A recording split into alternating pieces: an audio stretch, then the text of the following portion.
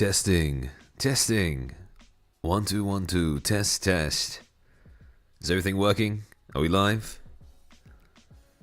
You alive? Hello! Hello guys. Hello. Alright, hold on. Let me just adjust the volume on things. Let me turn my mic down a little bit so it doesn't start blasting through. We hear you? Hey! Welcome to the stream, guys. Welcome to the stream. We're late?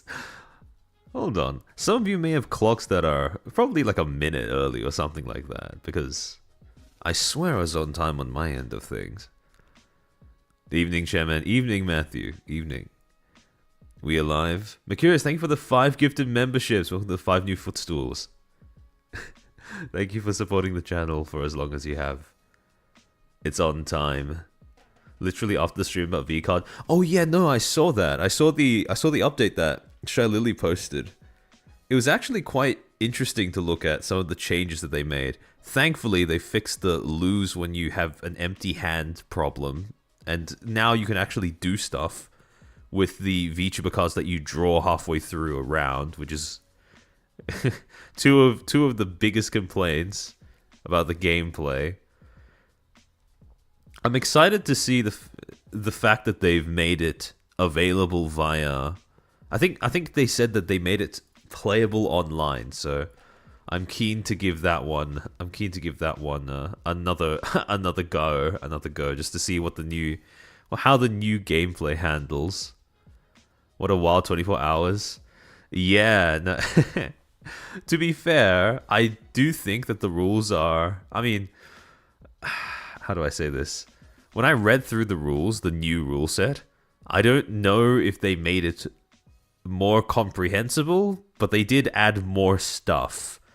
Now, more stuff doesn't automatically mean better, but since they did change some of the more unfun mechanics, hopefully it's better, although I haven't tried playing it. I haven't tried playing it just yet. Oh, I saw that Adora Fortuna had Adora Fortune. I don't know why I say Fortuna. Had an announcement stream scheduled, but is it confirmed as to what that stream is about, Sumo Knight? Yeah, Mume leaving, but the circumstances are understandable.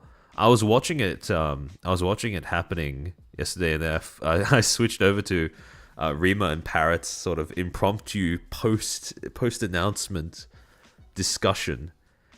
And yeah, I mean, a lot of people, every time there's a holo graduation, you'll always get Doom posting, which is understandable, to be honest. But in this particular case, I do think that with the way that it was worded, I don't think that it seems like a disagreement with managers, but that phrasing, internal misalignment, it lends itself a lot easier to being interpreted as just her health problems, making it so that even if she wanted to, and Holo wanted her to stay, it wouldn't have worked out. And to be honest, it kind of makes sense because I'm thinking about this from the perspective of what we've been seeing, what we've been hearing from a combination of talents who are both still remaining at Holo and who have left Holo. How the consensus seems to be that Holo is ramping up its live performances, moving in the direction to wanting to host more live events. More, as some people would put it, idle stuff. We're still before 10 minutes. And as a result, if Mume has an issue with her vocal cords, like a chronic issue at this point, I can very easily see how it just wouldn't work in the long term. And now, leaving HoloLive would probably be better for her health, if that is indeed the direction the company's going. I don't know if I'd have phrased it as internal misalignment. See, that's the problem though, because what else can you say? Like if you say professional disagreements, that sounds worse. If you say that you have a difference in direction with the company, then that's basically what she said, right? Internal misalignment with the direction that the company was heading. So the alternative would have been saying differences with management or something along those lines, which makes it sound like the exact same problem that HoloLive has just been, publicly committing to address. which isn't exactly a great look. And from everything that the graduation announcement contained, it very much did seem like she was leaving on amicable terms. So probably the last thing that you want to do if you are leaving on amicable terms is to sort of add fuel to the fire by phrasing it in certain ways. They killed your creation, and for a quick game, no fighting until turn 4 was a real. When I read that rule, that was a little strange. But so why are we fans ignoring her request and trying to pick fights with cover? Flipsy literally called for. Yeah. Again, I think it's a combination of people just being. I don't blame people for doom posting. Because again, Mumi, at this point, it's just council specifically seems to be having it very rough. But also, there has been, people are hyper alert for specifically cover graduations that have any mention of disagreement with management or something along those lines. So again, I understand why people might be doom posting because of that. But at the same time, if you consider the full context of what Mume said within what we have heard from the other talents, it doesn't sound like the reason is... Well, two things. First, it doesn't sound like the reason is, a flaw with management, so much as simply something that can't be reconciled between those two specifically, Mume in particular, and cover. And the second thing is... Well, how do I word this?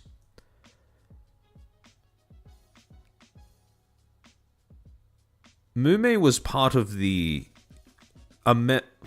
cohort of Holo talents that joined the company before, I would say, they started pushing in this quote-unquote new direction. And as a result, when it comes to any talents that joined before that point, if they decide to graduate...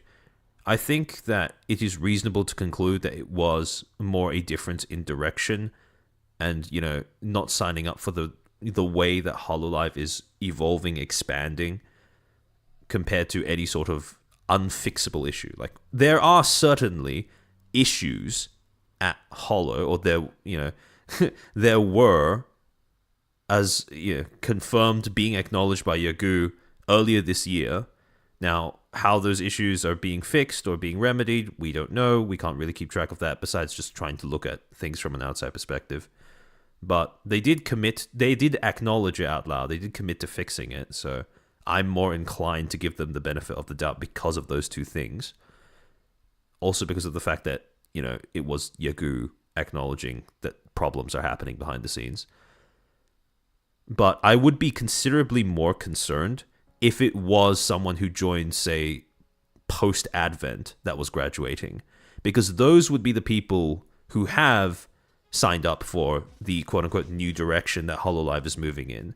And as a result, if they start having an issue with things, then that's less likely to come down to some sort of, simple difference in direction, etc., etc.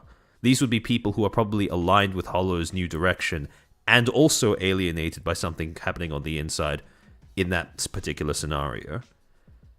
So now any attempt to quiet the pattern recognition comes off as an attempt to hide something. Yeah,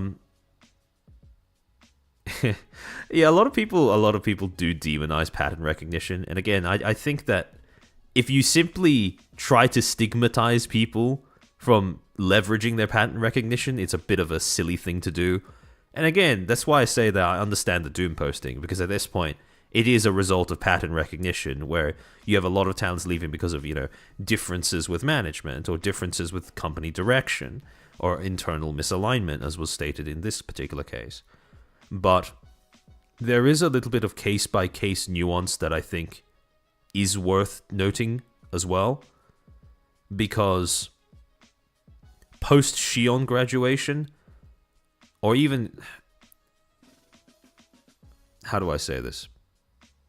When Fauna graduated last year, that was like 9/11 for HoloLive fans, because it was like very obvious that the quote unquote difference with management was not just it wasn't just a professional disagreement, I suppose. It wasn't an unavoidable thing. It very much did sound like a grievance that didn't have to exist. And so ever since then, people have been hyper alert for that becoming a growing pattern. So again, like, I understand that, even though I don't think the concern is as warranted when it comes to Mumei's case specifically. Chris, thank you for the 10 gifted memberships. Welcome to the 10 new footstools. I hope you enjoy those emotes. Mercurius, thank you for the 5. Only 2 left of council. Space, nature, and civilization are left or going. Only time and chaos left. Yeah, that does seem to be the... that does seem to be a little bit of... Council does seem to be shaping up to be Hollow EN's cursed generation a little bit. But in any case, I think they will survive. I think they will survive. Mostly because, well, I mean, all of them seem to be alright with HoloLive's new direction. And so, well, I mean, Crony said that she doesn't have any plans to depart in the near future. Bay has moved to Japan, so I would assume that she's completely comfortable with things. I don't remember if Iris also moved to Japan, but I would assume that she's also on board with the way that things are going with the company as well, so... Not a Holo fan, but I still feel weird whenever someone says 9/11 of X. I just remember it being played on repeat. That's fair enough, that's fair enough. I do feel like it's become a bit of a tired metaphor a little bit, but yeah. Hasn't Mumei been given a lot of breaks by management? Yeah, no, exactly. That's why I do think that anyone who's trying to say, like, total management death as a result of this, I think they're being a bit hyperbolic. Because again, if the situation with management was, black company bad, I don't think she would have been able to take those breaks voluntarily, which it does sound like, it was purely voluntary. The reasons were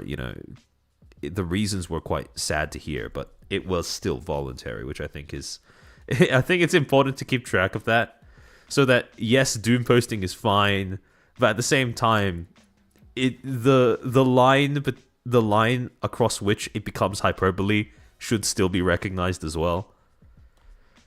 Eva, thank you for the 2. A little thanks for the seminar while I animate chest.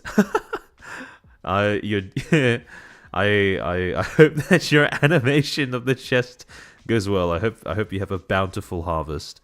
HoloLive Gen 2 is just cursed on Aqua Gen 2. Council is getting its 3rd member. You might be onto something with that one. I know I shouldn't be mad, but it pisses me off how people are ignoring Mumei's request not to spread negativity and selectively hyper-focusing on the misalignment part.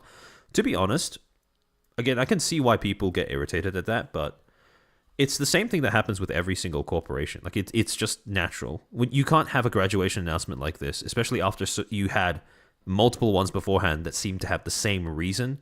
At least superficially seem to have the same reason, without people, quote unquote, spreading negativity by speculating as to what that means behind the scenes.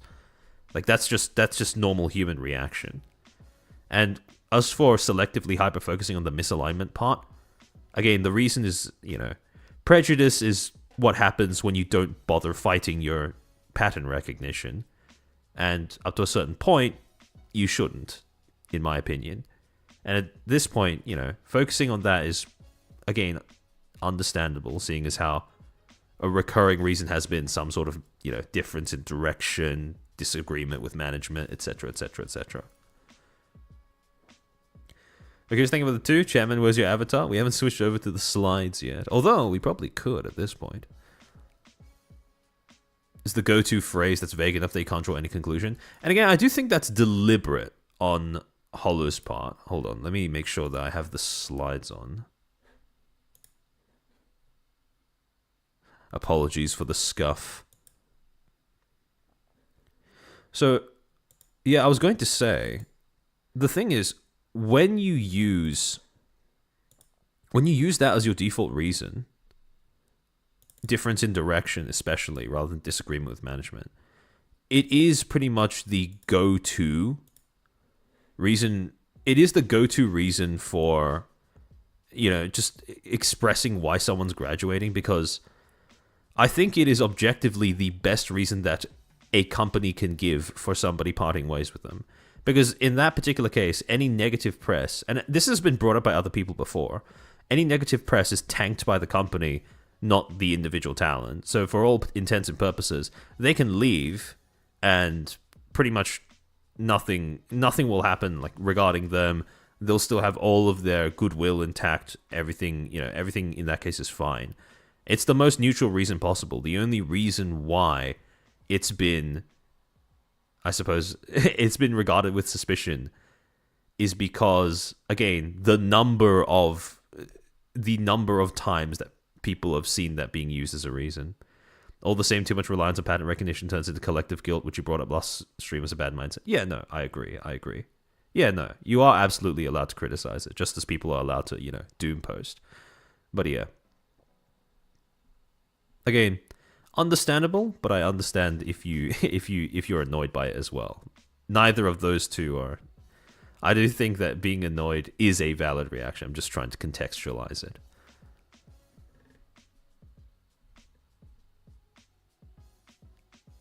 The scuff makes it cozy. I'm glad to hear that. I'm not even saying don't criticize Holo. Yeah, don't worry. I understand. In this particular case, I understand why the doom posting is a little bit more, it grates a bit more than in previous cases. Kason literally said it's the go-to phrase, yeah. And again, the reason why is because it is vague enough to allow benefit of the doubt for both parties depending on how the audience is feeling. Which is probably the intended effect, to be honest. Imagine saying someone is graduating because they got a boyfriend. I mean, if somebody said, "Oh, I'm graduating because I've had a change in personal circumstances," I think that a lot of people would still interpret that as being a little ominous as well. How are you doing allergy-wise? Better than I was. What was it? Yesterday? 2 days ago? 2 days ago. Also, yeah.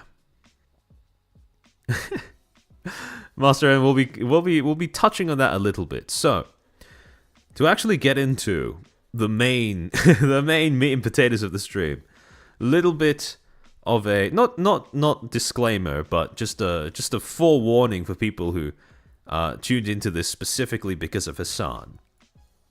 This is not going to be a stream where I end up doing a deep dive on any of his political views or anything like that. If anything, it's going to focus more on the article that was written about him and the way that article was constructed, as opposed to Hasan as a person. Obviously, because he's the subject of the article, we're going to be touching on that a little bit. But again, he is not going to be the centerpiece of what we'll be discussing. Nor are his political views going to be the main centerpiece of what we will be discussing. So Jack, welcome to the stream. I'm graduating due to reproductive reasons. Alright, so, a few disclaimers before we begin. As per usual, because I'm going to be critiquing things, criticizing things, etc., etc., do not attempt to harass or contact any of the people or entities mentioned during this stream in any way, shape, or form. All text, videos, and images shown during this stream are included for the purposes of critique and or commentary and is thus protected under fair use. All information/material shown over the course of this stream was posted and or publicly addressed by the subjects of the stream on a public platform or remains publicly available and or traceable. Dates may be affected by time zones, although I've tried my best to correct that. It still might be off by a day or so, but it is what it is. And finally, if something's on screen and you can't read it from wherever you're watching this or however you're watching this, don't worry, I'll be narrating most of it. And if not, in any case, as per usual, I'll be uploading the slides to my personal Patreon, link in description. So not Hasan rabbit hole today? Not today. I think the war on negativity has been the base cause of things like Snow White and Concord. where everyone that says don't talk about the bad, only the good, because yeah. Puff piece discussion, exactly. How much do you want to bet that Hasan sees the VOD? I mean, well, I was going to say he's a busy man, but I'm sure if he's short on content, you should play a Hasan video and then leave. No. If you're going to criticize somebody for doing something, you probably shouldn't. I think it would be funny, but I also think that the bit would open me up to accusations of hypocrisy, which I'd rather not deal with. But in any case, so to start off with, Lumi, thank you for being Footstool for a whole 4 months. Armchair, how's the best chairman? Also, 4 months. I'm doing great, Lumi. I'm doing great. Thank you for tuning in. Thank you for showing up. I think you may enjoy some aspects of this because of, well, how interesting the article we're going to be reading is. All right, so for those who don't have the context on why this stream exists, to basically bring you up to speed, on February 18th, 2025, a magazine by the name of Slate used their official Twitter account to promote the following article. Quote, "He isn't who anyone would imagine as the answer to Donald Trump's darkest political power, yet here he is." Now, for those who don't know what Slate is, if you go to their website, they describe themselves as, quote, "a daily magazine on the web and podcast network. Founded in 1996, we are a general interest publication offering analysis and commentary about politics, news, business, technology, and culture. Slate's strong editorial voice and witty take on current events have been recognized with numerous awards, including the National Magazine Award for General Excellence Online. This site, which is owned by Graham Holdings, is supported by advertising and subscription revenue. So, again, basically a kind of politics and culture magazine, especially one with a little bit of an online bent, because of, well, the topics they end up talking about. Scarly Michael Ora, thank you for the 5 gifted memberships. Thank you. Welcome to the 5 new Footstools. I hope you enjoy your time here, and the emotes too. So, as you can probably imagine, when you see an article from mainstream media apparently seeming to shill a social media influencer that is as, shall we say, controversial as Hasan Piker, obviously you're going to get a couple of pretty mixed reactions to seeing that. Now, some of the reactions, for example, those from Hasan himself and his fan base, seem to have been quite positive. For example, this quote tweet by Hasan saying, "I never really stopped talking." And this this quote tweet by what I presume to be a fan of his, which is just 6 crying emojis combined with a screenshot of a section of the article that talks about his physical appearance, his quote unquote, his sex appeal, which is, well, if I had to describe the reputation that the Hasan fan base has, I think this tweet pretty much sums it up. And believe you me, we'll talk about this section of the article later on in this stream. However, it wasn't just positive reactions. In fact, the overwhelming majority of the reactions seemed to be a range between tepid disbelief and, well, just outright derision. For example, 2 of the most liked replies to that tweet were, quote, "A rich communist trust fund, baby. Nah." Combined with the the Sam Hyde "I'm coming to kill you" meme with Hasan Piker exclamation mark. Basically, for those who don't know what this where this comes from, Sam Hyde, right after he finished his Creator Clash boxing match in, I believe it was it the first one or the second one? I forget which one it was. But basically, in his post-win interview, the interviewer went up to him and asked him to say a few words. He basically said, Hasan Piker, I'm coming to kill you. And as a bit of a bit in character. And that's where this image comes from. And so, when you see reactions to an article that are this mixed, especially an article that claims to be from a publication that quote-unquote specializes in online culture, well, there's probably a reason for that. You start to ask questions about, okay, what exactly about the article provokes this kind of reaction? Because there has to be something, right? People aren't going to be, this divided, this derisive towards an article like this if there was absolutely nothing amiss. So, the clues as to what might be a little special about this article begin when you take a look at the actual headline and tagline on the Slate website itself. The article, labeled under the politics category, which will become funnier the more we read, is titled "Who's Afraid of Hasan Piker?" by Luke Winky, published on February 18th, 5:40 a.m., and with the tagline, quote, "He's hot, he's, quote-unquote, dangerous. Young men actually listen to him. Is he what Democrats are looking for?"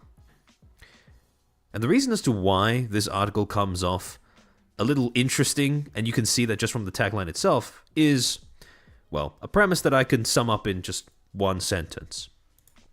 This is an article that attempts to sell a political commentator to a political party on the basis of everything besides his actual politics. If you look back at the tagline, it's pretty clear who this article is aimed at. It's not really aimed at Hasan's fans, even though it probably was counting on them to provide a little bit of free publicity. No, this is an article that is aimed at the Democrat Party. In other words, the primary audience for whatever is contained inside this article is actually politicians.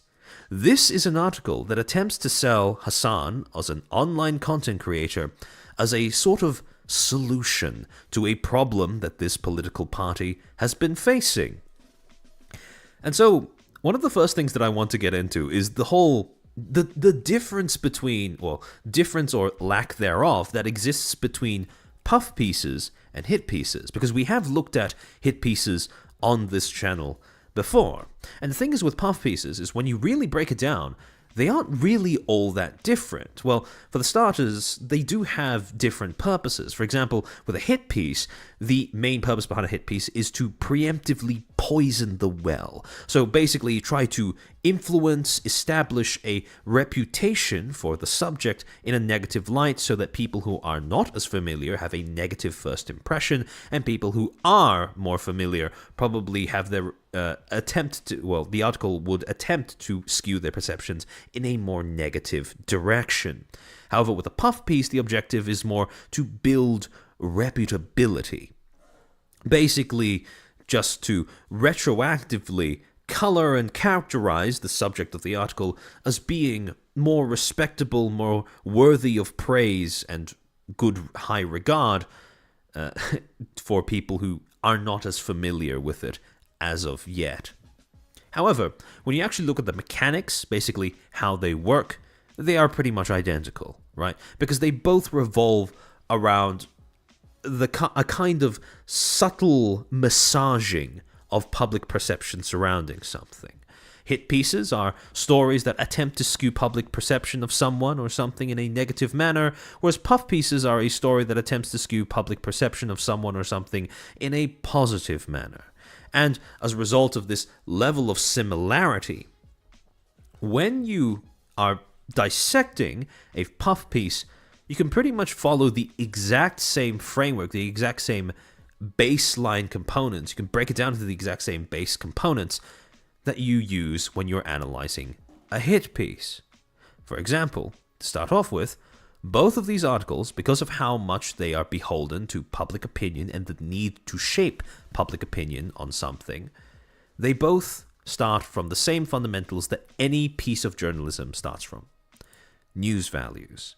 So again, as a reminder, for those who either didn't watch the last stream or may have forgotten since the last stream, when it comes to news articles, all of them need a reason to exist.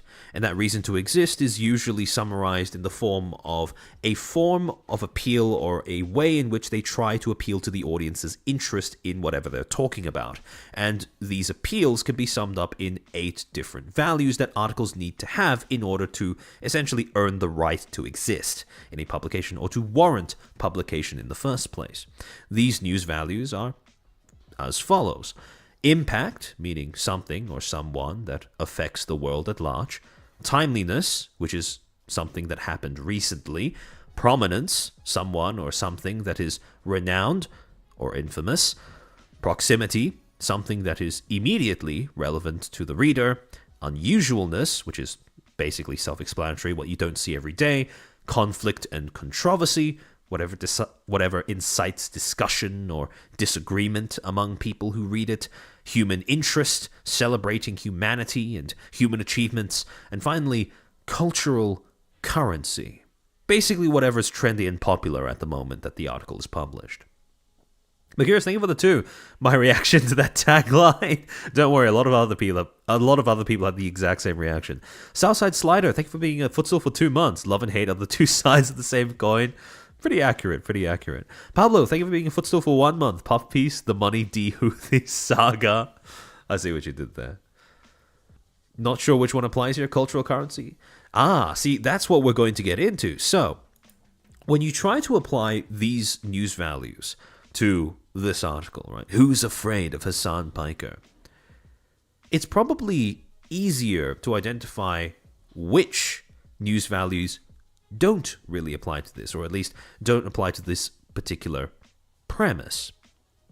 When you really look at it, right, you could probably make the argument that the only 2 that don't really apply are unusualness and proximity. Even unusualness is a bit tenuous.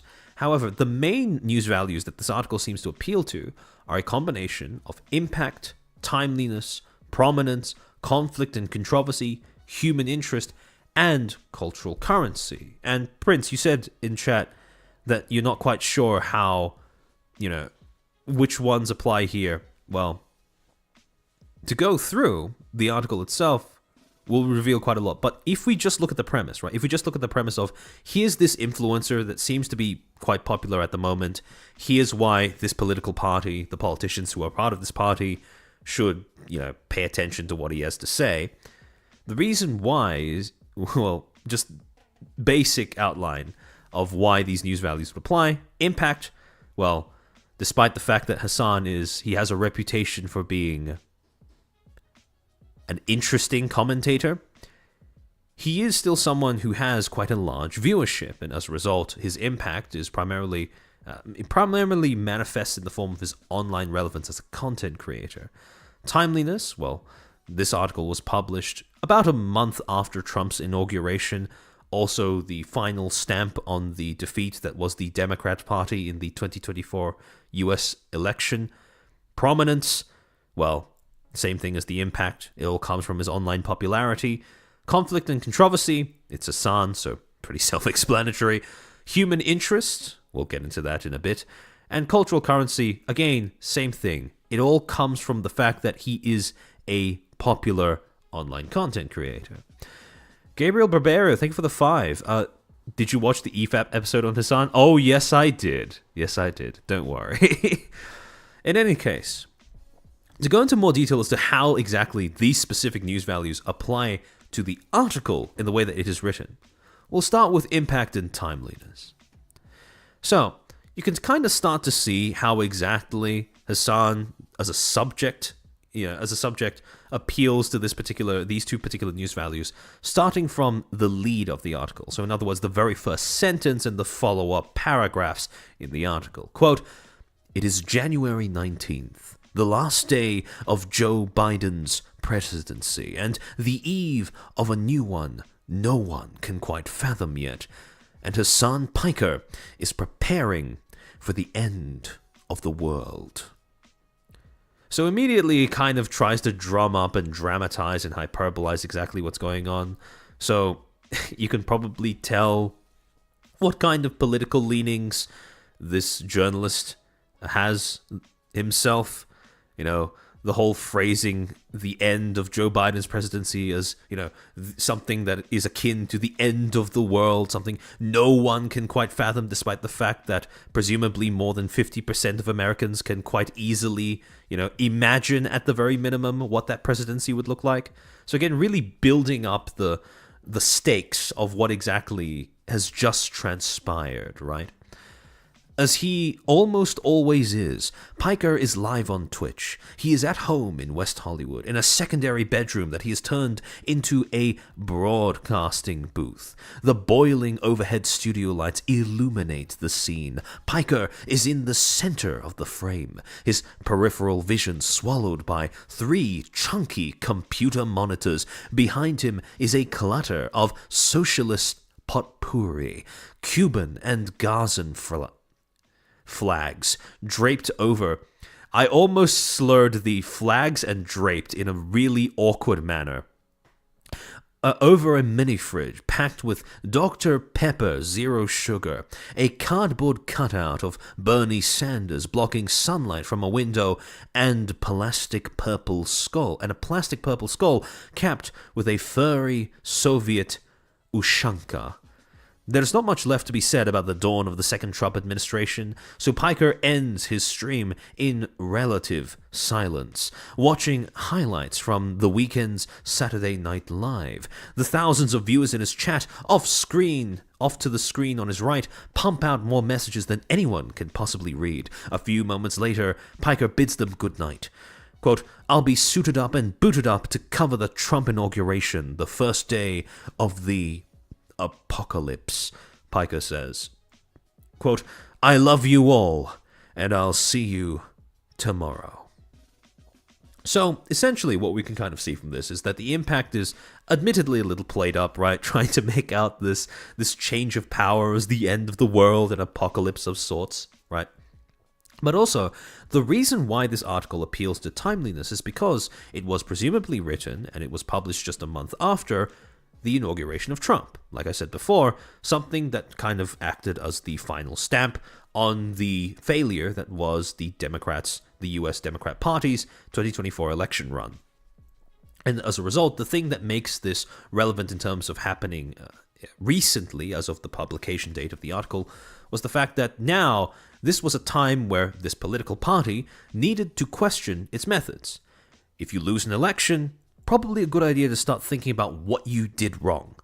Now, I'm sure a lot of people who are watching this stream have many opinions on what exactly the Democrat Party in the US election did wrong, but that's not really here nor there for the purposes of this stream. All that matters in the case of, as far as this article is concerned, is that one of the possible fixes that this journalist seems to have fixated on is the idea that this was not a party that had the best voices, the best representatives to make its case for it to the voters.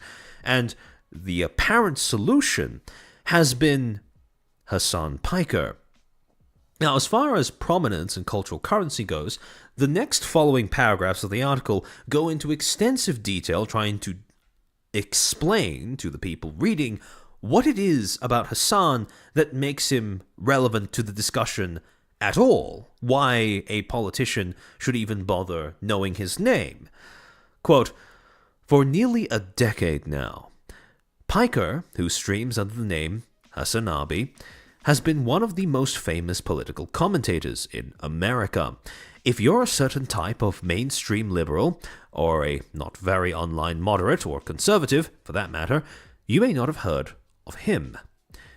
His precise class of celebrity is difficult to describe, but in some respects he has inherited the role of the agenda-setting television pundit for a generation that ditched the traditional medium long ago, if it ever knew it at all. Piker streams every day, weekends and holidays included. Outside of a few bathroom breaks, he's typically on camera by himself for 8 hours uninterrupted."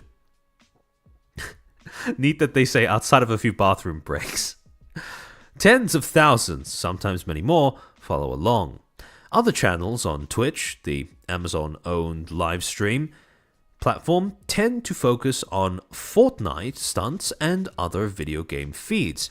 You can tell how much of a gamer this particular journalist is, or how much of a Twitch watcher this journalist is, for that matter.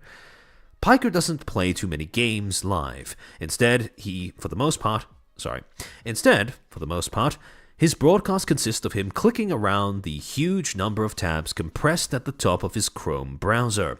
Piker ping-pongs between them, offering mordant insights on irritating New York Times columns, Elon Musk tweets, and Jesse Waters meltdowns. His style is open-ended and rich with digressions. Nothing canned, no artifice. I don't know about that one, but to go on. And regardless of what he's currently roasting, Piker is assertively unscripted. Like many of us, he reacts to the bamboozling deterioration of 21st century life in real time. Unlike most of us, he does it in front of an enormous audience every day with a chronic exasperation perfectly tuned for the moment. Hasan is just extremely insufferable, and this puff piece only solidifies that.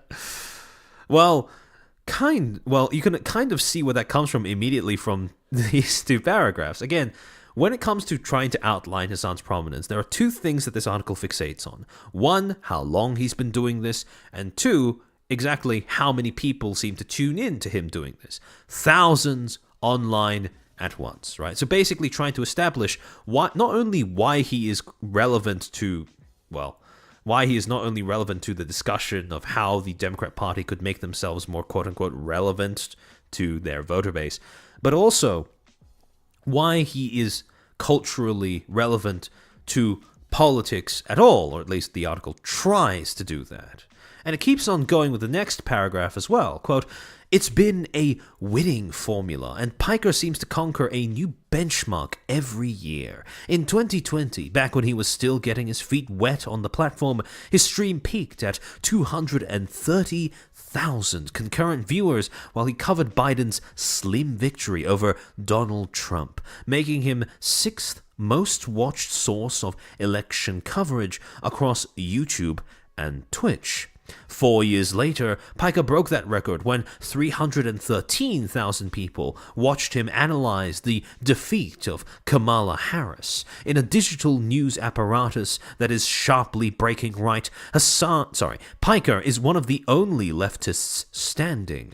Of the 10 most watched pundits streaming on Election Day, he outpaced Tucker Carlson and, notably, Trump operative Charlie Kirk, who worked with the campaign to turn out millennial and Gen Z men.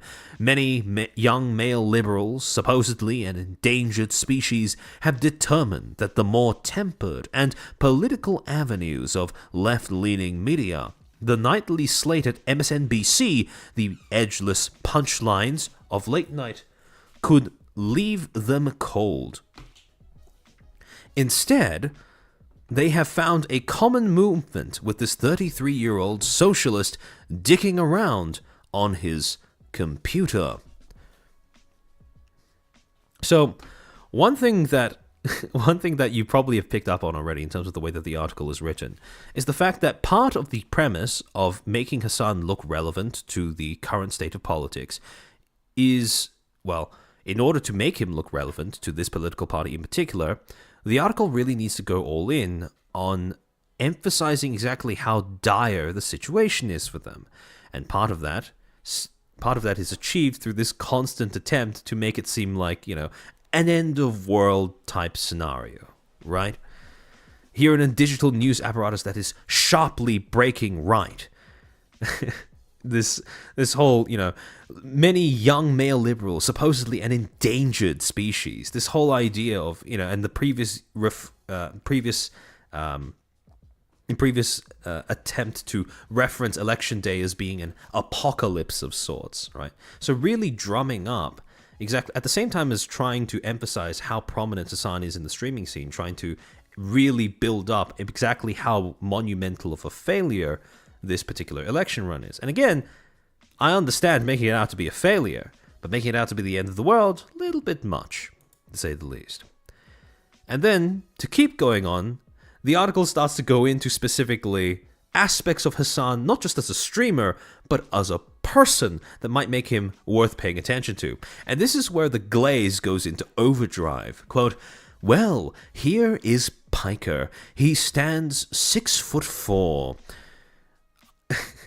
When it comes to things that qualify my political commentators of choice, the first thing I go to is height.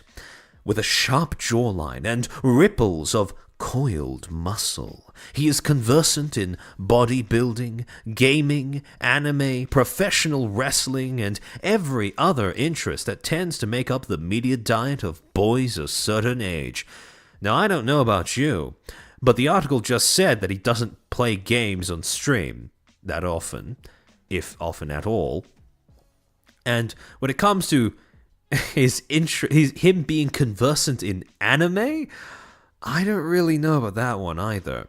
However, again, I want you to note exactly what the article feels the need to include and emphasize in terms of things that make him appealing as somebody to pay attention to, right? Sharp jawline, muscle, 6'4", gaming, anime, professional wrestling. In other words, what you might be noticing, what does this say about his politics? What does this have to do with his politics? And again, the answer to that, or lack thereof, will become clear as we go on. Quote, his bulge and Calvin's thirst traps have started libidinal riots online. And by the way, I didn't include this because, well, I value my audience's mental health. However, if you clicked on that link in the article, it actually brought you to a Twitter post where Hasan posted a workout progress photo, a set of workout progress photos that just basically show him flexing in Calvin Klein's and nothing else. So that's what it's referring to. According to an unofficial census conducted by his community in 2024, his viewership is about 2/3 men. Slim majorities are white and hold a college degree, while 30% reported that they haven't yet lost their virginity. Again, not quite sure what that has to do with the state of current politics, but to go on. In the past year, he has welcomed both former Federal Trade Commission Chair Lena Khan and Representative Alexandria Ocasio-Cortez to the stream. Sanders, 50 years, Piker Sr., passed through a week before the inauguration and thanked him for his role in, quote, the revolution of media, end quote. Even the Pod Save America podcast, staffed by former Obama flacks who've long advocated for a more institutional brand of progressivism, hosted Hasan and listened patiently while he ripped the party a new one. All this access has given Piker's show a sense of beltway authority that it never quite had during the Biden era, evidence of a fledgling effort to make him more central to Democratic messaging. The Democrats, it seems, have found their man. Now, again, you're starting to see the direction, basically the sales pitch that this article is shaping up to have, right? Are they going to mention that? Oh yeah, don't worry, they do mention that later on in the article. However, you can kind of see that the reason why they're fixating on this is because of one particular fault, one particular deficiency that the Democrat Party exhibited in the aftermath of the election. Their support among young men, especially young white men. And when it comes to emphasizing the aspects of Hasan that, in the eyes of this journalist, make him appealing to young white men, I'd make the argument that it's a bit more telling as to the journalist's perspective of men and masculinity than it is about Hasan or the current state of, Democrat policy and messaging. Again, feeling the need to emphasize slim majorities, white, hold a college degree, 30% report they haven't yet lost their virginity. And again, when it comes to stressing the things that make Hasan appealing, they choose to focus on, sharp jawline, muscle, bodybuilding, gaming, anime, wrestling, etc., etc. And again, there's this attempt to tie it into existing... It's an interesting kind of balancing act that the article has to pull, where it needs to emphasize exactly how relevant Hasan is, while at the same time simultaneously conveying how disconnected he is from current Democrat Party politics, while also making it seem like he is an option they should pursue, which is probably why they kind of snuck in there that little section about, how he had welcomed Lena Khan, Alexandria, AOC, Bernie Sanders, 50 years his senior, had also praised him as having a role in the revolution of media. So again, there's this sort of establishing the distance between Piker and the Democrat Party as of the Biden era, while at the same time trying to make it out as if certain figures in the Democrat Party have already started endorsing him as a way of trying to essentially imply that they should really take him on board, right? How many sentences down are we before we hit his actual political stances? Oh, we're quite a distance from that still. Don't you worry. So, then we get into a little bit of when the article starts to introduce an element of conflict and controversy. Not just with, the controversial nature of Hasan, we'll get to that later, but in terms of conflict that Hasan has had in the past with the Democrat Party. At this point, pretty obviously, the main target of the article, the main target audience of the article. Quote, just one little problem with that. Piker didn't endorse Biden at the dawn of the 2024 cycle. Then he didn't endorse Harris either. Resting on a sheathed samurai sword near the rear of his streaming setup is a MAGA hat. Piker wears it on the rare occasions he approves of a Trump decision. On one recent occasion, he slipped it on when the incoming administration had a hand in brokering a ceasefire between Israel and Hamas. Piker is pro-Palestinian liberation, pro-immigrant, pro-trans, pro-choice, and unapologetically himself. Again, I want you to take note of how exactly his political stances are being introduced here. Just kind of being listed off in the exact same way as they listed off the personal attributes of Hasan earlier, and only introduced after he'd been sold on the premise of his personal attributes, including, but not limited to, his physical appearance. Some of this has brought accusations of anti-Semitism and more, all of which he strongly denies, but has lately found Piker in an uncharacteristically defensive posture. His take-no-prisoners approach makes everyone, but especially Democrats, uneasy. For a while, a staffer for Ocasio-Cortez suggested that the Congresswoman would give me a comment for this article on Piker and the Democrats' future. I followed up repeatedly, only to be told that someone more senior would have to sign off. The comment never came. So the first element of conflict and controversy stems from the fact that the Democrat Party, as of the time that this article was written and published, seems to be a little apprehensive about Hasan still, and presumably the purpose behind this article is to kind of encourage or push them towards getting over that hurdle, for reasons that the article will get into later. However, in terms of further adding to the picture of how Hasan is at odds with the Democrat Party, it then starts talking about not just the Democrat Party's apprehension towards Hasan, but also Hasan's apprehension towards the Democrat Party. Quote, Piker has never missed an opportunity to express his wrath. So this is a section of the article from near the end of it. So it starts with explaining why the Democrats are apprehensive about Hasan, and then it ends with why Hasan has misgivings about the Democrats. Quote, Piker has never missed an opportunity to express his wrath. The day after the inauguration, he flew to Japan with plans of waking up in the middle of the night to broadcast on Twitch during his usual West Coast time slot. Man, are you sure you can transmit this can of fellatio on YouTube? Let's hope we don't get demonetized post-haste. Quote, if you recognize that Republicans are devastating to the country, to the globe, to the lives of Americans and the lives of your neighbors, then you have to do everything in your power to fight back, he said on a recent stream, his face softened by the milky lens of a webcam. Piker was analyzing Trump's order to transform Guantanamo Bay into a detention center for migrants, an action he believes is the first step towards far more heinous anti-immigration measures. It's a classic, Piker fixation, the sort of thing that innervates his fury for the inert center of the Democrat Party.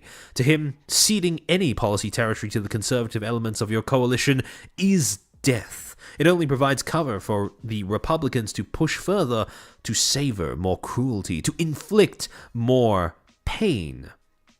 This is why I kept criticizing the Democrats during the election cycle. This is why I kept losing my mind, Piker said. I was like, dude, I don't want Trump to win, and it seems like you guys want him to win, or at least don't care enough to do what is necessary to stop him from winning. And here we are. So, again, I've pointed this out before in this article, but yet again, I want to point out how this is not an article that seems to be interested in maintaining and even the appearance of civility, neutrality, balance, in other words. It's very keen on leaning into, playing into the hyperbolizing, the dramatization of the stakes of this change in political power, this change in political regime. Basically, again, really going into, again, when the journalists themselves aren't speaking as themselves, they usually attempt to speak through the quotes that they choose to include from the subjects of the article. And in this particular case, the quotes that the journalist has selected for inclusion are all rants about how this is not just a matter of politics, this is morality, this is the end of the world, right? The inflicting of pain and cruelty, etc., etc., etc.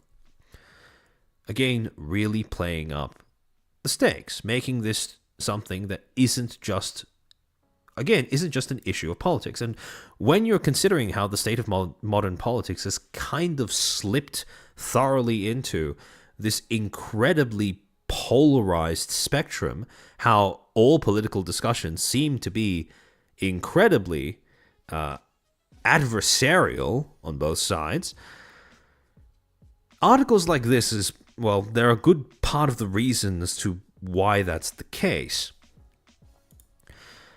Now, then, in the middle of the article, right, so after they get into introducing Hasan and who he is, etc., etc., it then starts to address the controversy aspect of Hasan's reputation by talking about his streaming-related controversies.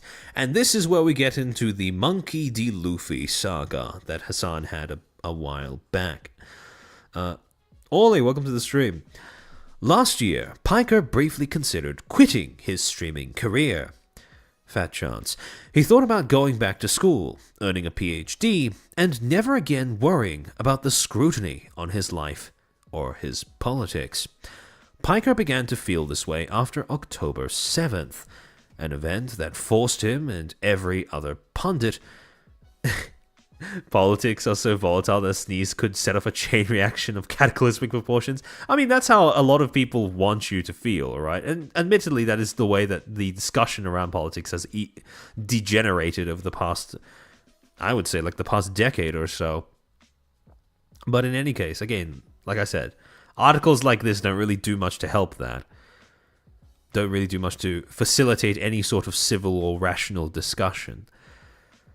An event that forced him and every other pundit to witness every day the escalating horrors of the war between Israel and Hamas. Piker was a steadfast, pro-Palestinian voice, and during the war he demonstrated sympathy for some of Israel's assailants. This often put him in reedy territory. In one memorable instance, Piker interviewed an alleged Houthi sympathizer who went viral on TikTok for his uncanny resemblance to Timothée Chalamet. Piker asked him if he watched the long-running anime One Piece. The teenager nodded enthusiastically. The incident helped catapult Piker to the forefront of the American anti-Zionist movement. Last November, the New York congressman and Israel hawk, Richie Torres, wrote an open letter titled Hasan Piker is Dangerous, addressed to Twitch CEO Dan Clancy.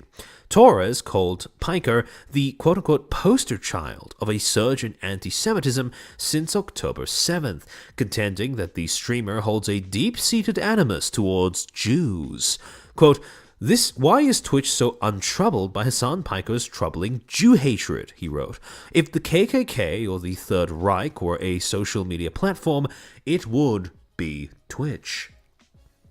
Now, two things. First thing, some of you may be wondering why this article bothers to write alleged Houthi sympathizer when the guy was basically an actual pirate from all accounts. The reason why is because this is normal journalistic practice where everything that is remotely negative always has alleged attached to it in the case that to protect them from getting sued in case they get something wrong. However, the second thing, notice how when this journalist describes the interview, they don't really bother to go into any detail. They just highlight one aspect of it, right? Piker asked him if he had watched One Piece, and the teenager nodded enthusiastically, right? They don't address the contents of that interview. They don't address how, for example, the interview wasn't really an interview. It was basically just Hasan nodding, laughing, and clapping along with whatever the pirate, this young Houthi quote-unquote sympathizer was saying, and the beliefs that he was the beliefs that he was pushing, his stances on things, etc., etc. So calling it an interview was already kind of, a bit much.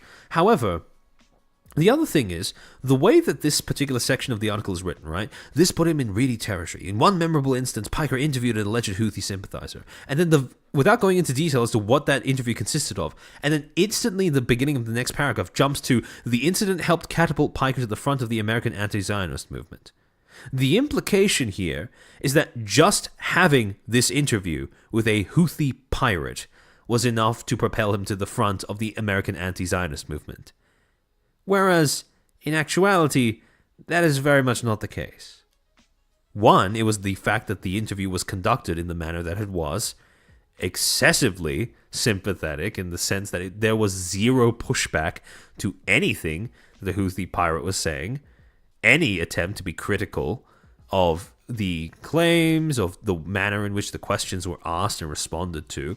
But on top of that, it also leaves out the fact that it's not just because of this incident.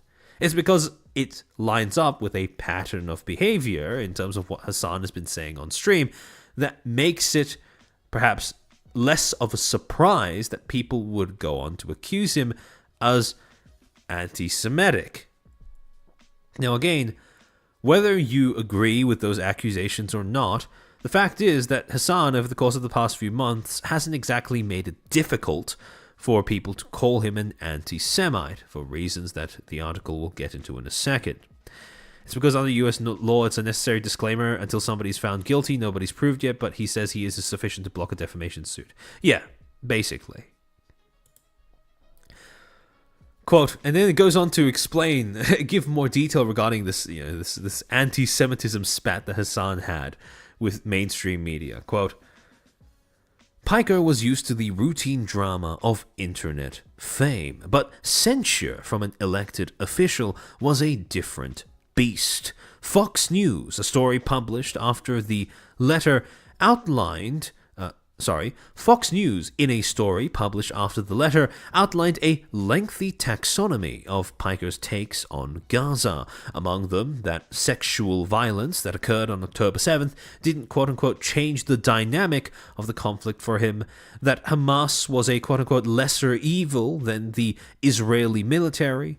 Meanwhile, Jonathan Greenblatt, head of the Anti-Defamation League, took to X and claimed that Piker's quote-unquote toxic screeds against the Jewish state normalize bigotry and launder terror, end quote, imploring media companies to deplatform him. And then it goes on to continue explaining how that has gone on to affect Twitch as well as Hasan personally. Right, so again, in all of this, it's very much set up to frame Hasan as some sort of victim of mainstream attention, mainstream media accusations of anti-Semitism from both politicians and the heads of organizations like the ADL, right? In all of this, very much Hasan is being framed as the underdog in this scenario. Quote, "Oh, are we talking about Hamas, Piker?" Yes, we are, Franciscus, yes, we are. Quote, "The controversy has started to affect Twitch's bottom line. As Bloomberg reported in December," and this was the article that we referenced in the stream where we went over, funnily enough, the stream where we were going over Pirate Software's claims that there was no Twitch adpocalypse, published by Bloomberg. As Bloomberg reported in December, a smattering of online forums, all associated with the Zionist streamer and infamous internet troll Stephen, quote-unquote, Destiny Bonnell, who has gotten into hot water for his usage of various slurs, have canvassed companies to suspend their ad campaigns with Twitch.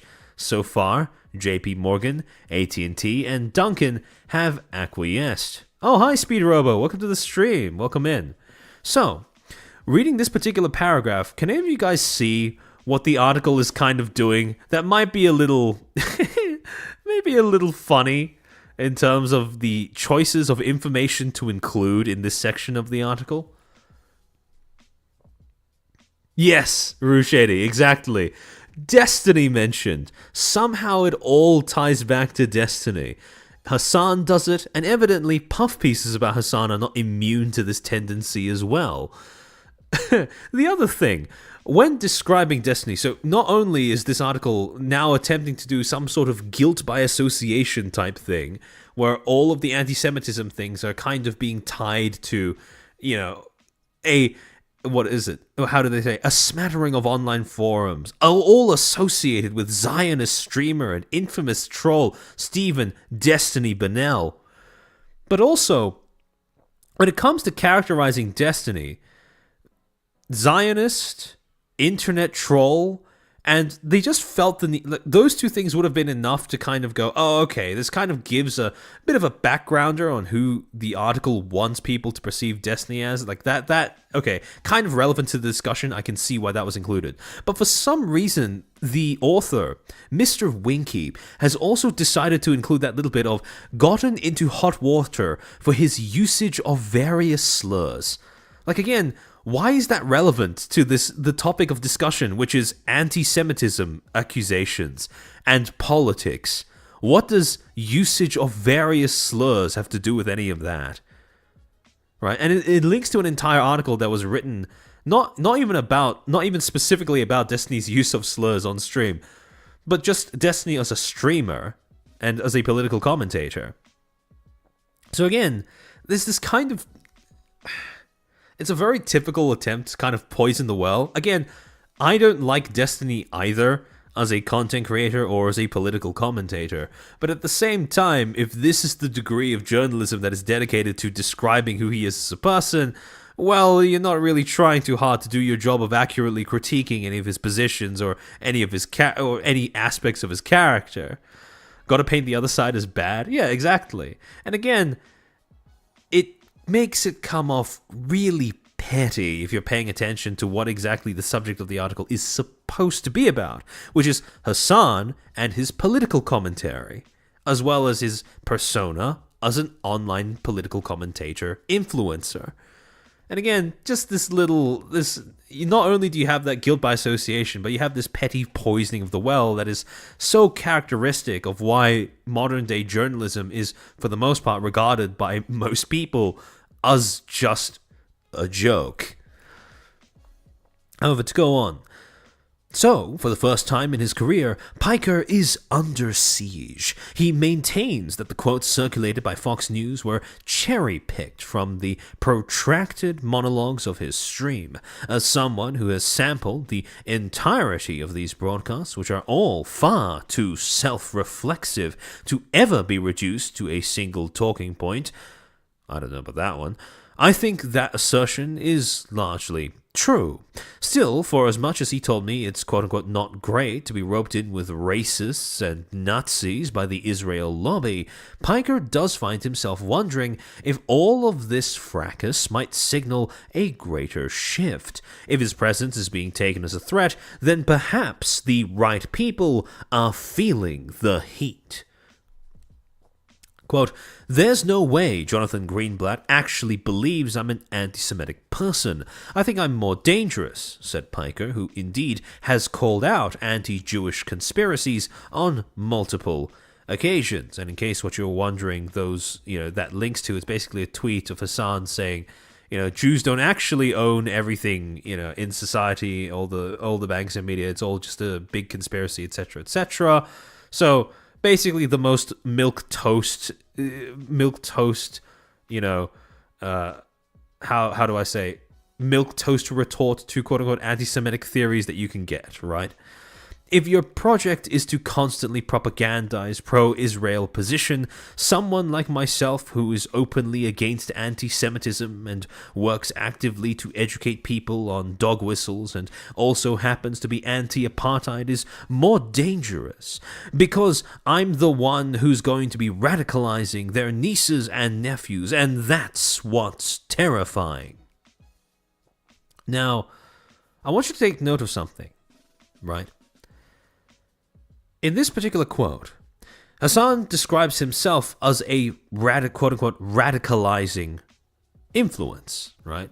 He sets out to be someone who pushes people who absorb his content towards the extremes of the political spectrum. And yet, this, which, the article has in the past when you take into account the fact that the article, as we will see later on in the stream, seems to condemn radicalization when it happens with right-wing influencers, or what the article describes as right-wing influencers. It is a little interesting that it chooses to include this quote of Hasan's describing himself as a radicalizing force, but with zero pushback or attempts to poison the well of any kind. So it's basically just presenting that description, that self-identification as a radical, as a propagandist, just on its face, with no additional commentary. However, like I said before, right, as a puff piece, it necessarily needs to revolve around the subject, give context as to who the subject is, how that subject became the person they are today, and as a result, there is a necessary component of human interest that needs to be built in to this article. Yeah, Carlos in Alaska, kind of, right? Radicalization is bad when it's not my sign. When it's not for my side. Yeah, basically. He's gonna... not even attempting to hide the double standard. Exactly. So, when it comes to the human interest aspect of this article, it mostly manifests through how it attempts to make Hasan seem relatable by describing his early adulthood. Quote, "Hasan Piker loves America." For context, this is the same guy who said that America deserves 9/11, right? Or at least he can remember a time when he did. He is the scion of a Turkish family of some renown. Piker's father, Mehmet Beset Piker, I hope I said that right, is one of the founding members of the country's upstart center-right Future Party, and an uncle, Cenk Uygur, is a veteran pundit, best known for his progressive media company, The Young Turks. Piker himself was born in New Jersey, but moved to Istanbul as a toddler. In his youth, he bristled at the chasteness of the country's customs, struggling, in his words, with growing up, quote, horny in a repressed culture, end quote, and plotted a return to his once and future homeland. At 18, he got his wish. Piker enrolled at the notoriously debauched University of Miami and chased his very own American dream. His education came second to intoxicating stateside indulgences. A few weeks into his college career, Piker started working as a nightclub promoter, one of his first jobs in the U.S., hustling tourists into the strobing bacchanals of the city's nightlife district. Azahara Gunnar alert! Real recognizes real, evidently. But yeah, no, this, again, it is quite interesting to pick up on the trend where the first thing that the article does when it tries to make Hasan look appealing is describe his physical appearance And also now that it's trying to make him relatable, it's describing how he was essentially, for want of a better term, a bit of a gooner in his younger years, and how his first proper footsteps into American culture was basically just getting into the nightlife, getting debauched, as the article puts it, and basically just, cutting loose, going wild, and funnily enough, painting him as a little bit of like a, stereotypical college frat boy, right? Quote, Hasan knew exactly what was going on. He could get 100 to a club as a freshman, Uyghur told me. Quote, wherever he went, he instantly became the coolest person on campus. Azahara, thank you for being a Footstool for 8 months. What's worse than a gooner? A gooner with money. Truer words have never been said. But, however, it is quite funny that, perhaps unintentionally, the article kind of ends up painting Hasan as this kind of himbo type figure, right? And again, accidentally ends up painting him as kind of... There is this unintentional vibe that Hasan seems to be, like, unintentionally, he seems to be painted as this kind of oldest guy at the college party type figure. And again, I know that's not intentional, because despite the attempts by Winky to drain Hasan of all moisture from between the legs with this article, oldest guy at the college party is not exactly a very flattering depiction. And yet, because of the article's insistence on using these as selling points for Hasan as a person, that's what ends up happening in terms of the way that he's being presented. Burbo, thank you for being a member for 2 months. Socialist. Yeah, no, don't worry, we'll get to that in a second. It then goes on to continue describing how Hasan managed to get into politics and content creation in the first place. Quote, in 2016, Piker managed to secure dominion over the Young Turks Facebook page, which was technically a demotion from his position in the advertising department. So basically, it described how Hasan... after graduating, he decided to approach Cenk Uyghur, his uncle, and asked for a job at the Young Turks, to which he was given an advertising job. And now, in 2016, 3 years on from when he graduated in 2013, he now switched from advertising into actual social media management. To go on, this was technically a demotion from his position in the advertising department. He took a pay cut. He was tasked with cutting together the company's TV broadcast into bite-sized BuzzFeed-style clips designed to juice virality. Piker attended to those duties while simultaneously breaking ground on a rogue media brand of his own. He commandeered an empty supply closet in the Young Turks office and converted it into a makeshift studio. He hung up a green screen and, after determining that he didn't yet have the broadcasting chops to rant on command, started writing scripts. The resulting videos melded perfectly with the Young Turks brand. Piker was scrappy, profane, horrified by Republicans, and annoyed at Democrats, auguring a burgeoning left-liberal schism that continues to color American politics today.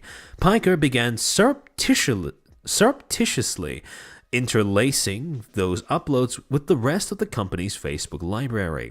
The first episode featured a noticeably stiff Piker standing in front of the camera, wearing a lavender shirt buttoned up to his collar. It was titled 5 Things You Didn't Know About Bernie Sanders. So again, yeah, some people in chat are picking it up on it, right? Scrappy, combined with the way that they describe this spat between Hasan and the people accusing him of anti-Semitism, there is, yet again, very much of a recurrent theme that's building up in the article, trying to paint him as an underdog, somebody who didn't have who had to fight against circumstances, the world, his situation, in order to get to where he is today, right? Making him out to be a fighter. As we're going to see later on, this is a very deliberate choice that may or may not hold much bearing in reality. Speed on, thank you for becoming a Footstool. Welcome back to the club. I swear you had a membership before, but welcome back. To continue, Piker called this series The Breakdown, and it became a surprise hit on Facebook, with some videos scoring more than 100 million views. The success was a testament to Piker's content instincts. He was keyed in on a generational distaste for Hillary Clinton's short-lived Democratic Party, and he also knew how to synthesize the various tendrils of social media during the shock of the initial Trump confusion.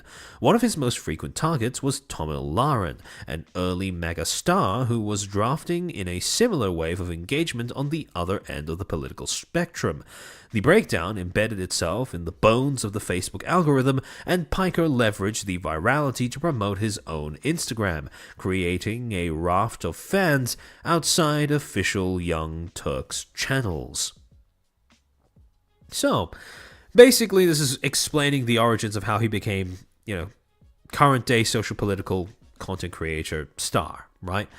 And again, all of this is built to really emphasize his individual ingenuity, which, to be fair, if you're able to start up a series, albeit under an existing media brand, and you're able to rack up hundreds of millions of views on single individual videos, you probably have something going for you, right?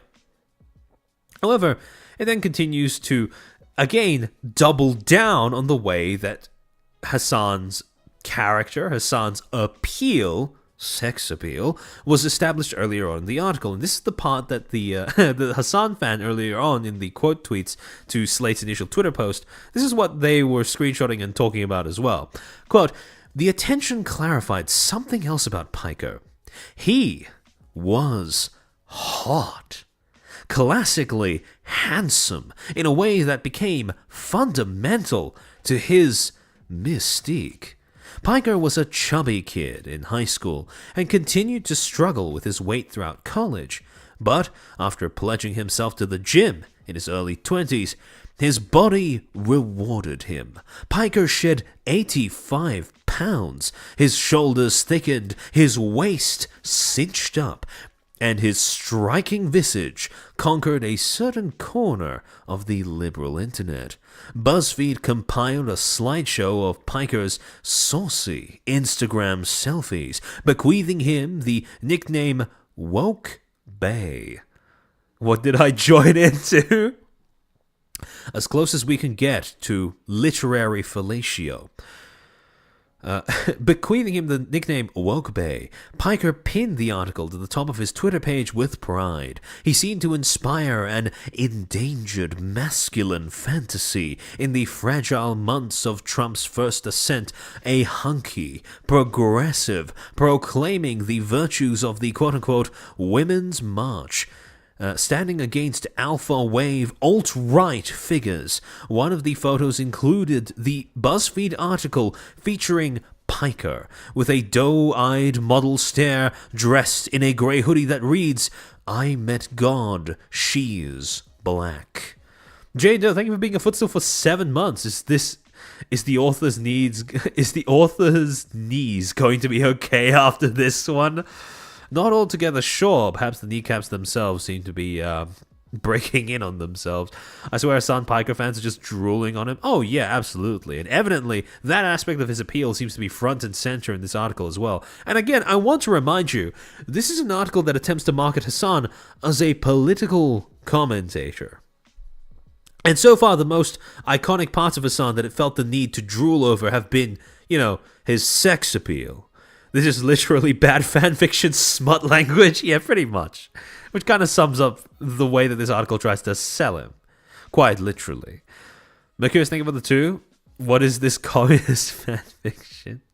This is the same kind of thirst posting that happens around like Joseph Stalin, for example, in his younger photos that seems to crop up. It always tends to revolve around, how sexy they are physically. The glow-up provided him a blueprint for everything he's achieved since. If Piker could become yoked, then anything was possible. Quote, "It was life-changing in the sense that it was a task I set for myself, that I was never able to accomplish my whole life. It gave me so much confidence, not necessarily about how I look, but in my ability to overcome trials."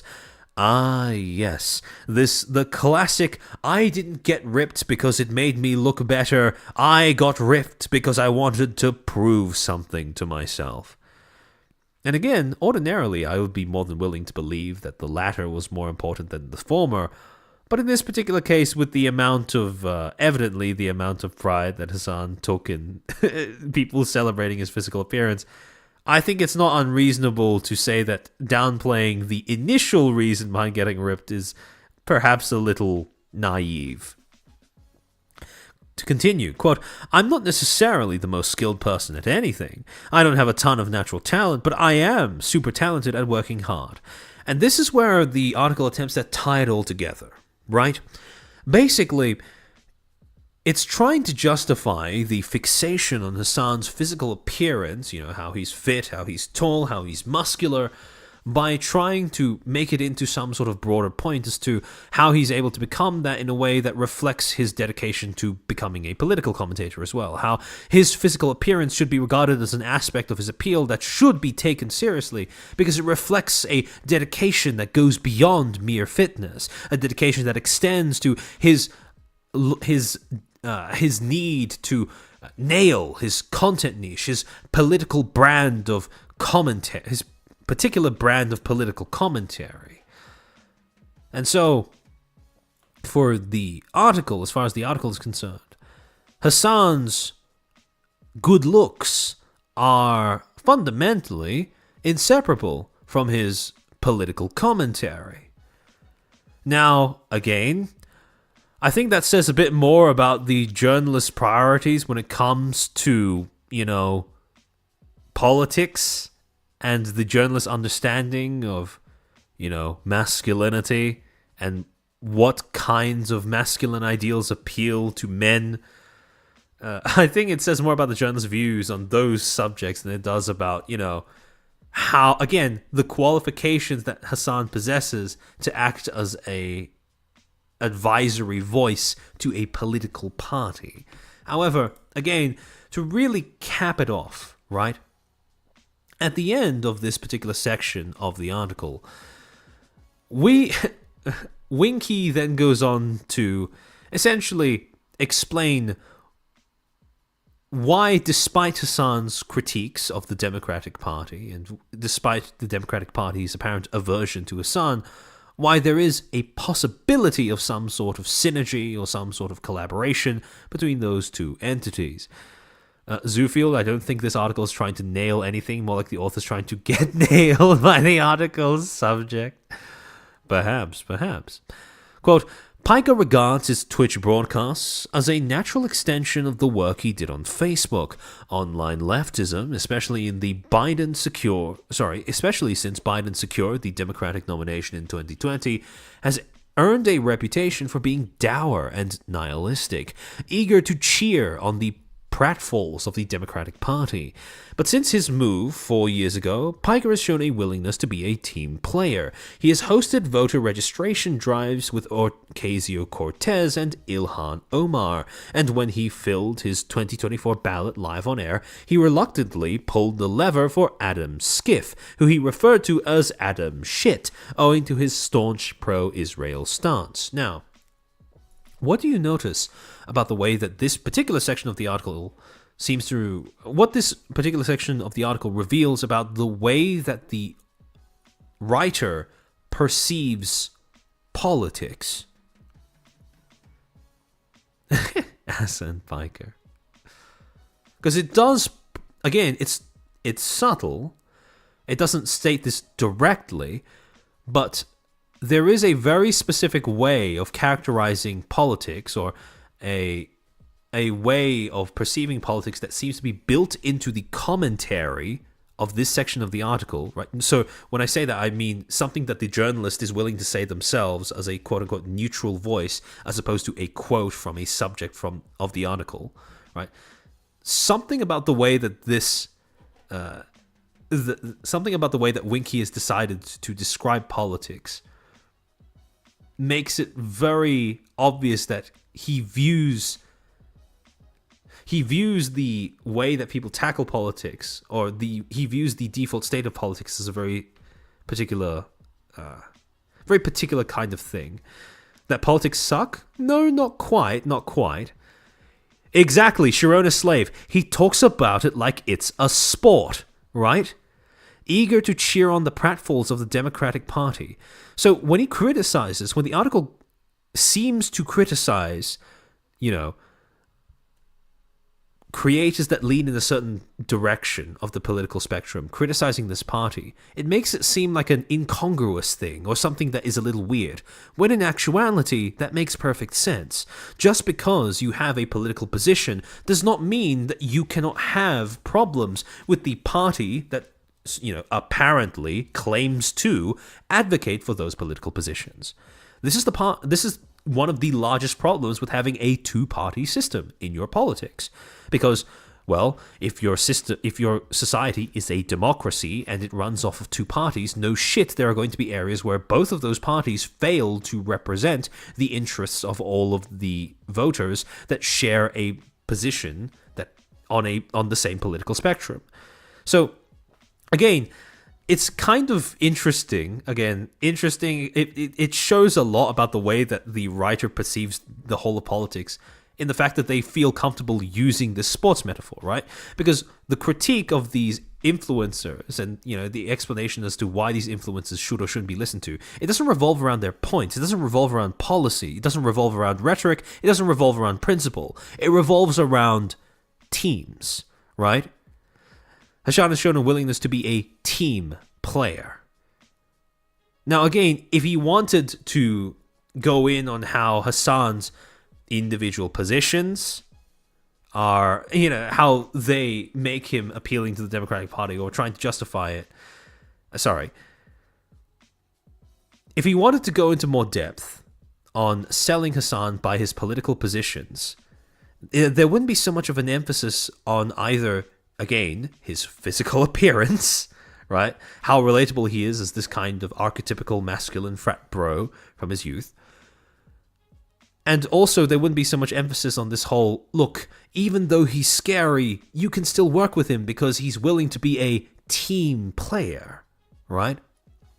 Instead, it would revolve more around which policies he's likely to support or how his rhetoric lines up with that of the Democratic Party's own.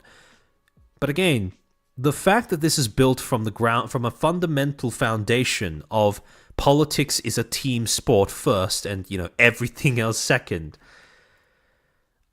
it's very emblematic of the way that journalism in particular seems to be tied in with modern politics and how modern politics seems to have become this kind of team sport. Oh no, whenever someone mentions team player, I assume that person is terrible. Unfortunately, that's a pretty accurate thing, right? Tribalism is everything, right? Tribalism in everything. Yeah, pretty much. Now, when it comes to...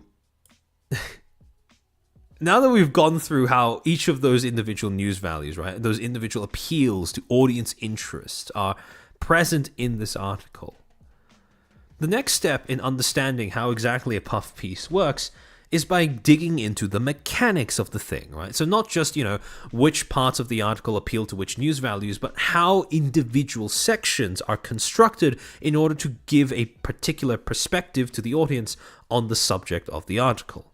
And to break down those mechanics, one of the first techniques that journalists use when constructing their articles that I've mentioned on stream before is exnomination. Now again, as a reminder, exnomination refers to the selective exclusion of voices in a media text, usually to give the impression of objectivity and/or consensus. And in the case of this particular article, the use of exnomination tries to accomplish both. Now, as far as looking at, to what I mean when I say, what voices are included or excluded from media text, by that I mean which people receive at least one quote over the course of the article. Because generally the way that the article is designed to be written, this is the way that we are taught to write articles when we are still in media school. Basically, the journalist does not have too much of a voice in their own article, ideally. Ideally, what ends up happening is that any sort of take, any sort of angle that the journalist has in the way that they've written their article is expressed instead through the quotes that they've chosen to include by other sources, by the subjects of the article, etc., etc. Basically, everybody minus the journalist. And so, if you want to get an idea of how a piece of journalism, how an article skews, what the angle is supposed to be, look at which quotes the journalist decided to include. Because none of these quotes are an accident. All of them have been pre-selected by the writer of the article for a distinct reason. Brother, I have read smut with several chapters that have less body glazing than this article so far. Thank you for that insight, Billy. Yeah, again, it's...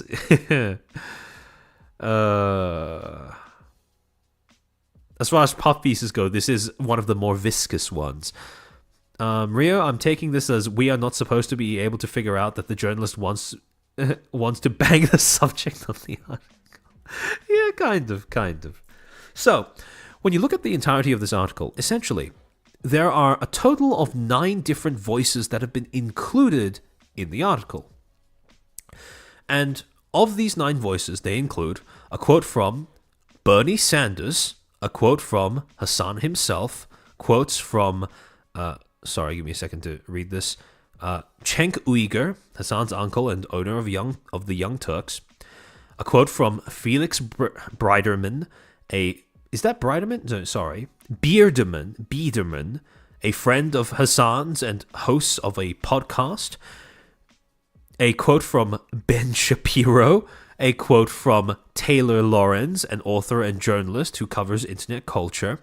A quote from the Richie Torres, the senator accusing him of anti-Semitism. A quote from... Sorry, give me a second to just squint a little bit because the text is a little small on my end as well.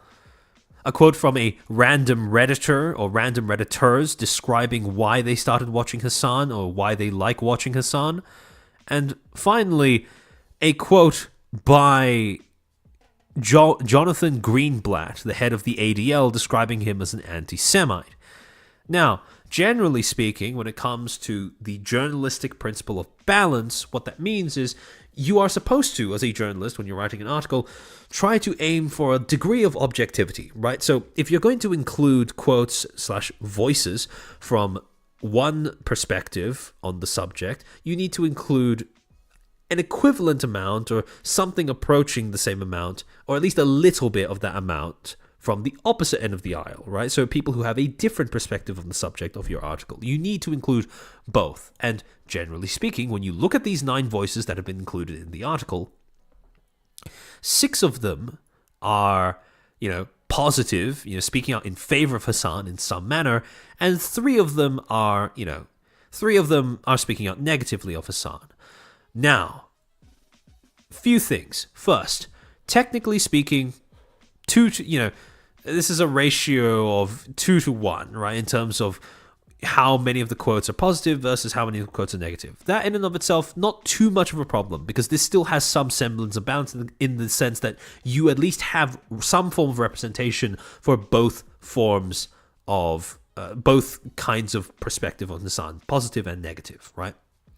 However, the more interesting thing comes from a combination of, 1, looking at how exactly negative voices regarding Hasan are allowed, or what specific negative voices are allowed to be included in the article, or what criticisms of Hasan are allowed to be included in the article, and also what positive voices regarding Hasan, or more voices of people who would probably be supportive of Hasan, would probably be allies or advocates of Hasan, have been excluded from the article. In other words, if you want to gauge the bias of an article, just as importantly as noting who it does bother to include, you also have to consider who they don't bother to include. So to start off with, right, we can start off with how the article attempts to achieve this, this overarching impression of objectivity, right? Looking at what criticisms they felt comfortable including. Starting with the nominated critics, right? The critics that are allowed to have a voice in the article. Now, we'll start with this quote by Ben Shapiro, of all people. Now, funny thing is, whenever the article includes some reference to a quote by someone who's being critical of Hasan, you will notice something. All of the negative voices speaking out against Hasan, all of the detractors in the article, are detractors who are either representatives of the pro-Israel movement, or they are people who are accusing Hasan of anti-Semitism. In other words, the only forms of critique leveled against Hasan that are permitted in the article are critiques that he is an anti-Semite, which conveniently is also the accusation against Hasan's character and persona that the article spends the most time fighting against. So already you have that little, again, very obvious journalistic choice there when Winky was writing this. However, on top of that, I want you to pay attention to how the article spends more than just one section of itself. The only way I can phrase it is couching these negative opinions of Hasan by providing a little bit of additional context for each and every person that speaks out against him. So, quote, conservative media loves to fetishize the material discrepancies of progressivism. So, an avowed socialist buying up prime California real estate was manna from heaven. So basically, this is basically a section of the article dedicated to how people are pointing out the hypocrisy of Hasan being, quote unquote socialist, and yet, very much playing into the capitalist aspects of American society, benefiting off of that while preaching socialistic policy and principle. And so, as an example of somebody who's leveled that critique against Hasan, quote, when news broke of Piker's new abode, Fox News opined about the quote-unquote hypocrisy of a leftist living in upper-class luxury, while Ben Shapiro took Piker to task on YouTube. Quote, $2.7 million is a lot of money. I don't see you handing that out to all of the immiserated workers in the Marxist social construct, he said. You can get yourself a tiny little shack and live yourself the Henry David Thoreau lifestyle for probably $30,000 somewhere. Now, the reason why I point out this quote in particular is later on in the article, it includes this little snipe at Ben Shapiro when they're describing the rhetoric, when they're quoting the people on the r/Hasan subreddit describing why they bother watching him instead of other content creators in the politics sphere. And in particular, they have this, right? Quote unquote, Piker has reason to believe that this is working. On the r/Hasan Piker subreddit, home to 151,000 Marxist chads, quote unquote, there is a thread titled, How Did You Come Across Hasan? Some chime in to say they fell in love with his videos for the Young Turks or via a shout-out from AOC, but scores more credit Piker for either their radicalization or their de-radicalization. An avowed centrist recalls being fearful of the quote-unquote stigma of socialism until he watched a video of a guy who was, quote, young, sexy, and strong, debunking a right-wing talking point on systemic racism. They've swung left ever since. Another poster recalls going down a much darker path, and this is where things get funny. They were watching Shapiro and Steven Crowder and found themselves sympathizing with white nationalist rhetoric. And this sentence is supposed to imply, right, that Ben Shapiro pushes white nationalist rhetoric, or is supposed to attempt to, kind of subtly, well, as subtly as is possible for a journalist, try to associate Shapiro with white nationalist rhetoric.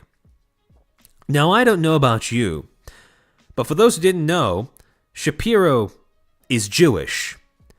Now, again, don't know about you, but to me, Jewish and white nationalist are oxymoronic to say the least.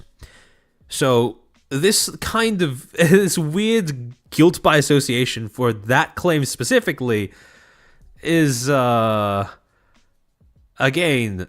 little weird. little bit of an interesting choice to make.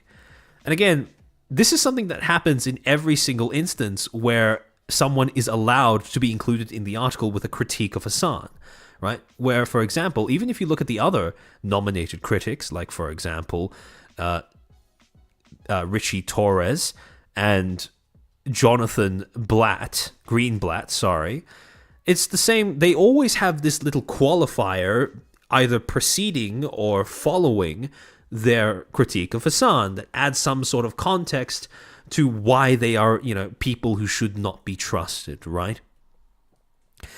For example, Israel Hawk, Richie Torres, Jonathan Greenblatt, head of the Anti-Defamation League, and then trying to lump the entire thing together with Destiny, who, again, like we pointed out before, the article attempts to describe as a Zionist streamer, infamous internet troll, gotten into hot water for his usage of various slurs. So again, these no-no people who have no-no positions and do no-no things and associate with no-no people on the internet.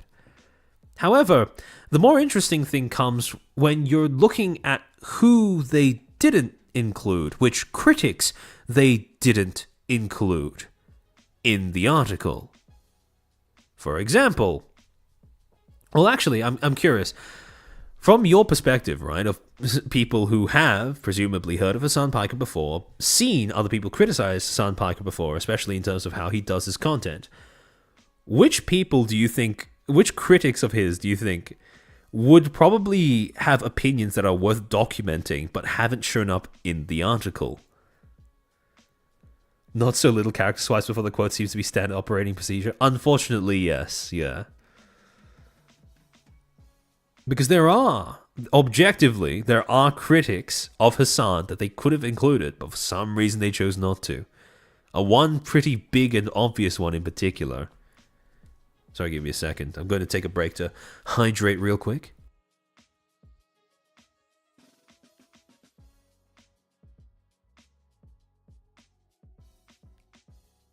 Rue Shady, Market, exactly. H3H3 and Asmongold. In other words, the critics that they've chosen to exnominate from this entire thing are Hasan's peers, other content creators.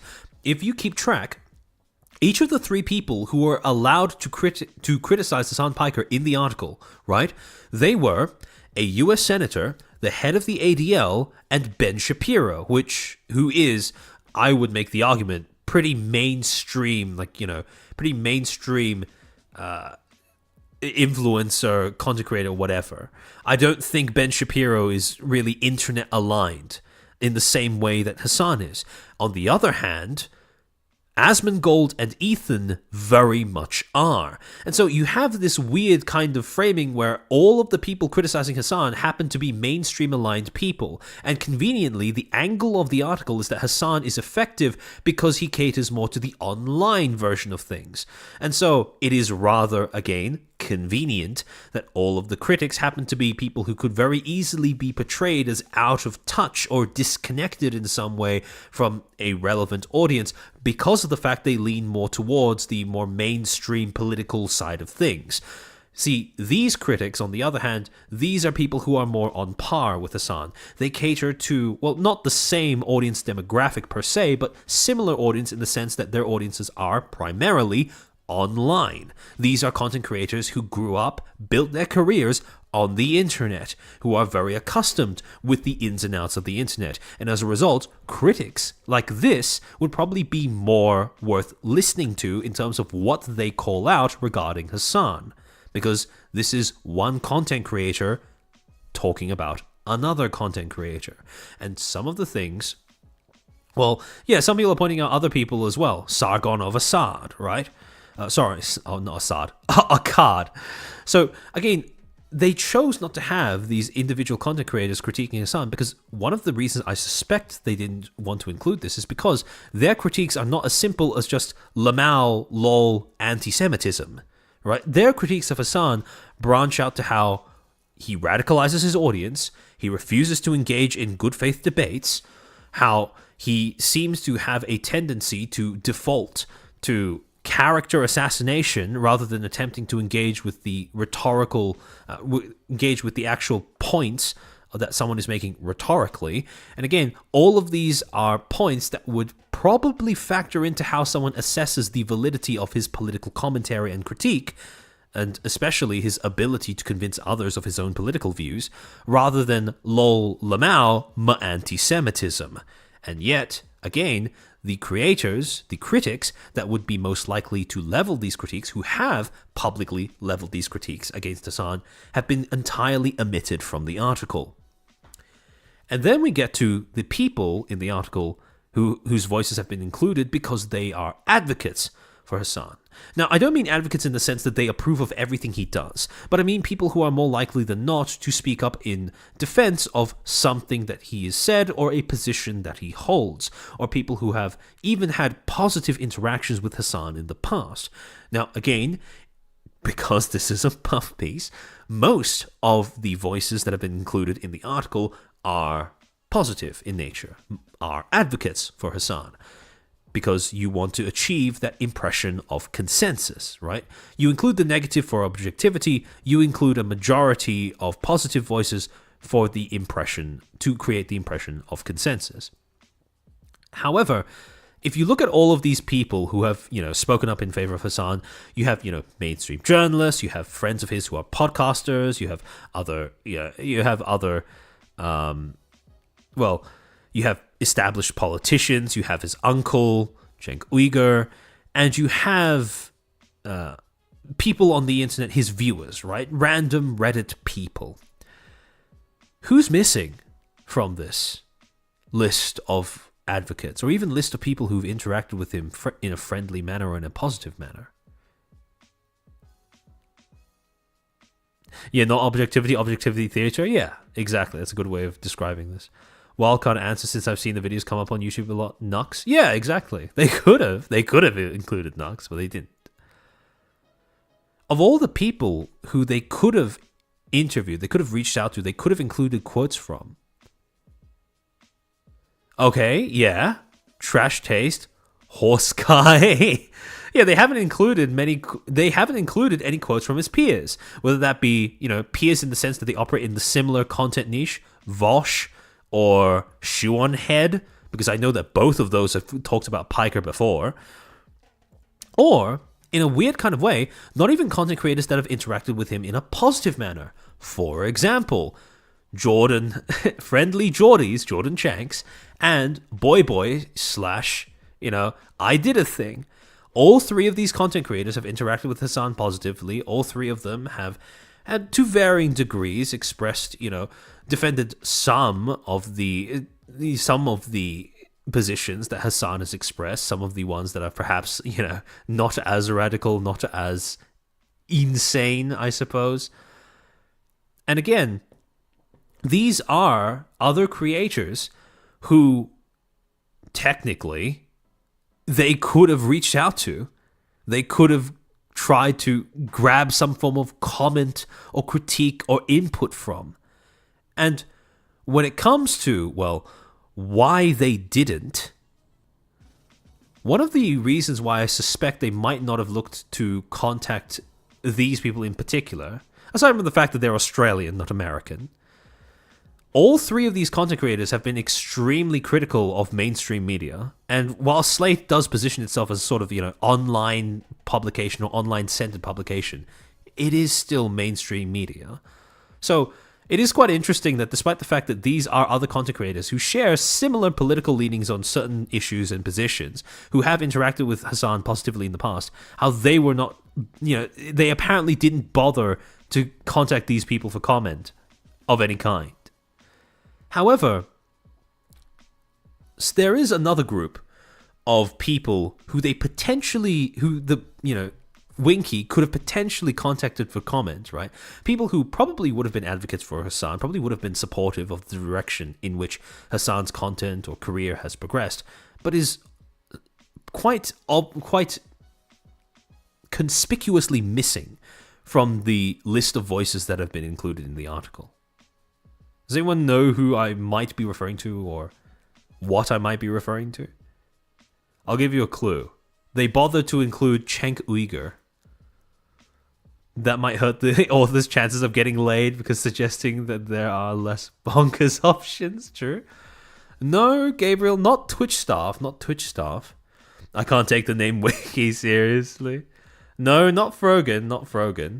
Not Nambla. Closer to Hasan than that. Way closer to Hasan than that. Sorry, give me a second.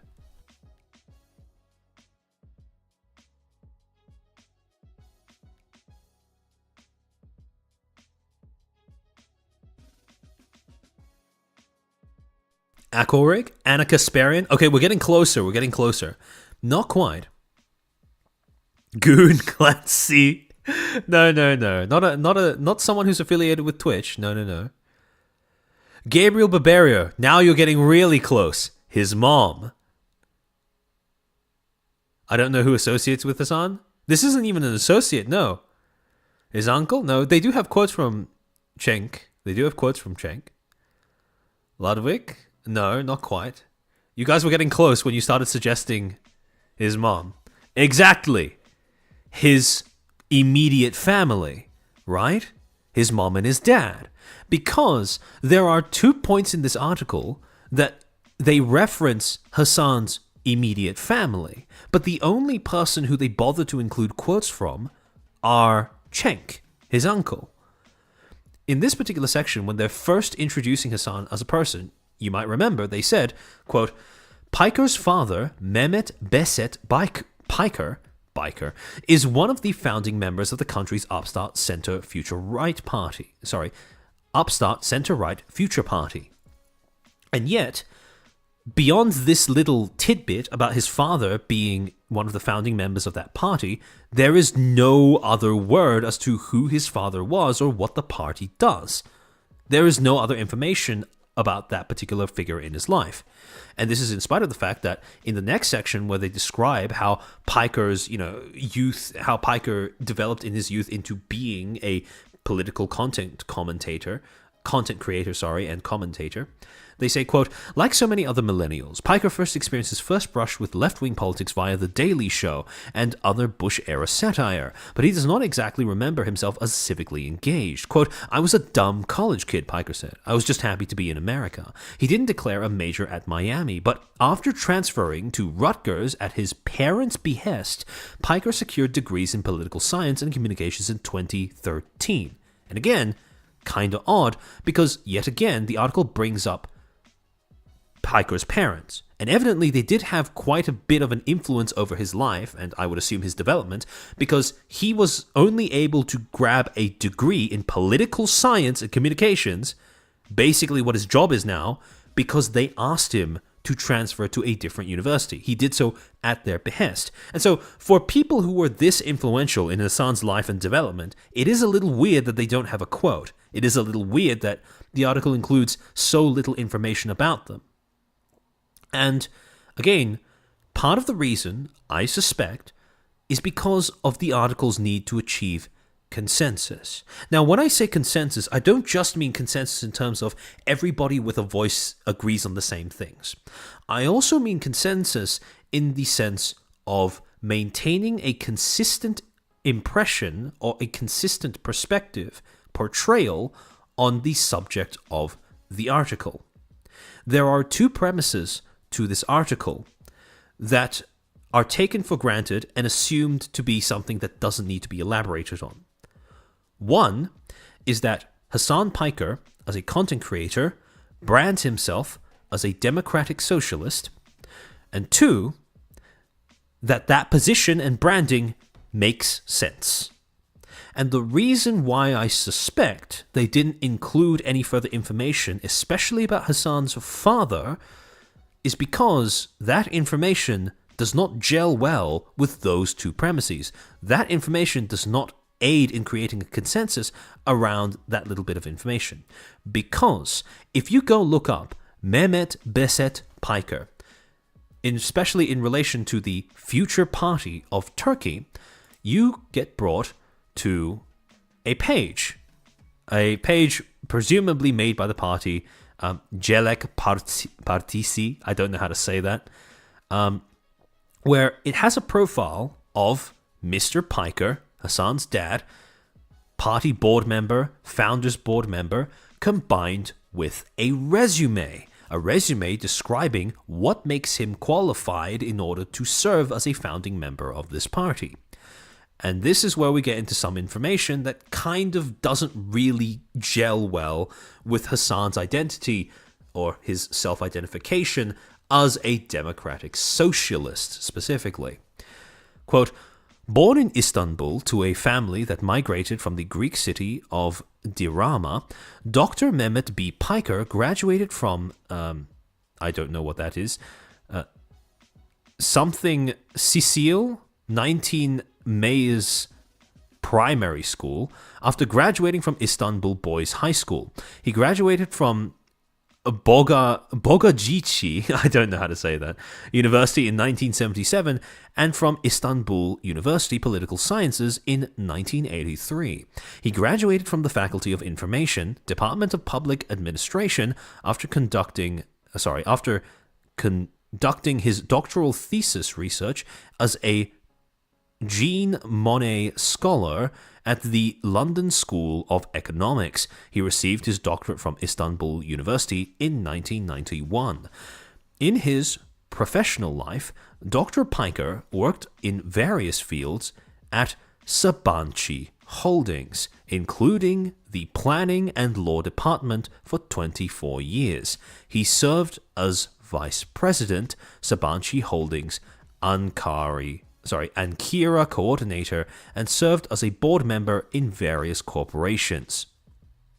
The reason why this is important is because once you actually look into Sabancı Holdings as a company, you start to realize that the position of vice president does not exactly make Hasan out to be, your archetypical, it lends quite a bit of validity to people characterizing him as a little bit of a silver spoon socialist, I suppose. Because Sabancı Holdings, according to their own webpage, their own about section, they describe themselves as, quote, a company that continues to create value for its stakeholders in line with a higher purpose. We unite Turkey and the world for a sustainable life with leading enterprises, and they're basically a gigantic investment corporation. Sabancı Holdings is Turkey's leading conglomerate, a holding company engaged in a wide variety of business activities through its subsidiaries and affiliates, mainly in the banking, financial services, energy and climate technologies, industrials, building materials, and digital sectors. Sabancı Holdings coordinates and supports the finance, strategy, business development, legal, human capital, and sustainability functions of group companies. The holding aims to ensure that the group companies operate in a manner that is profitable and sustainable with favorable competitive conditions. In addition, Sabancı Holdings sets and monitors the investor relations and corporate governance practices that apply across the Sabancı Group. Sabancı Holdings' higher purpose is to unite Turkey and the world for a sustainable life with leading enterprises, with the core reason for this being Sabancı Holdings works to create value for its stakeholders. As of the end of 2023, Sabancı Group companies supply their products and services around the globe, with more than 60,000 employees in 14 countries worldwide. Sabancı Holdings' multinational business partners include leading global companies such as AGS, Bridgestone, Carrefour, Eon, Hellberg Materials, and Skoda. Sustainability is a central aspect of Sabancı Holdings' higher purpose. To this end, the holdings has adopted a target of net zero emissions and net zero waste by 2050. On top of that, they also have a Forbes page, where they are described as an industrial and financial conglomerate that operates in the following segments. And again, they list out various different industries: banking, industry, retail, cement, and other. Right? Founded by the Sabancı family, etc., etc., and they list a bunch of company details. Right? Conglomerate, founded in 1967, headquartered in Istanbul, Turkey. Executive CEO, current CEO, Cenk Alper. 60,000 employees, 195 in the world in terms of world's best employers as of 2024, and number 878 in terms of global 2000 top employers. However, the other thing that's quite interesting is that this Forbes page also records the total amount of net profit, revenue, and assets held by the company on a year-by-year basis. And the reason why this is important is because if you want to judge exactly how how well paid, I suppose, a member of the company's board is, you probably can get a pretty good idea of that based off the total revenue. Now, in the year of 2024, the total amount of revenue made by this company was 23.1 billion, total assets 74.2 billion, and total profit $647.6 million. However, 2024 is not the year we want to look at, because, conveniently enough, the years that they recorded this data also extend all the way back to 2013. And the reason why I looked at 2013 in particular is because that was the year that Hasan got his degree at school and graduated. And the reason why that year is relevant to me, especially to gain an idea of Hasan's background, is because it's usually immediately after you graduate that you actually have to start worrying about the amount of debt that you racked up over the course of completing your college degree. That is when the amount of wealth that your family has kind of ends up defining how your life is going to be for the next few years. And so in this particular year, 2013, Sabancı Holdings had a total revenue 14.6 billion, and they had a net profit of $1 billion. More money they made in that year than they made in 2024 even. So I don't think it's a stretch to say that at this particular point in time when Hasan was, stretching his legs, right, as a young American and as a would-be future commentator, I don't think it's unreasonable to say that I don't think that he's really ever had that much. I think it's quite reasonable to say that he did grow up quite comfortably, given that I would assume that if this is how much money the company that his father was vice president in, if this is how much money they were making in a single year, I don't think he needs to worry too much about, little things like rent or, being able to pay off his college debt. Especially since his college debt was probably going to be at least contributed to by his parents, seeing as he switched universities at their behest, as was stated in the article.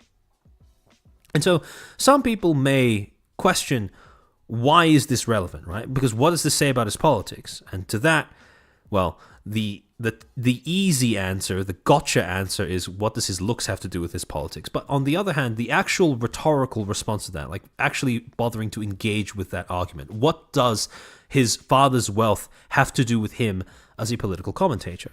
The reason why I point this out in particular is because the article spends every single time it brings up the criticism, or the one scenario the one instance in the article where it brings up people criticizing the consistency of Hasan's brand and marketing as being a socialist, the article makes it sound as if that accusation is quite silly, quite illogical.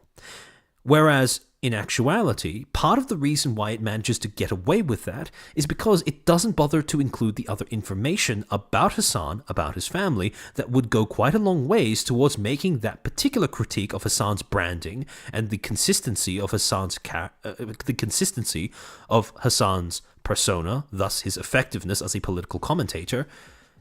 It doesn't bother to include this information, which would call into question the consistency of his branding, the consistency and thus effectiveness that he possesses as a political commentator. And so it is information that arguably is directly relevant to the topic, the premise of the article, and yet it has been omitted.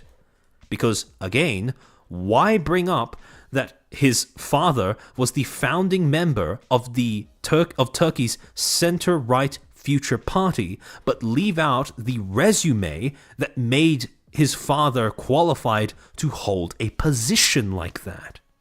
And this brings us rather conveniently into the next mechanic that the article ends up using in order to create a very, very specific picture of its subject, that being framing, the selective inclusion of information, the selective directing of attention towards certain aspects of your subject while obscuring, neglecting, intentionally or unintentionally, all others. Formal definition of framing, basically, to selectively draw attention to certain aspects of a person or situation, especially when at the cost of neglecting and or obscuring all others. And so, for certain instances of framing, there were three in particular that I felt were especially egregious that I wanted to go through with you guys. Because at this point, I think that, especially among the regulars who've been watching my streams for a while, I do think we're at the point where I don't need to handhold you guys as much. I actually, I've been reading comments on some of my previous VODs where people have been saying how, with the amount of times that we've returned to the same points, the same like media theory concepts, people have started being able to actually use them on their own, which is, it always gives me like a warm feeling inside whenever I read that, this kind of knowledge is starting to embed itself in your heads as well. So at this point, I think I don't really need to handhold you guys through this, but I'll just point it out, and I'm curious to see what you guys end up noticing in these sections. So, again, one of the things that the article keeps drawing attention to, right, is Hasan is physically attractive. 6'4", sharp jawline, ripples of coiled muscle, bulge and Calvin's thirst traps. Hasan knows exactly what was going on. He would get 100 into the nightclub as a freshman. Wherever he went, he instantly became the coolest person on campus. Enrolled at notoriously debauched University of Miami. The attention clarified above all else, he was hot, right? All of these things, all of these attempts to emphasize how hot he is.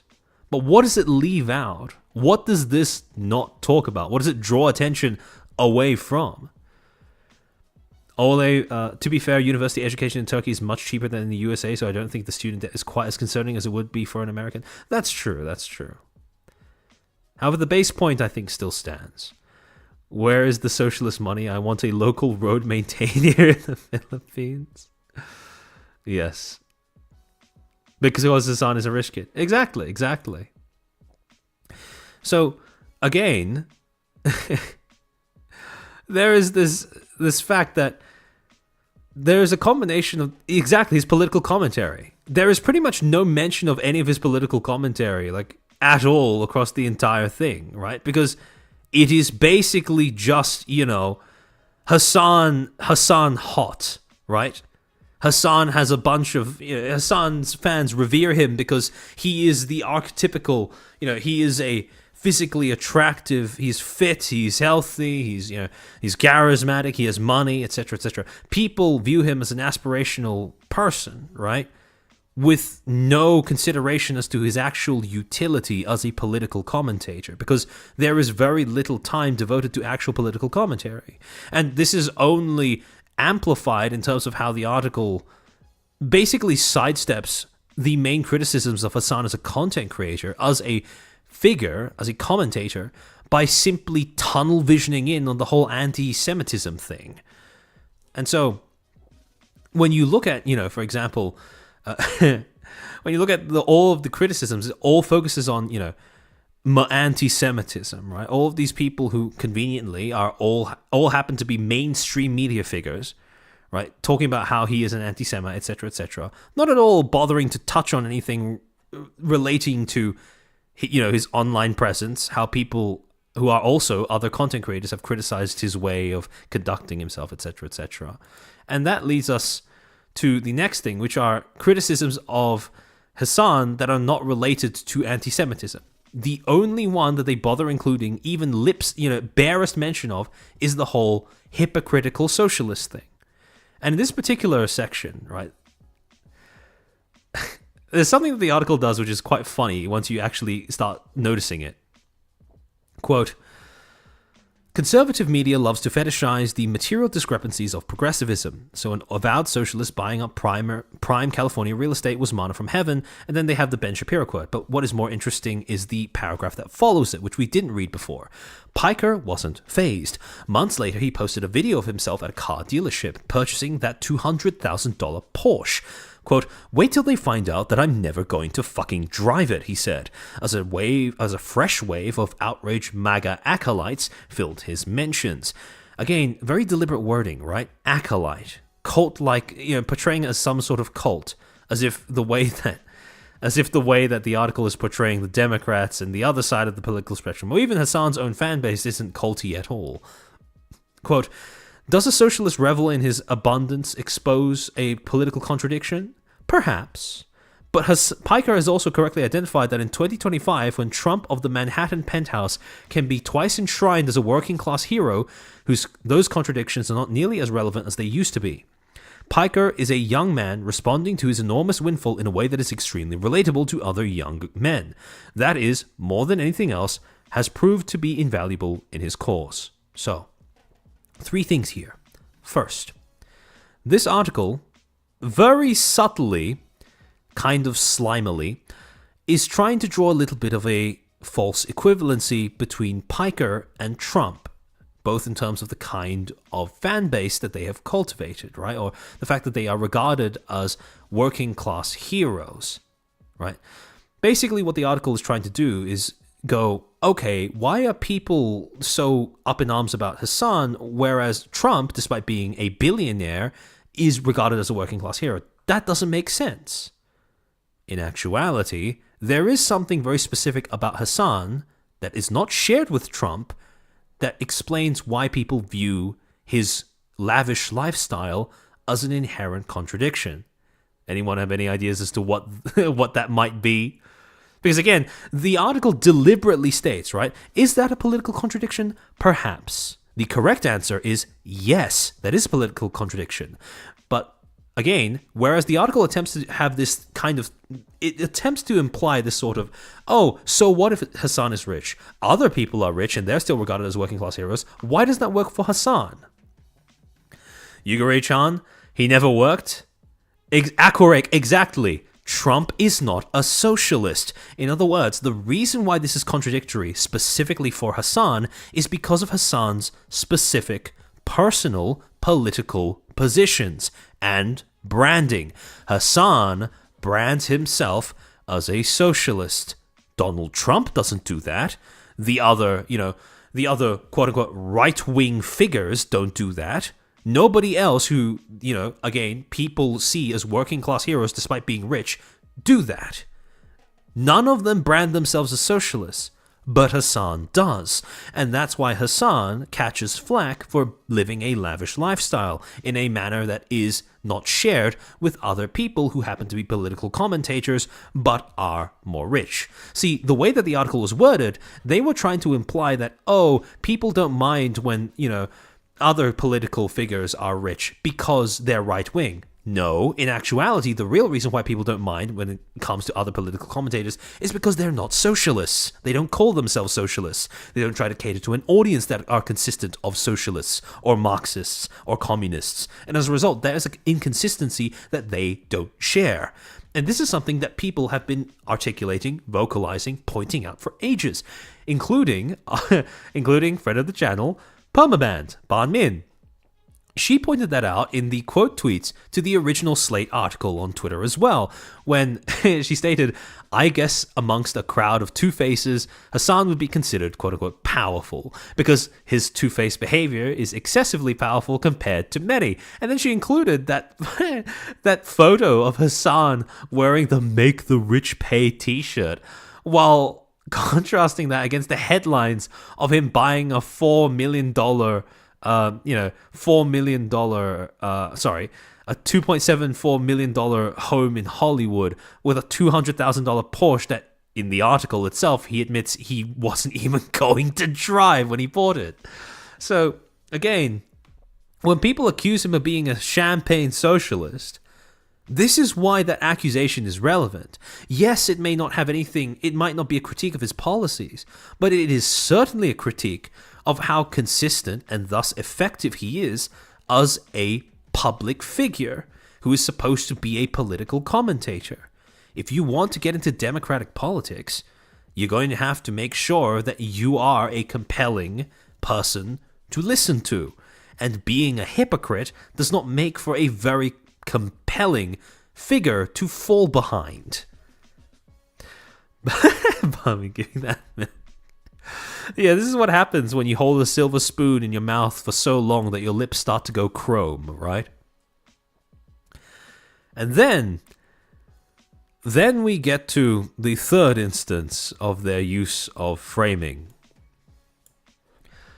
There's a section of the article that I have alluded to before where they essentially talk about how there's an entire Reddit thread dedicated to people expressing, Hasan fans expressing why they find him to be compelling to watch, right? And again, I want you to remember, this is an article talking about how Hasan in 2024, 2025 is someone who the Democrat Party in 2024, 2025, someone who they should look to in order for guidance, right? Somebody who has his finger on the pulse. This is why his fan base loves him. And the section of the article goes as follows, quote, Piker has reason to believe that this is working. By this, they refer to his approach towards content creation. On the r/Hasan Piker subreddit, home to 151,000 quote-unquote Marxist chants, there is a thread titled, quote, How did you come across Hasan? Some chime in to say they fell in love with his videos for the Young Turks or via a shout-out from AOC, but scores more credit Piker for either their radicalization or their de-radicalization. An avowed centrist recalls being fearful of the quote-unquote stigma of socialism until they watched a video of a guy who was quote-unquote young and sexy and strong, debunked the right-wing talking point on systemic racism. They've swung left ever since, and the poster recalls going down a much darker path when they were watching Shapiro and Stephen Crowder found themselves sympathizing with white nationalist rhetoric. Over time, though, the poster began tuning into some of Piker's non-political videos. They found his personality charming, and it slowly drew them into the movement. Quote, that led me to where I am today, where I am a democratic socialist, they wrote. I am glad I started watching him before I could vote. With the Democrats so thoroughly out of answers, the party's approval ratings are hovering in the low 30s. After ceding so much digital ground to the conservative movement, Piker offers an alternative. The only question left is if the establishment can accept the type of coalition Piker wants to create. Now, again, this is unintentional, but I do find it quite funny how the the people who they are quoting, like one of them admits to just being a child, right? And now their reasoning for becoming a part of Hasan's fan base and enjoying his political commentary is not actually, his politics, but rather, I found him charming and I got drawn into the movement as a result. Right? Child who got into political commentators' content because of a reason that wasn't their politics does not exactly paint Hasan as a paragon of, astute, sharp political commentary or influence. But in any case, Senor Sotias, thank you for being a Footstool for 6 months. Hi, the chair feed compilation is going smoothly. In other words, actually, so aside from that though, what do you notice might be missing about what information might be missing about this particular section where they try to quote a bunch of Hasan fans from a Reddit thread talking about how Hasan is, how Hasan is this sort of this excellent figure to watch if you want to get your finger on the pulse of what's happening in politics. Hasan himself calls himself a propagandist. Oh yeah, no, I've seen that. Yeah.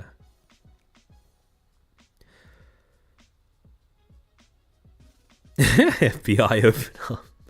I don't think it's a secret that a lot of Hasan's fan base tends to skew on the younger side. And when I say younger, I mean like not able to drink legally yet side. This is something that might not be evident in terms of the actual words, right? But does anyone want to take a guess as to what information, specifically about the source of these quotes, might be missing from the article? Size of the group of fans, close. People joke, but this is why these kinds of people are so dangerous. Oh yeah, no, absolutely agreed. People who try to snipe children when it comes to stuff like this, they are cancers on politics, in my opinion.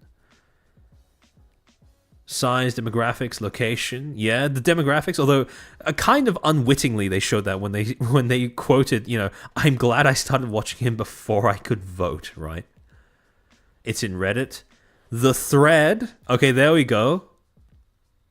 Age of the group. Not quite. They did list out the male-female distribution earlier on in the article, so it's not that. It is to do with the thread, though. It is very much to do with the thread. It's not the size of it. It's not the demographics of the thread. It's something else.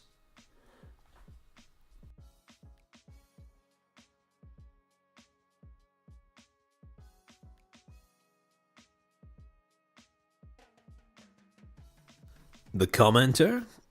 Not quite, not quite. Where was the thread created, the subreddit? It said it was in r/Hasan Piker, so it's not that. I don't think I see anyone guessing this, but the information that they didn't bother to include in the article in this thread, right? So again, I want to remind you, right? This is the article. This section of the article ends by saying, when the Democrats are so thoroughly out of answers, the party's approval ratings are hovering in the low 30s after ceding so much digital ground to the conservative movement. The only question left is if the establishment can accept the kind of coalition Piker wants to create. This is an article, again, I want to remind you, that revolves around the Democratic Party's current day problems. Current day problems with how it messages to its voter base, right? In other words, this is a current day problem. And this is supposed to be a bunch of quotes that paint a picture of why people listen to Hasan. The only problem? The Reddit thread that they are referencing, that they link to in the article, is 3 years old. This was a thread that was made pretty much at the beginning of the Biden presidency. And so, if they are going to try to validate Hasan's validity as a political commentator that can offer a solution to the Democrat Party's current day problems, in the current day, well, they're kind of using stale reviews. Because, again, these are people who watched him 3 years ago. In internet years, that's 3 decades ago.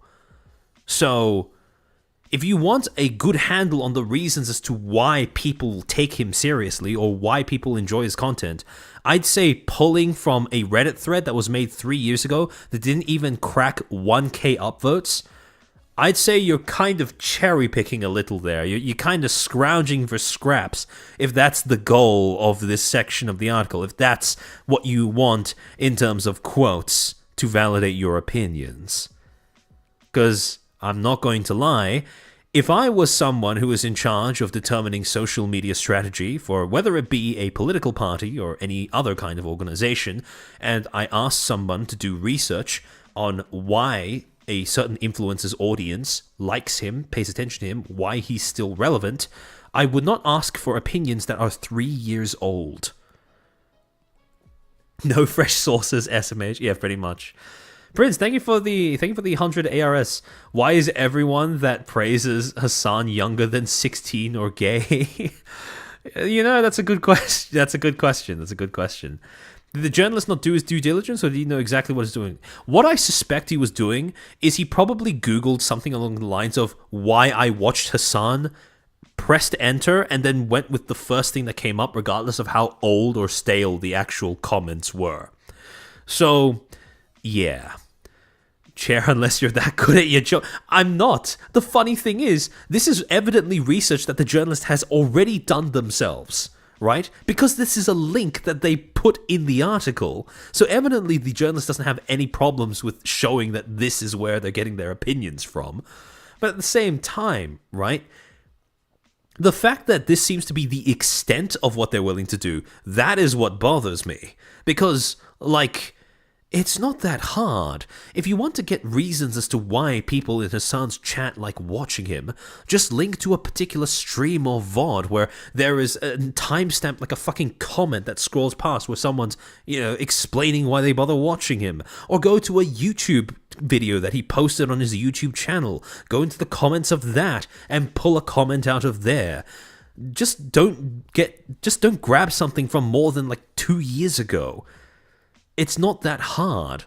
It's not like Hasan is, he exclusively live streams and nothing else. He does still post edited content on YouTube, places where you do have active, preserved discussion among people in his fan base who articulate why they want to watch him, why they keep watching him.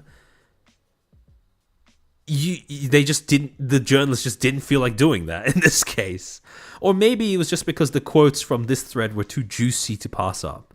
In any case, again, including this thread there without bothering to also say that it's 3 years old, I think that's a pretty I don't think it's an oversight because I don't think it was accidental, but I do think that it is a little deceptive when trying to give the false impression of just how relevant Hasan is nowadays, or the reasons why people tune into his stuff nowadays compared to why they tuned into his stuff 3 years ago. Reddit ages like milk. Exactly. Also because of the fact that after the 2024 election results, Reddit as a site seemed to have an entire identity crisis regarding how politics was handled there. Now, granted, the identity crisis didn't seem to have resulted in any sort of lasting changes, but in any case, it's just kind of funny. And so, when you put all of this together, right, the article's very curated and deliberate use of exnomination, of framing, you get this end result that it's trying to paint a very specific picture of Hasan, right? And the TLDR on this entire thing is that the article, what it's trying to do is frame Hasan as a hot, masculine maverick that can help solve the US Democratic Party's current unpopularity. And yet, when we actually look at the individual things that the article is doing, right, break it down paragraph by paragraph, break down specific examples of where they've used framing of exnomination in order to achieve this kind of portrayal, you can very much see how that premise falls flat. Yes, Hasan, objectively speaking, may be hot and masculine, but at the same time, he is no maverick. He is no underdog. He's not really a scrappy person. And he certainly might... I don't think he is the solution to the US Democratic Party's current day problems with their unpopularity either. Not least because of the fact that, well, let's be honest, all of the reasons that the article gave for Hasan's popularity are either unrelated to his politics or 3 years old. And so, well, this is where we get into what is the article really trying to do, right? If this is the goal, right? If they want to paint Hasan out to be this kind of, the kind of like the Johnny Bravo of leftist politics online, what are the ethics of actually writing a puff piece like this? Because if taken seriously, I'm going to be honest, taking Hasan on as an actual serious political commentator, as a voice of reason, as an advisor for your political party, I can only imagine that the outcome is going to be bad because of how slanted the article's presentation of Hasan is. And so, when it comes to the ethics, gauging the ethics of an article, gauging how ethical its composition is, how ethical its intention is, we need to default back to the journalistic ethical frameworks that are commonly used across this industry. Now, understandably, journalistic ethics has, as I've mentioned numerously before back through previous streams, it's not really, journalistic ethics has become somewhat of a punchline over the last decade or 2 decades. However, in theory at least, they still exist and they are still worth sticking to because they give rise to principles that are, objectively good, if not popular at the moment. Master N, you take that back and apologize to Mr. Bravo right now. He has a good heart underneath his bravado. Look, it's not me that's trying to make him out as the Johnny Bravo of online politics, right? It's the article. It's Mr. Winky, right? It's all Mr. Winky's doing. I have no hand in that. I'm simply pointing it out. But in any case, to give you guys a bit of a reminder, usually when it comes to ethical frameworks that journalism as an industry tries to follow, they fall under 2 broad categories, two base frameworks that journalists use when it comes to defining what constitutes good journalism, what constitutes bad journalism. The first is virtue ethics, basically seeking to embody good traits in the practice of your craft, i.e., being a good practitioner requires you to be a good person. The second framework is referred to as deontological ethics. Rational beings have a duty to adhere to universal principles, i.e., e.g. the importance of truth-telling. Basically, the idea that there are certain things in life that are universally, objectively good, and you should do your best to uphold your duty to commit to these kinds of these qualities, these principles, right? If anything, is more like the sensitive male from that one episode that turned out to be a manipulative creep. Yeah, kind of. So to start off with the first one, virtue ethics. One of the ways then in which we're taught about this is that virtue ethics is an ethical framework that is based off of what was called the golden mean, a concept invented by Aristotle, or is credited to Aristotle, which basically involves two premises, right? One, the ethical conduct revolves around seeking and exercising moderation in one's behavior, i.e. avoiding extremism. Cough, cough. The opposite of what the article did. And two, that it is up to individual practitioners to embody virtue in their own behavior and to seek the middle ground in any given situation. So again, to give you guys a bit of a visualizer, which we've used on stream before, basically, virtue ethics refers to the journalistic concept of balance, right? Where generally the aim is if you want your journalism to be balanced, if you want it to be ethical, you try to stick within a certain middle ground of reporting, right? You don't stray too far into unengaging journalism because that's objectively ineffective. That doesn't do the job of journalism, which is, to tell the truth, to speak truth to power, etc., etc., etc., to represent those without a voice. It doesn't end up doing any of those jobs well because it just doesn't engage the audience. However, on the flip side of it, you lean into sensationalism, which is the other extreme because it seeks to engage the audience at the cost of upholding the duty to tell the truth or to present things in an accurate manner or a manner that is accurate to reality. And as a result, both of these extremes constitute unethical behavior, and true ethical conduct comes from seeking a balance between the two.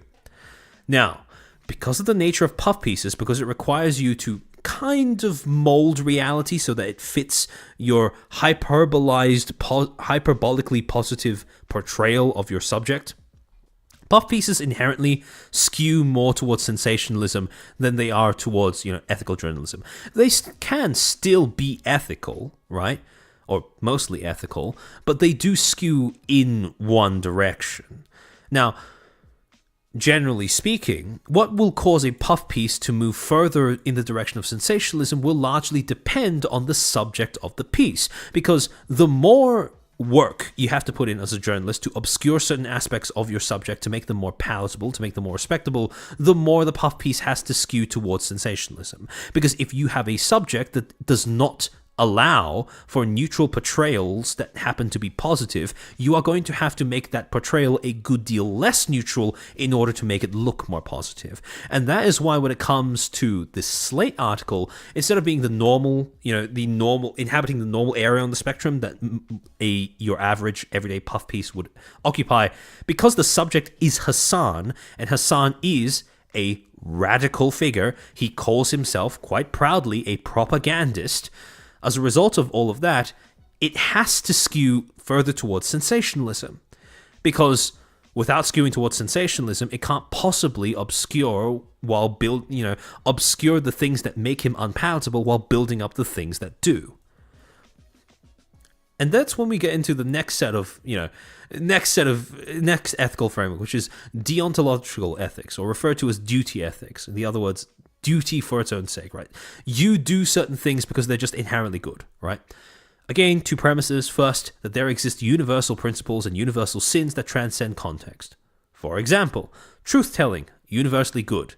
Dishonesty, universally bad. And then premise two, rational beings have an inherent duty to hold themselves to these universal principles and abstain from universal sins. In other words, it is the job of the journalist to try to embody universal principles like truth-telling and to refrain from universal sins like dishonesty. Other examples, to be more specific, I forgot that I put this slide in here if I'm being completely honest. But to elaborate a bit further on what the universal values are, some of them include the ones that are immediately relevant to most journalism: truth-telling, advocacy/concern for the weak, protecting your fellows from harm, right? So in other words, if there is a a large entity that people do not have a voice to communicate with, it is the job of the journalist to act as that voice, right? These are things like governments, these are things like corporations, because again, everyday individual people, everyday individual citizens or consumers, they don't have much of a voice to communicate with these big entities in a way that would force them to care. Whereas with journalists, that's when they have a bit more sway in that regards, because they have a bigger audience. When journalists don't speak as themselves, or they shouldn't speak as themselves, instead they speak as a group, or on behalf of a group, which is what gives them their weight, which is what gives them their significance. And as a result, conversely, you have universal sins, which are deception, cheating and apathy, and exploitation and malice. Now, formally, the way that journalism was supposed to work is that it was supposed to function as something called the fourth estate. Basically, society used to be broken up into 4 different estates, 4 different spheres, groups of people who would hold power over the way that it would work, right? 4 different spheres of governance, in other words. The church, the rich, the journalists, and the public. These were the 4 estates, right? Oh, I shouldn't say the rich, private enterprise, basically. However, during this time period, according to this way of conceptualizing the place of journalism in society, usually what would end up happening is that journalists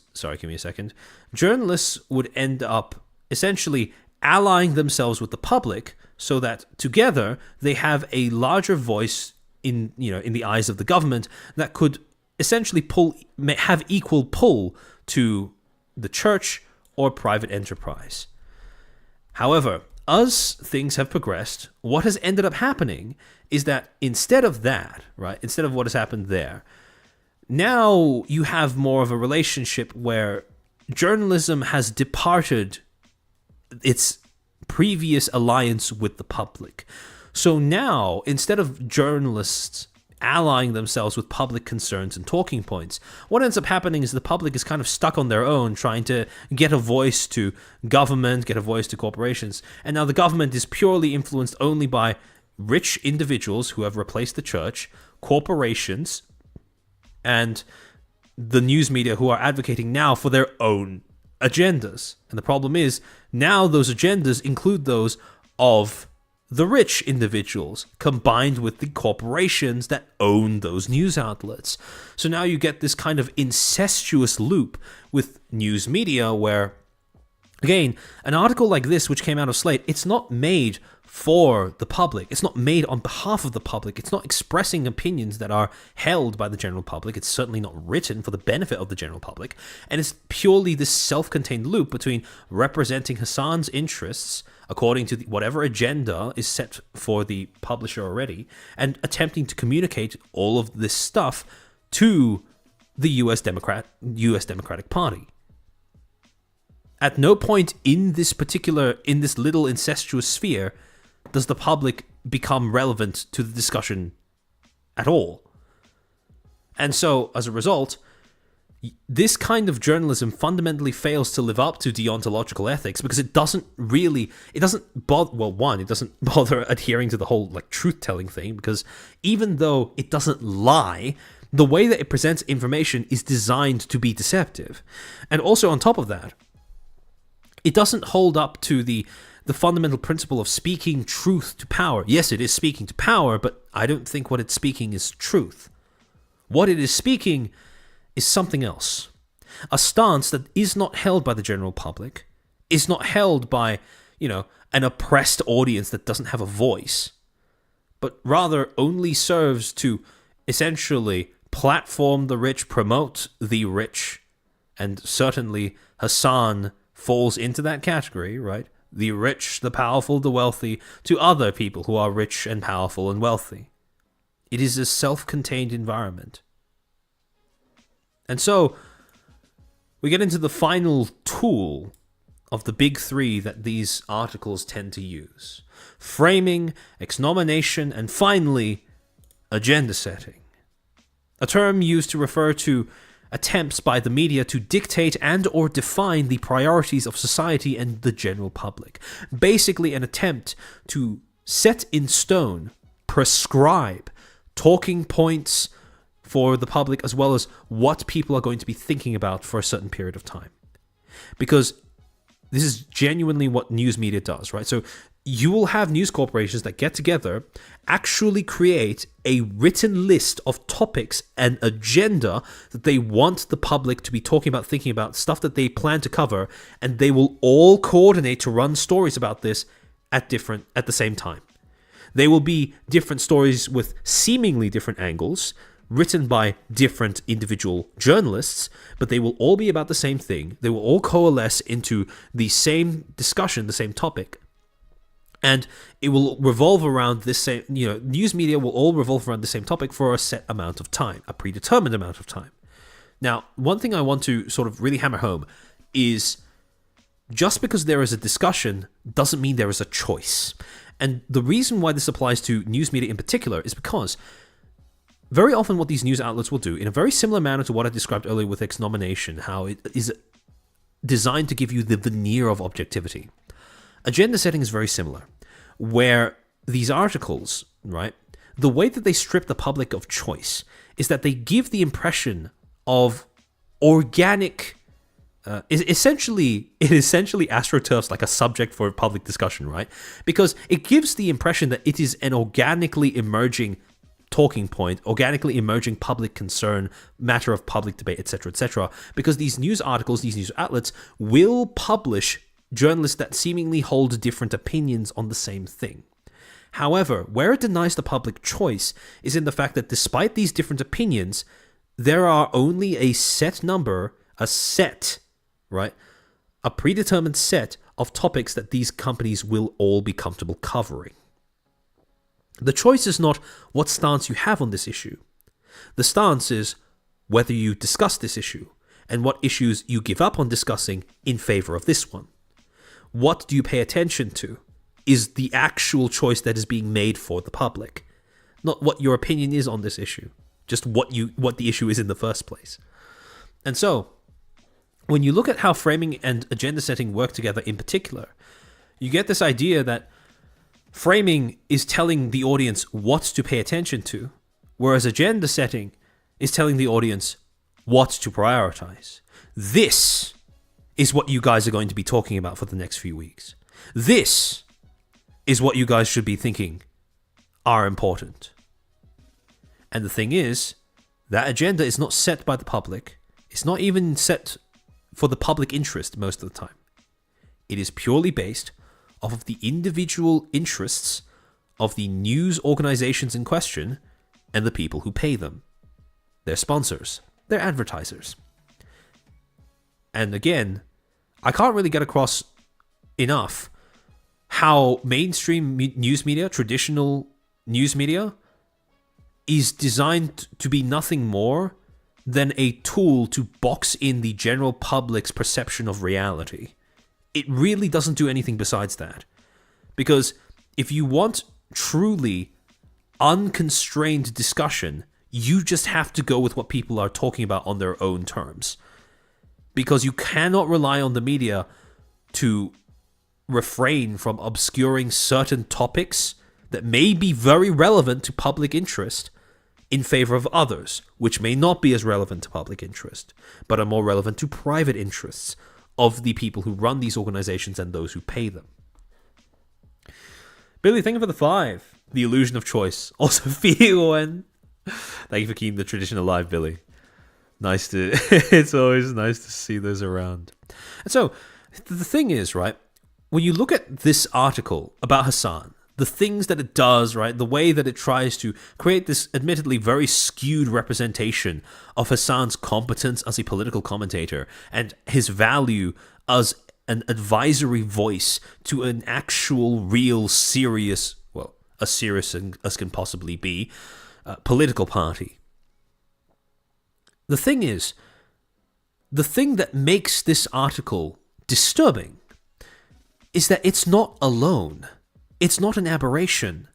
It is part of a general movement of articles that has been cropping up over the past few months. It's been ramping up starting from around halfway through last year, especially around the actual, Election Day. For example, Business Insider. Hasan Piker probably won't be Joe Rogan, but you should definitely know who he is. So around around Election Day last year, people started talking about how the Joe Rogan podcast interview that he did with Donald Trump may have ended up influencing a lot of young voters to vote Republican instead of Democrat. And so everyone started talking about, oh, why don't we have a Joe Rogan for the left? Where could we get a Joe Rogan for the left? And funnily enough, it seems to be multiple news outlets that around the same time chose Hasan Piker to be their suggestion for quote-unquote Joe Rogan from the left. Polygon. Twitter's Hasan Piker wants fellow leftists to know having fun isn't quote-unquote bourgeois decadence. A new book excerpt from Stream Big dives deep on Twitch's top stars. The New Yorker. The battle for the bros. Young men have gone MAGA. Can the left win them back? And then explicitly mentions talking about Hasan in that little caption to the picture. Prince of Jew, thank you for the 100. Is that Argentinian? I forget exactly what ARS stands for. But I remember that you mentioned that you live in Argentina in like a previous chat message. What can even be done at this point but burn corporate journalism to the ground and start anew? In my opinion, genuinely, yes. That's what I think is the only way to revitalize journalism. Because it's way too bloated. It's become way too comfortable growing out of corporate interests that make it so that it doesn't answer to the public anymore. Argentinian pesos? Okay, there we go. So yeah, with actual, traditional journalism, corporate journalism, in my opinion, and this is something that other people, I've spoken to other people who disagree with this, but in my opinion, the only way that journalism can get better is if it burns to the ground. There is no saving corporate journalism. It is irrevocably removed from the principles that are supposed to justify its existence. It just doesn't matter. The only benefit that corporate journalism has still is some degree of respectability, although not in the eyes of many members of the mainstream audience. Once the boomers die, that will probably die with them. Some degree of, mainstream, quote-unquote, relevance, reputability, and attention. But besides that, social media pretty much has them beat. Traditional news outlets, they are struggling to maintain relevance. And that is in no small part because the audience that they are on paper supposed to cater to are not the audience that they have been catering to for the past few decades. So yeah, the only way that, in my opinion, you can fix journalism is by burning it to the ground. And I don't mean literally going to their headquarters and doing something rash. No, I just mean letting them fall out of relevance and taking over their jobs but doing their job better. Individuals doing that, to be honest. Akbarek, thank you for the $2 to not show you my share immersion idol. Don't worry, I have a good surprise plan that hopefully won't break immersion too much. Also, corporate journalism has been bought up and owned by very few. Exactly. Part of the reason why corporate journalism is such a sham nowadays is because of how monopolized it is. If you if you bother searching up who owns various media outlets in your country, you may be very surprised and depressed to realize that whereas all of these different outlets may seem like they have some sort of difference, they are for the most part superficial. They are all owned by the same handful of,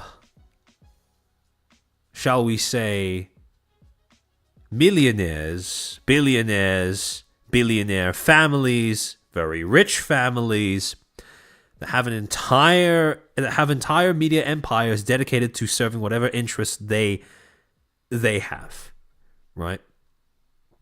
And once you start realizing that, when you start looking at media ownership and exactly how concentrated it is, and this is across the entirety of the world, right? This is not unique to America. This is not unique to Australia. This is something that is worldwide. Once you realize exactly how concentrated corporate journalistic media ownership is, you start to realize why people make such a big deal about the importance of citizen reporting being facilitated and enabled by social media. Because, yes, people can be bought off, people can be threatened. Yes, agenda setting is easy to pull off when you own multiple different media outlets. But at the same time, people who are capable of doing the same job as journalists, investigative work, etc., but who don't have to answer to these corporate interests, are capable of being quite effective competitors in this field. Chair talks about Hasan now wants to burn things. Coincidence? I think not.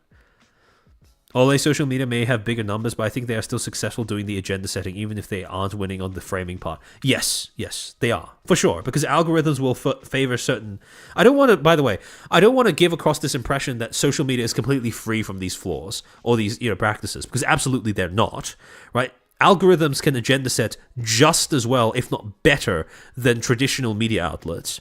However, at the same time, because of the fact that you have different social media outlets, different social media platforms, each of them have their own algorithm, which is influenced by their own individual user bases. You have a better chance of finding genuinely different perspectives emerging from a grassroots movement rather than the same kind of, shall we say, orchestrated consensus that is part and parcel of traditional journalism. And here's the thing. This movement to try and make Hasan the Joe Rogan of online leftist politics, it's not done yet. There is more coming. Because on March 28th, so literally yesterday, Yeet, a Twitter profile that documents Twitch streamer drama, would end up making this post, quote, "Brace yourselves, a new crop of Hasan Abi puff pieces is about to enter the ecosystem. Quote, I was doing interviews with journalists. That's basically all I do. Hasan probably has the hardest working agents in Hollywood at the moment." And it included a clip of Hasan talking about why he's been busy for the past few weeks. The reason why I'm late is because I was doing interviews. I was filming something secret that you will see maybe in a little bit, maybe in a month, almost a month time, half a month time, and you'll be like, oh my god, that's what you were doing, Mac. I've always wondered why it is that, I think this is a more recent thing, but when Hasan talks, there are times when he talks as if he's like clenching his jaw the entire time. Maybe he's like mogging his audience while he speaks. But also beyond that, I was doing interviews. I was doing interviews with journalists. That's basically all I do. But this is a part of the broadcast where I tell you about my personal news about what's going on in the world of Hasan, I've been Piker in between the time period where So, in case that article wasn't enough of a joy to go through, and in case the other articles weren't enough proof that this is not in fact an isolated incident, if anything, this seems to be shaping up to be, well, 2025's news media agenda. Push Hasan Piker of all fucking things. There's more coming. We're not done. Which brings me back to a question that I asked earlier, which is, what is the point of an article like this? Right? Because evidently this does not serve the public interest. You can make the argument that it doesn't even serve the interest of the political party that the article is aimed at, because, like I said, it was framed and constructed in a manner that, at several points, could be quite deceptive, is quite deceptive. So the only answer that's left then, once you eliminate the public and once you eliminate the target audience, once you eliminate a general audience and once you eliminate the target audience, is that the main motivator behind this, the main person it is for, is the writer, the journalist themselves. Because they're not just propagandizing the Democratic Party, they're propagandizing to the Democratic Party. And so I became curious. I went to look at Luke Winke's work, right? I went onto his Slate profile. Luke Winke is a Slate staff writer and former pizza maker from San Diego. My favorite career progression, from pizza boy to journalist. In addition to Slate, he's contributed to The Atlantic, The New York Times, Vox, and Rolling Stone. And to get an idea of what exactly Mr. Winke had been putting out for Slate, I went to look at some of the articles that he published under Slate. And, well, when you look at those articles, you can kind of get a good idea of what kind of personal agenda Mr. Winky might have. An unexpected writer shows us one way out of our current hellscape. There's only one man responsible for all these strange random holidays, at least that's what he'd like you to think. The most controversial Super Bowl ad was also one of the worst, the best one nobody saw coming. The most underrated ingredient of romance is one you'll find in Outback Steakhouse. He's hot, he's dangerous, he never stops talking, the answer to Trump hiding in plain sight. And then the next article they immediately followed that up with, a rumor about Elon Musk's penis won't die. Unfortunately, I found out what that would look like.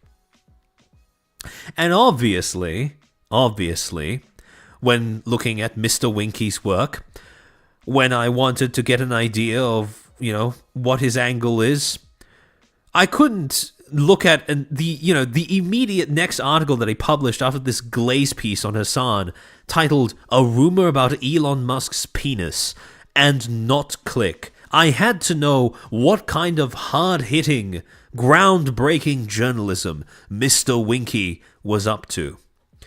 So I clicked on the article, I read the article, and one of the funniest things about this article was how when I clicked it, the website had the gall to give me this pop-up saying, unlock more bold reporting. You're almost out of free articles. Join Slate for full access. Try 3 months for just $5 a month. Get Slate's takes on today's issues. Cancel anytime. Now, look, this is something that happens with most news publications online, right? You read a few articles, they let you read it for free, then they start shoving this pop-up in your face.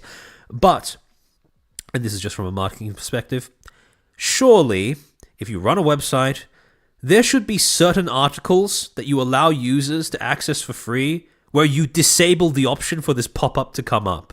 Because if I'm reading an article that's supposedly about Elon Musk's penis, I don't think I need to be given a fucking pop-up to be asked to pay $5 a month for bold reporting. Fuck off. You wrote an article about Elon Musk's penis. Let's not get any delusions about what we're doing here, journalism-wise. But in any case, the article is titled, "What's a quote-unquote botched penis implant? Elon Musk almost certainly doesn't have one. Unfortunately, I found out what it would look like if he did." And this is just like stereotypical shit journalism, because not only is this tip just clickbait, right? Elon Musk isn't even the main, he's the hook of the article, but he has nothing to do with the main topic of the article. No, because this is essentially just an article about penis implants.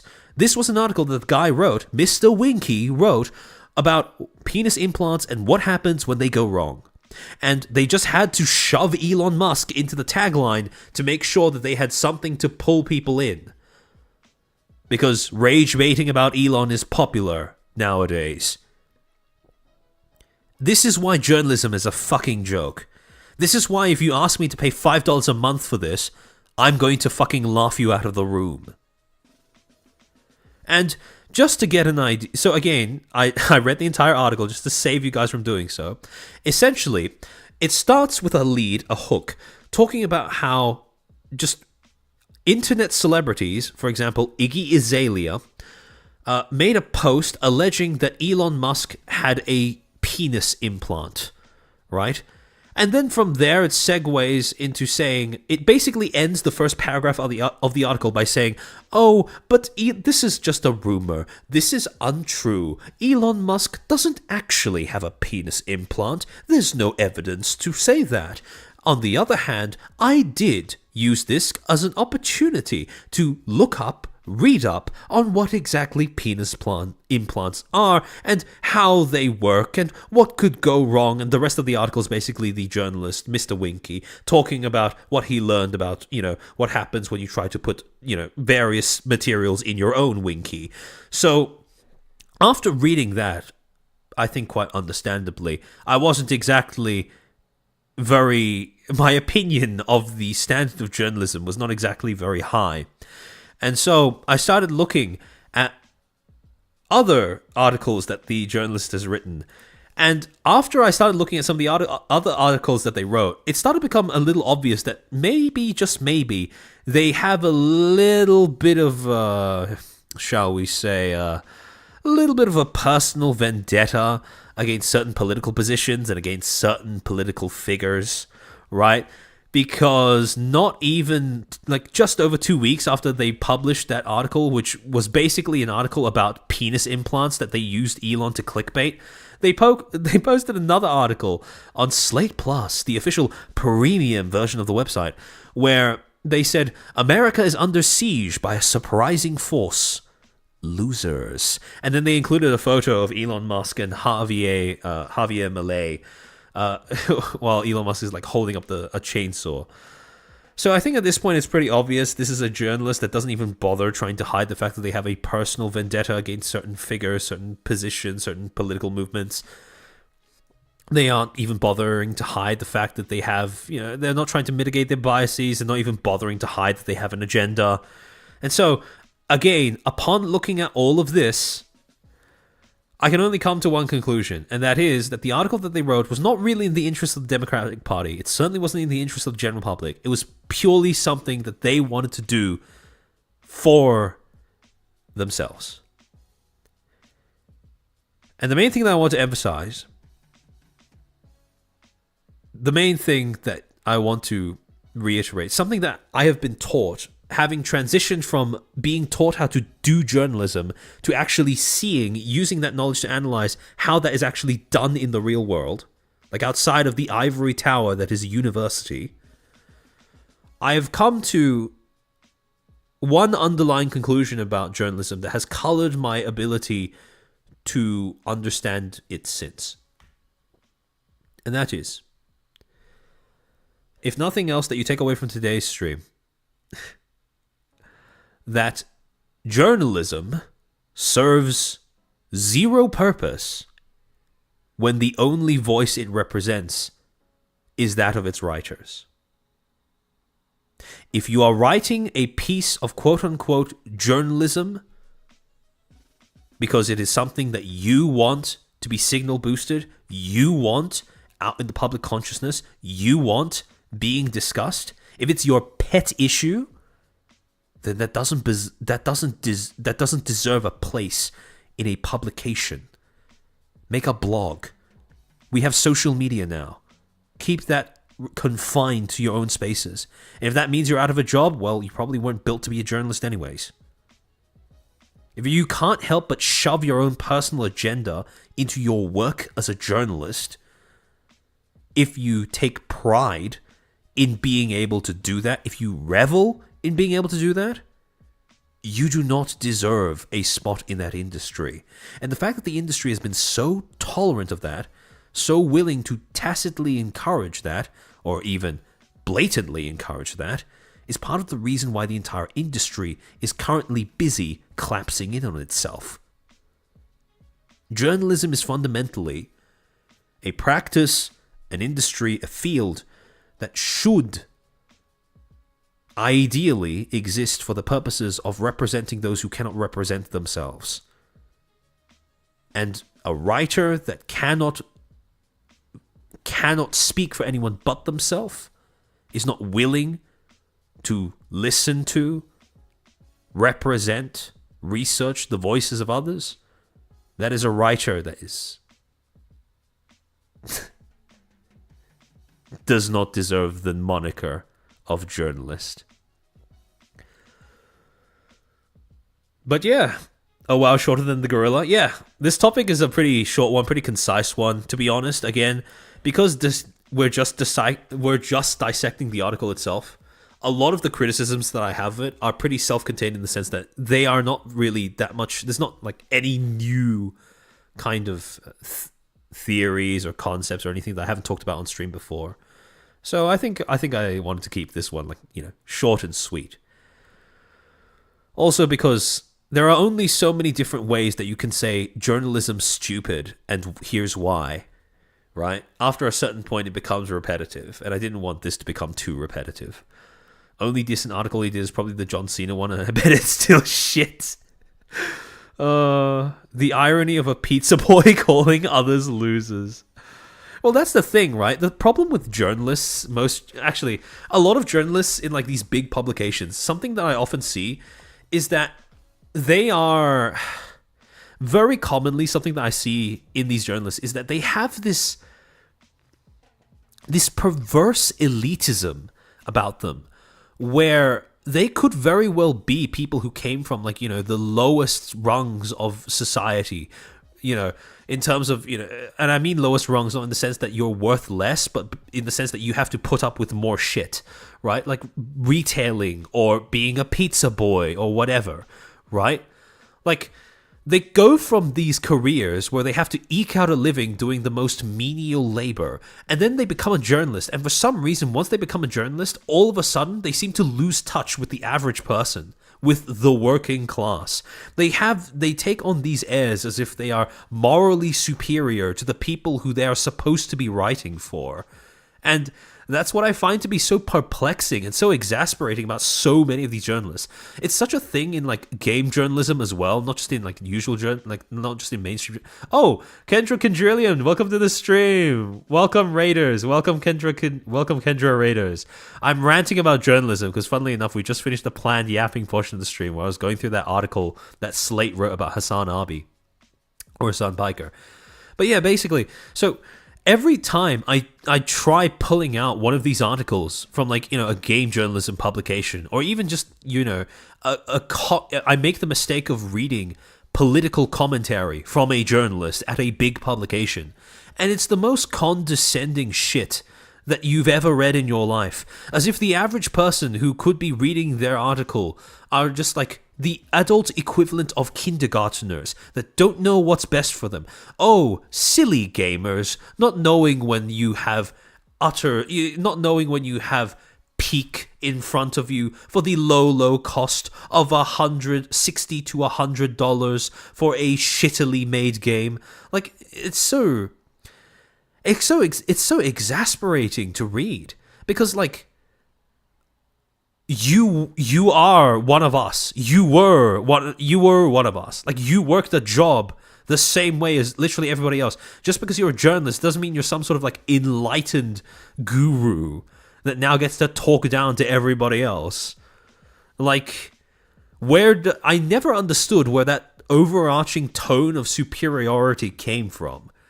'Cause having a certain set of politics doesn't like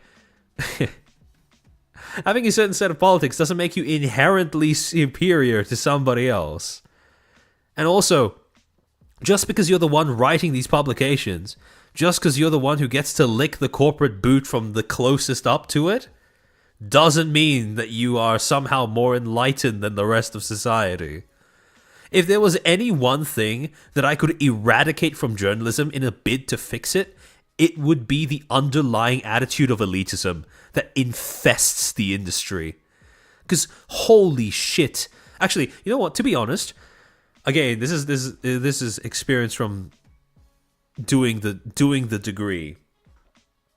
But I do think that at least to some degree, this kind of attitude does like I don't know if it starts in university, but it is definitely fostered in university, where our courses do not have nearly enough of the correct combination of here are techniques that you can use to manipulate public opinion and perception of things.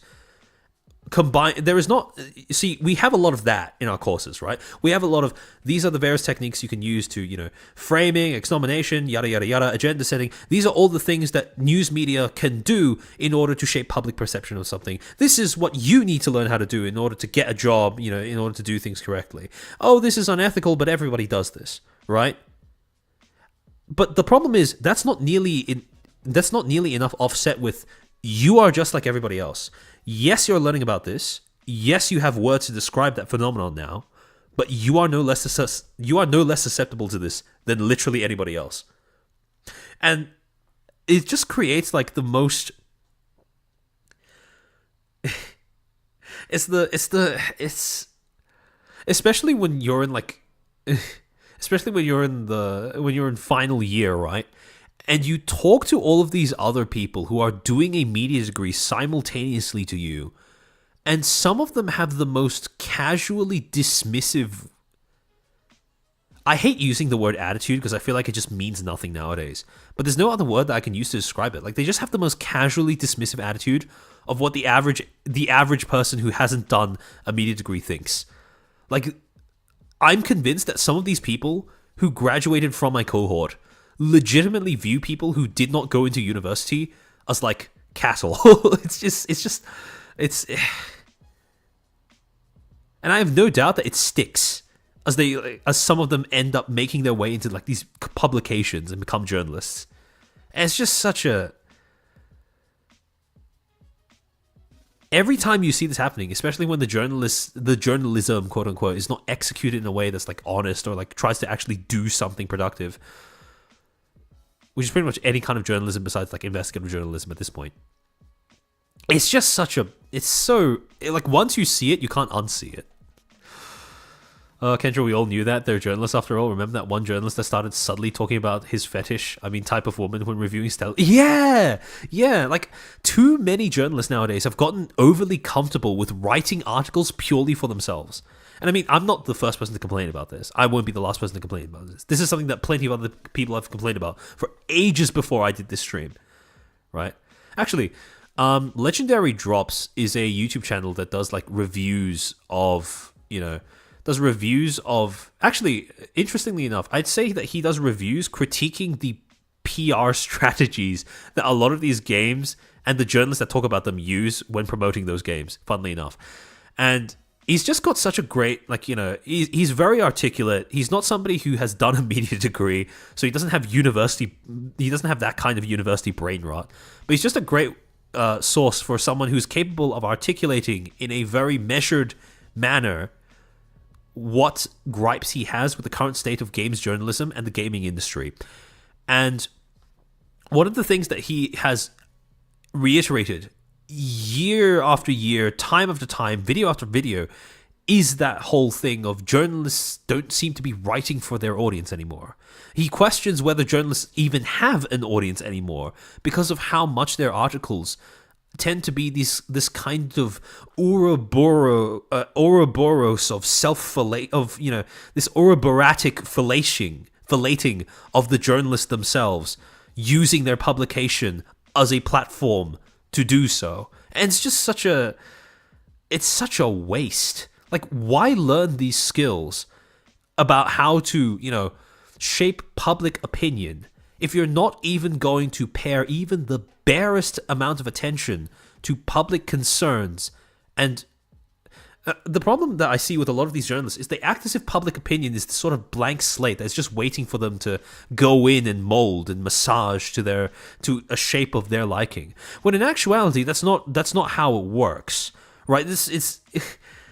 Journalism doesn't succeed in creating public opinion out of nothing. You have to work off of a base that's already there. And the problem is way too many journalists that seem to have taken up the mantle nowadays, or people coming out of these university courses, they assume that doesn't need to happen. They assume that if you have an idea, so long as you are, so long as you journalist max enough, you are able to essentially shape public opinion out of nothing. That your pet issue, your personal views can be transmitted to others if only you articulate them in a compelling enough manner, or if only you are effective enough at guilting people into thinking and feeling the same way as you do.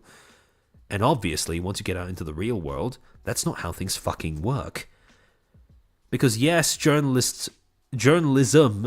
has the ability to shape public perception. Yes, it absolutely has the ability to manipulate public perception around something. But there comes a point where journalism is essentially the art of trying to... Journalism is the art of trying to pull off the gentlest rhetorical tug imaginable. Where the moment people start seeing that you have an agenda, you're trying to get them to think, see things, feel a certain way, your effectiveness as a journalist plummets through the floor. Journalism, actually, it kind of explains why, the same degrees that teach you journalistic practice also teach you PR.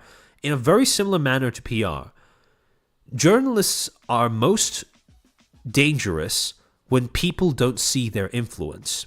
Journalists are the most effective when people don't see their influence.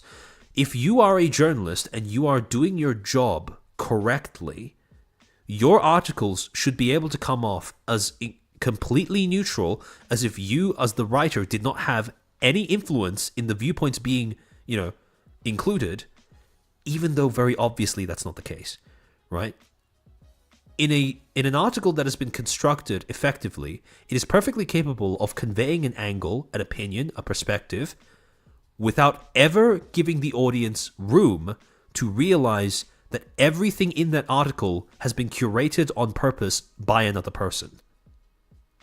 That is the most effective form of journalism. Journalism where the journalist is functionally invisible. Well, I say most effective form of journalism in the sense of traditional journalism. Social media journalism is starting to take it in the opposite direction, where the journalism, funnily enough, is inseparable from the person doing it. But traditional journalism, at least, again, all these concepts of balance and stuff, they are supposed to give you the impression of objectivity, despite the fact that perfect objectivity is simply not possible, which means that the objectivity is not actually supposed to be there as a quality. It's supposed to be there as cover, right? Cover for your perspective, cover for your agenda, cover for your point, basically. And the thing is, well, I suppose people seem to have lost the art of objectivity in journalism, because even when people try to feign it, it's incredibly obvious that it's being feigned.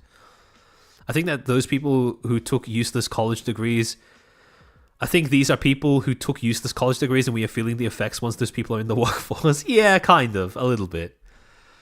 Boss, when I tried to study graphic design at college, we had a marketing class and they mentioned the theory of the public having an empty vessel for a mind. Yeah, no, the thing is, right, yeah, you are kind of, there are some, it's not a universal thing, because I know that not every university degree teaches this, not every lecturer teaches this, but it is a very depressingly common notion in these arts degrees that it's kind of like, it does to some degree kind of try to encourage you to think that everyone besides you is an NPC, right?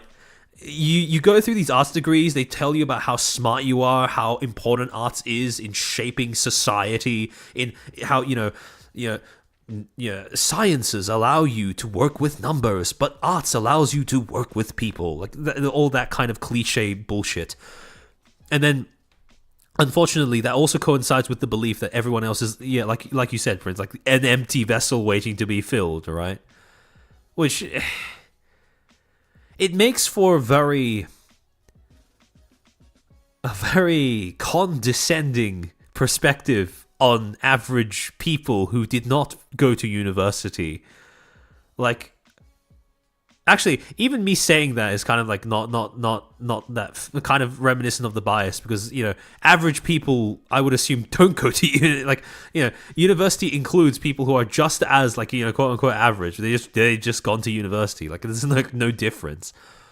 But it's just like, kind of like how translators who do their jobs properly are invisible, but you notice the localized. Yes, that's actually a great comparison, right? It's also the same. I think it's all like the same kinds of people, right? Who get into these jobs that don't involve creation, but in relaying information. Funnily enough, like, they don't make things, but they are in charge of making sure that other people have access to things. And I think the power goes to their head a little bit. Where you see this in localizers, you see this in it's a bit of a meme, but you see this in ENVA dubs as well. You see this in journalists. You see this in actually very frequently in people who graduate with arts degrees, funnily enough, where there's this notion that it is them who stands between truth and the public, and some of them kind of get drunk on that idea of their own place in society. And it shows, it really shows, because ideally the way that they would function is, a doorway, not a fucking gate. But very frequently, they end up turning themselves into gates of sorts. As a media graduate, when are you going to fill our empty vessels? Now, I want to make this very clear again, and I've said this in previous streams, but I want to clarify. The reason why I am not qualified in any way is because I am not a media graduate. I could be if my university wasn't fucking if universities weren't fucking scams where you had to do a whole bunch of units in order to get a degree, units that aren't related to your degree in order to get your fucking piece of paper. But yeah, I'm not a media graduate because while I have completed all of the units in my degree that relate directly to media and my second major, which is theater, I haven't done I haven't met the fucking unit the credit point requirement in order to get my piece of paper. So, I just want to make sure that's clear. STEM here walking through hell to get a basic walking through hell to get a basic hell, and here arts majors think they can control people with their invisible hands. Yeah. And seriously, look at relationships, financial and otherwise, of those big media companies and federal government, and the list of people who work with both big overlap. Oh yeah, no, absolutely. Part of the reason why journalism is such a joke nowadays is because you have this... Well, the people who are supposed to be quote unquote speaking truth to power are getting paid by that power. So it's like it has no shot in hell of ever being able to fulfill that duty effectively. But do you think that this mentality stems from blank slate theory? Yeah, I do think so. It's hard to say, right? Because it's hard to tell how much of this is just because with how do I say? Arts tends to be a bit of a cushy degree where the people who end up doing it, at least in Australia, are usually people who are well off enough to not really have to think too hard about how they make money. They usually are people who are well off enough to, well, they are either idealistic suckers who fell for a lie, me, or they tend to be people who already have family who are in the media industry, who are going there because they just need to get a piece of paper and then they can get nepoed into a pre-existing media org. It is genuinely mind-boggling how many people who graduated from my cohort had like a mum or a dad who worked at one of our biggest, like, you know, one of the main TV networks in Australia. And it's kind of this revolving door of, you know, people graduating from a university with a media degree, going on to be part of a TV network, working their way up the ladder, having kids, and then sending those kids in there so they can repeat the cycle all over. So, what's blank slate theory? Basically the idea that before people start talking to the public doesn't have any thoughts of their own. Basically, it's very crudely summarized. Theater chair, not UNSW, although that is one of the more famous universities of Australia. Different one. Won't dox myself, but yeah, not UNSW. From everything I've heard though, UNSW's media degree, it seems all of the Australian ones seem to be like roughly the same as one another. Like you maybe learn things according to a different schedule, but the base materials and the underlying philosophies that get imparted to the students seem to be very similar between individual universities. Lately, hiring people don't look at degrees, just your portfolio. Exactly. That's why a university is a fucking scam if you don't do something like medicine or law. Who the hell made that theory? Intellectuals. Academic intellectuals. The worst kinds of people. I made the mistake of thinking school was for learning, not for networking. Yeah, same here, Sharona. Same here. When I went into university, again, this is like I'm looping on a point that I've talked about, I've ranted about in like a prior stream. But if you go into university with the intention of learning shit, I mean, you should only go into university thinking you're going to learn something if you're doing a degree like fucking medicine, law, architecture, engineering, etc., etc. Like, if you go into university with the intention of learning something, it would probably be more accurate if you walked in there with the hope to learn something, right? Because it's usually a bonus. A lot of university is taking common sense concepts and giving them jargon. That's exactly what I've been trying to do with you guys over the course of the existence of my channel. Basically take all the jargon that they gave us in university and basically give it back to you guys. Because, again, the fact that they charge money for something, like, objectively, the jargon helps you to articulate how you feel and think. Because, like, having words for a thought is better than not having words to articulate a thought. It makes expressing that thought, having those feelings less lonely. And that's something I want to, I don't think should be locked behind a paywall. But if you go into university, I think learning something is a bonus, because if you are someone who has a good deal of, if you're a naturally observant person, I suppose, the only thing you're going to get is a larger vocabulary. Maybe a better understanding of other people who have had the same ideas as you at some point in the last 100 or so years. But besides that, university, the main benefit is networking. Like, just getting to meet other people who are the same age as you, will probably work in the same industry as you, maybe in the same company as you, and that's pretty much it. That's again, but the best thing you can do in university, I'm convinced, is make friends and date. And that's it. That's it. Like, if you don't do those two things, like, I don't know if university has much utility beyond those two things, if I'm being completely honest. If the degree you're doing is arts. Like George Orwell's language theory. Yeah, exactly. Off topic sort of, but Genshin anime. Yeah, don't worry. I saw that. I'm currently in the process of looking into that. I thought I want a job. I thought it would be easy after I got my bachelor's in science. Yeah, unfortunately, university, it likes to market itself as the be-all, end-all of, gatekeeping a career, but no, that's not how it works at all. You're honestly better off just doing university part-time while building up your resume and then entering the workforce proper with both a portfolio and a degree in hand.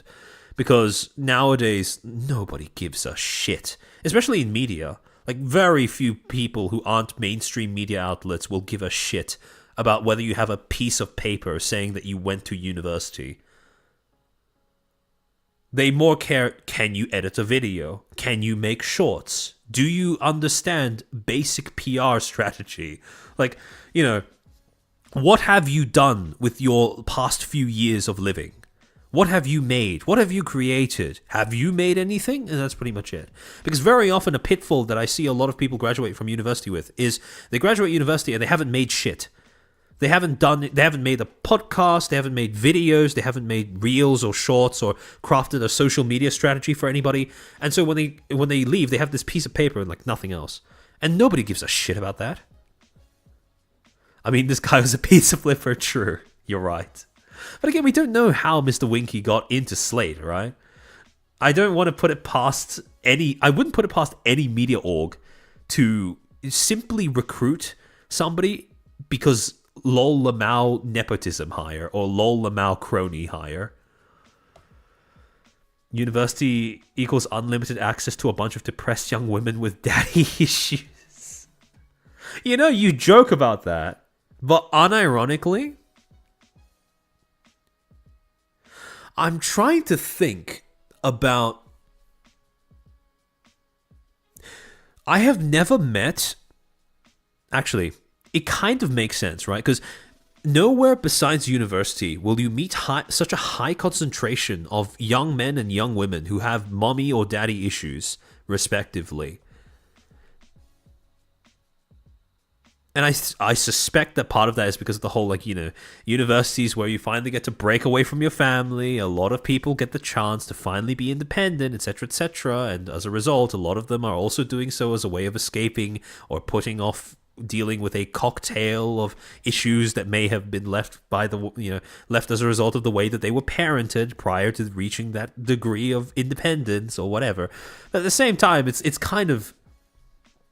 Like, I have been baffled by how many and how casually observable it is that so many of the people that I've met over the course of university have these mommy or daddy issues just on their sleeve. They just wear it like on their sleeves. You can tell almost instantly whether they have one of the two and which one they have.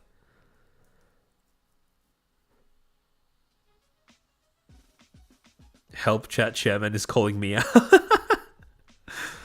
Again, it's perfectly fine if you do have them, so long as you understand that you have them, you start to work on them. But at the same time, it's like university is... Actually, I saw a clip of somebody, I forget who exactly it was, some random guy talking about how moving out from your parents' home is a psyop because it makes everyone lonely and mentally ill. And I'm starting to wonder if maybe university is becoming a bit of a psyop as well, because objectively speaking, it doesn't actually give you any sort of leg up in the jobs market if you don't do like a very narrow selection of degrees.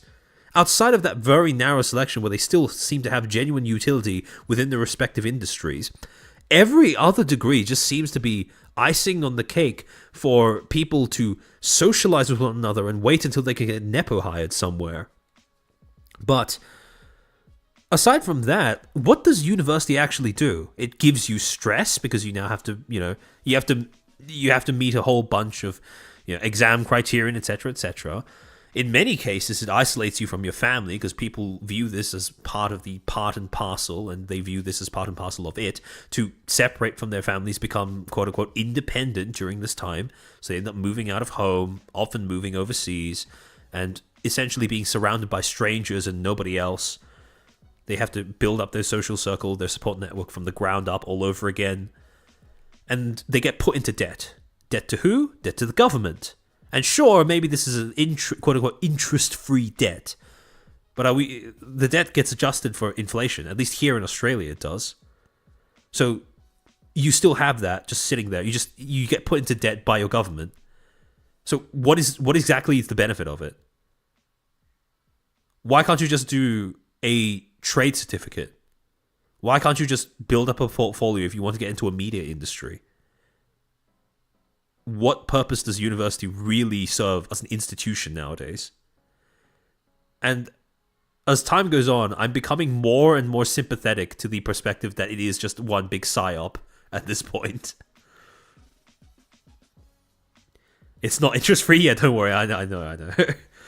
Well, in Australia at least, they like to advertise that it's interest-free, but it still increases in amount every year. The uni pressure cooker breaks people or brings... it brings the worst out of them, yeah. What do I do if my parents wanted me to pursue a master's degree? Hope that you don't have to pay back the debt too soon, I guess. I'm not sure, to be honest.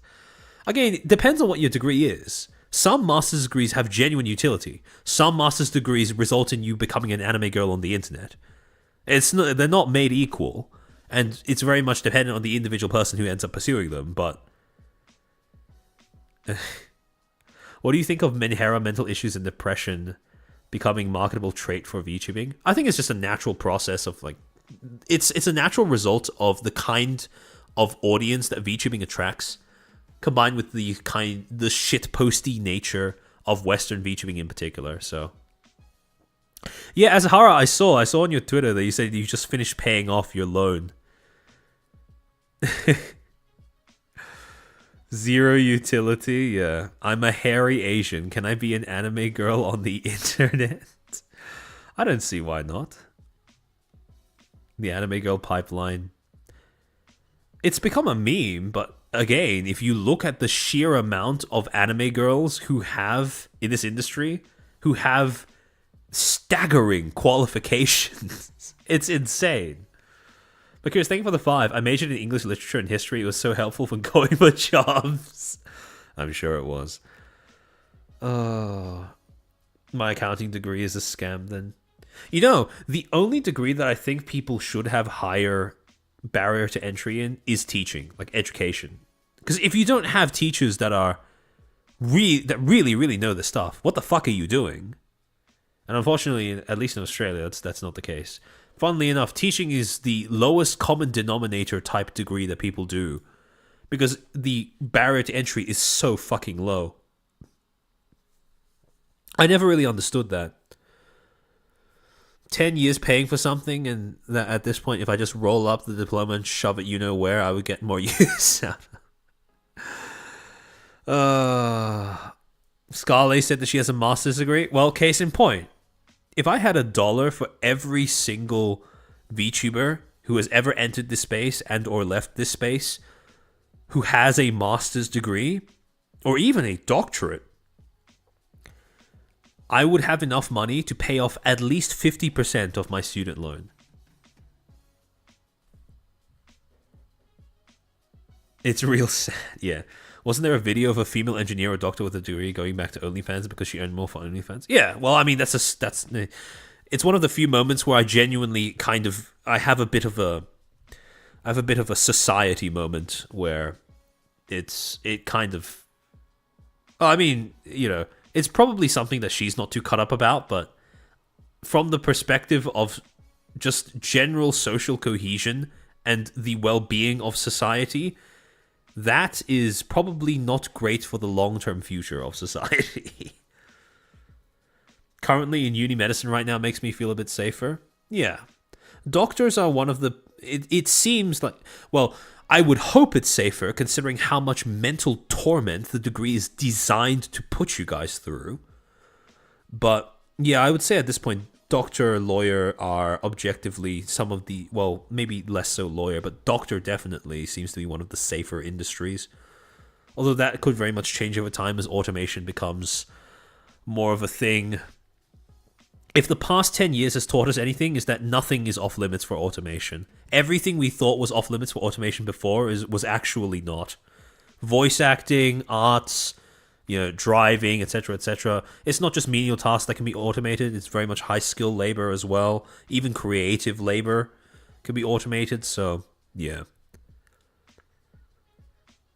Wait, barrier to entry in teachers is actually masters, just paid so low that you can't get fired other than causing direct harm to students.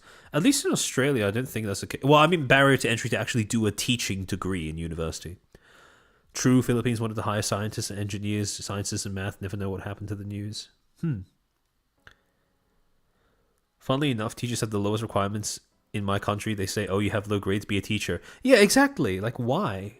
I never understood that. Because the thing that makes it weird is that you, as a teacher, are being put through you are being put in charge of the exact same system. You, as a teacher, should be prepping your students to succeed at the exact same system you went through. So if you didn't succeed at that system, what makes you qualified to teach other students how to succeed at that system? That makes no sense to me. Even chat can be automated, true. Not a prompt engineer, an actual AI engineer. Probably a bit more job safety in that regards. Honestly, I want VAs and translators to be automated. The EN localization and VA scene has not been doing themselves a lot of favors in the public eye over the past years. Considering a master's in AI, because that seems to be the new thing right now, plus a lot of internships require it or to be in uni. See, the thing is, something I'd always ask people to be cautionary about. Cautious about. I don't know what the fuck I was saying. Something I would advise people to be cautious about is hopping on things just because they look like they're trendy, because AI very much does seem to be a bubble. And so when that bubble pops, it's not guaranteed that jobs are going to be as highly in demand as they are now. There will probably be a next big thing to crop up after AI. And it was kind of the same thing with social media work. Because during the pandemic, that exploded. Absolutely blew up. But then afterwards, after that particular bubble popped, now we're seeing mass layoffs, people not having jobs, people realizing that they were signed on purely to fulfill a quota of some sort. And, well, now we're dealing with the fallout of that, so... Maybe they want the underachievers to go to teaching because they want to motivate the... I don't know. Maybe it's some... I think it's... Personally, and this is my pet conspiracy, it's mostly about compliance, I would assume. Where if people don't need to try as hard to get somewhere, they feel more obligated to the person who gave them that place. And that makes teachers more compliant to go along with the state-mandated propaganda that is public education. There is a lot that I would change about public education, especially the way that history is taught, or even social sciences, quote-unquote, is taught. DEI hires, baby! Yeah, kind of. True, but I plan to develop software skills on the side. Okay, yeah, that's fair enough. I need something? Yeah, fair enough. Have you ever seen the various VA dramas from the years? Oh, no, I have. I haven't been keeping up with every single one, but occasionally when it's broken containment and it's made its way across my social media consumption, yeah. Every single time, it's been an utter clown fiesta. You won't get realized I don't worry about it. I wouldn't be so sure. You know, something that I'm convinced will happen is at some point over the next 5 years, perhaps, a bunch of tech bros will see what Vettel is doing with Neuro and they will try to hop on the trend. There are already people, I think I've talked about this in a prior stream, but there are already people who are trying to buy Neuro off of Vettel just so they could understand how the fuck she works. And also probably more cynically because they just want AI VTuber as part of their brand, company, whatever the fuck. But almost certainly there are going to be a whole bunch of soulless husks trying to break into this industry to do what Vettel has accomplished, but without any of the soul, any of the personality. Only real change I want to make to education is to remove the no-fail policy. Absolutely. Some people are just not supposed to go through the education system, and we shouldn't lower standards just to accommodate them. No child left behind is silly when it comes to trying to maintain some sort of standard of performance. There's also Quebblecop, that's true. You do see AI VTubers on YouTube pop up occasionally. Yeah, that's true. Yeah, they offered Vettel... Did he say 7 figures? Oh no, I think he said more than 5... Didn't he say more than 5 figures?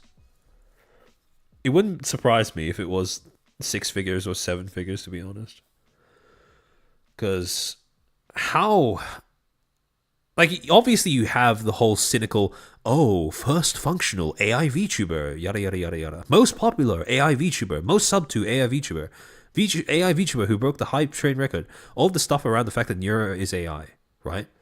But then you take all of the stuff to do with her, the brand that Vettel has managed to create, the audience, how they feel about Neuro, etc., etc.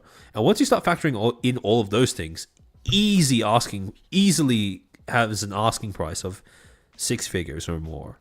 Easily. Even without factoring in the industry hype around AI. Do you remember the Seinfeld AI Twitch streams? Yeah, I do. Something people fail to understand is that artificial intelligence is a misnomer. Computers are by definition stupid. Yeah.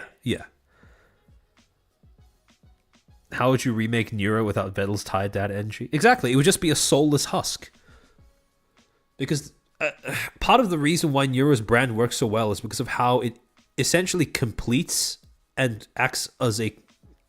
It completes and complements Vettel as a person. That's what makes her feel human, even if she's not.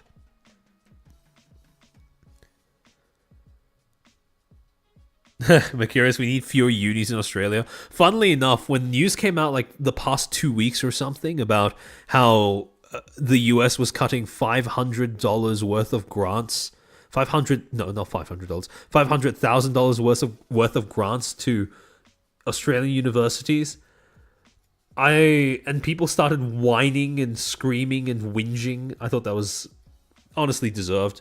Australian universities have not been giving bang for buck, and the less funding they have from governments, the better, as far as I'm concerned.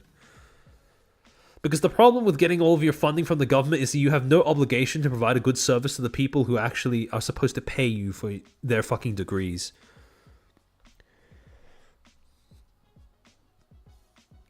Hot take, the Ian indie scene just pisses me off. So much drama. Yeah, that's why I think that people being anti-corpo is a little silly as well, because that basically just means that you would prefer if all of the drama happened because of individual shittiness rather than corporate malpractice. The indie VTubing scene is, I don't think it's any less toxic than the corpo VTubing scene. Although the corpo VTubing scene is more socially acceptable to beat on, so it gets more attention. I'll take your word about Vedal and Neuro, but as a non-reading person, I don't see it. As in them being having a unique brand or having a brand that adds value. Sorry, I bumped my microphone. It's the same reason why neural networks is another misnomer. They mean neural as in a network of concepts associated with each other. There's no way to make computers think because they cannot reason. Yeah. V-tweeters are a thing for a reason. Yeah, exactly. Which is why student loans were just short position on the US economy. Yeah, basically.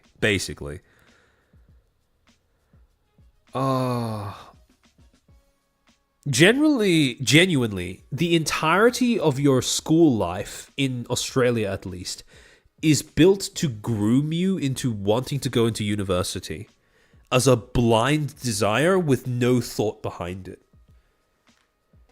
People are essentially raised and taught to assume that university is simply the next logical step in your education and self-improvement journey. That going into debt is no big deal because that's debt to the government and it's interest-free, and you don't need to pay that back unless you start making actual money. It's really, really weird how desensitized Australians are, especially Australian children are in high school, to the idea of going into debt, especially government debt. Because for a lot of kids, it's just, oh, well, it's just something everyone does. So,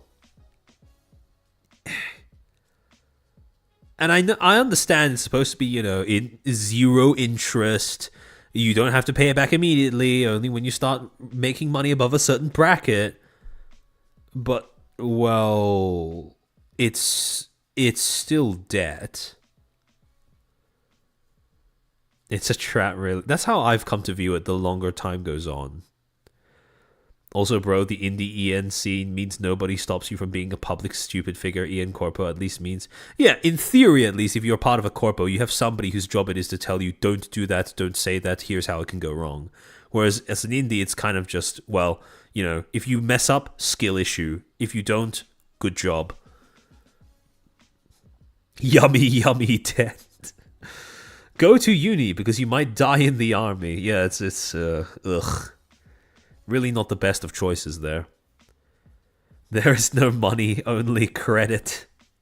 I genuinely wish sometimes that universities would do like the Morshu thing of, sorry, Link, I can't give credit. Come back when you're a little richer. Where it would honestly save a lot of people's wallets if you just were turned away if you didn't have the ability to pay for university. And I get that, free university education can be good for degrees that have real job prospects, like medicine. But if it comes to something like arts, or something like, I don't know, what's something else that's frivolous? That fucking Taylor Swift degree that an American university started offering a while back. It's better to not go into debt. Just give up. It's not a dream. It's just stop. Don't go through university to chase that dream, if that is indeed a dream that you deem worth chasing. Yes, it's pretty universal. If you don't listen to explicit guidance, meaning implicitly teaches you that the respectable people are the types to go to you. Yeah. there is a lot of mystique and reputability built up around university. Seriously, why do artists bully sweethearts like Kirsha and Matara and then act surprised when people want them replaced? To be fair, it's usually not the artists who actually do a good job of, being professional that feel the need to virtue signal, and they are usually not the ones who cause people to become hostile to artists as a whole. For example, I've had nothing but positive interactions with artists, mostly because the ones that I interact with are very small in number. Noxin has been nothing but lovely, incredibly efficient, very reasonable prices, as well as being extremely creative as well. So I do think that my perception of artists may be a bit more lenient because of that.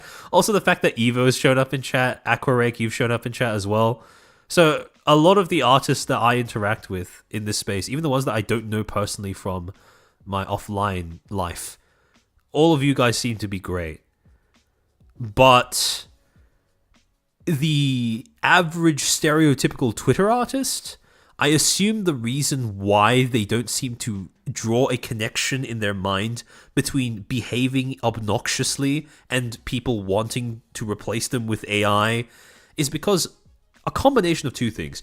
This industry loves to coddle artists in general. It likes to coddle people as a whole, but artists especially get coddled in this industry because of the whole, if you're a VTuber, you need an artist in order to exist. Which, most of the time, assuming you don't make your own model or something. Which, to be fair, I have, again, part of the reason why I do have such a positive opinion of artists that I've interacted with is I've had people like Random Face Fan, actually, who's popped up a few times in my chat and comment section, who's been generous enough to make me a 3D model for no charge. I've yet to test it out. I've been a bit busy, but I need to get to that at some point. And I've had people like Shezin01, who's made an actual basically a live 2D model as well. So there are plenty of artists there.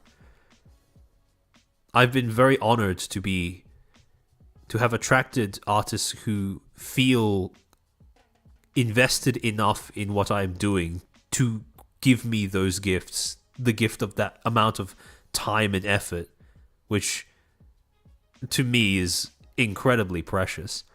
But in general, what I suspect is that a lot of the artists who end up creating these shitstorms, they don't seem to register that obligation goes both ways. They are good at something, they were good at their hobby, then they started making money doing it, and they didn't know how to behave thereafter.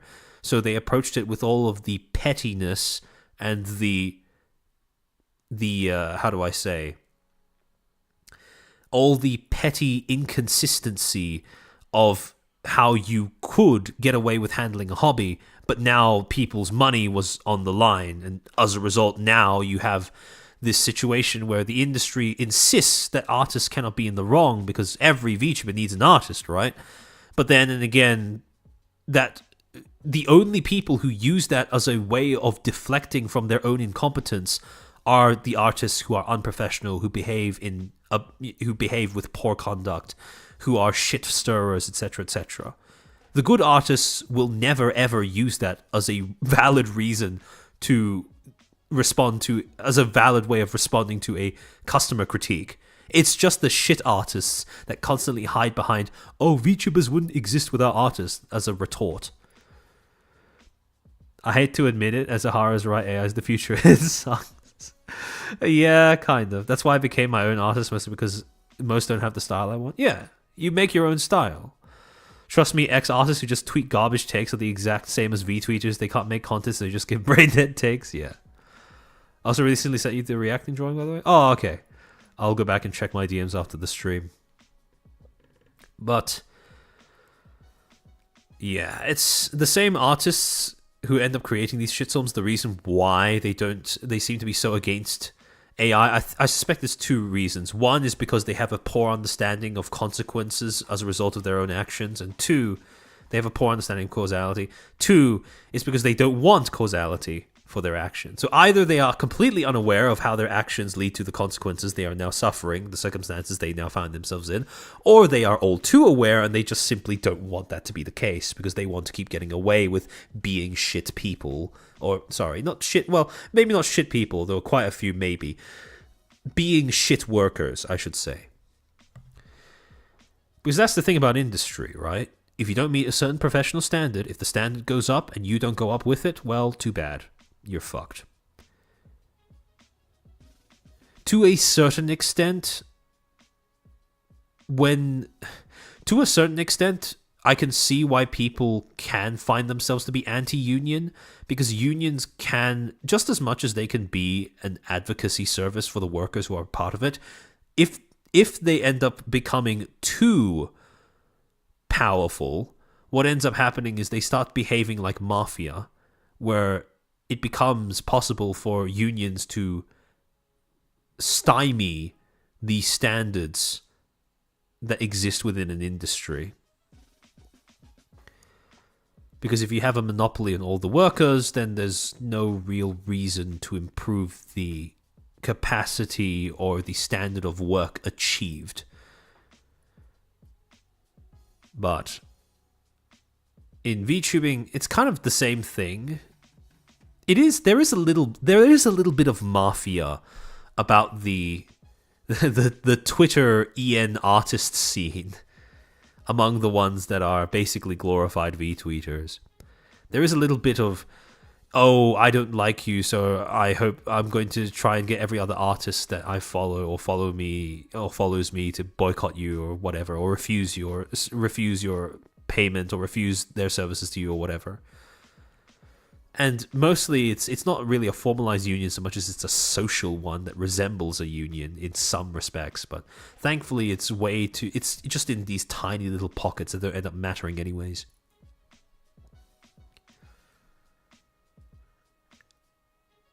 It's also sunk cost fallacy. That's true. I could see that.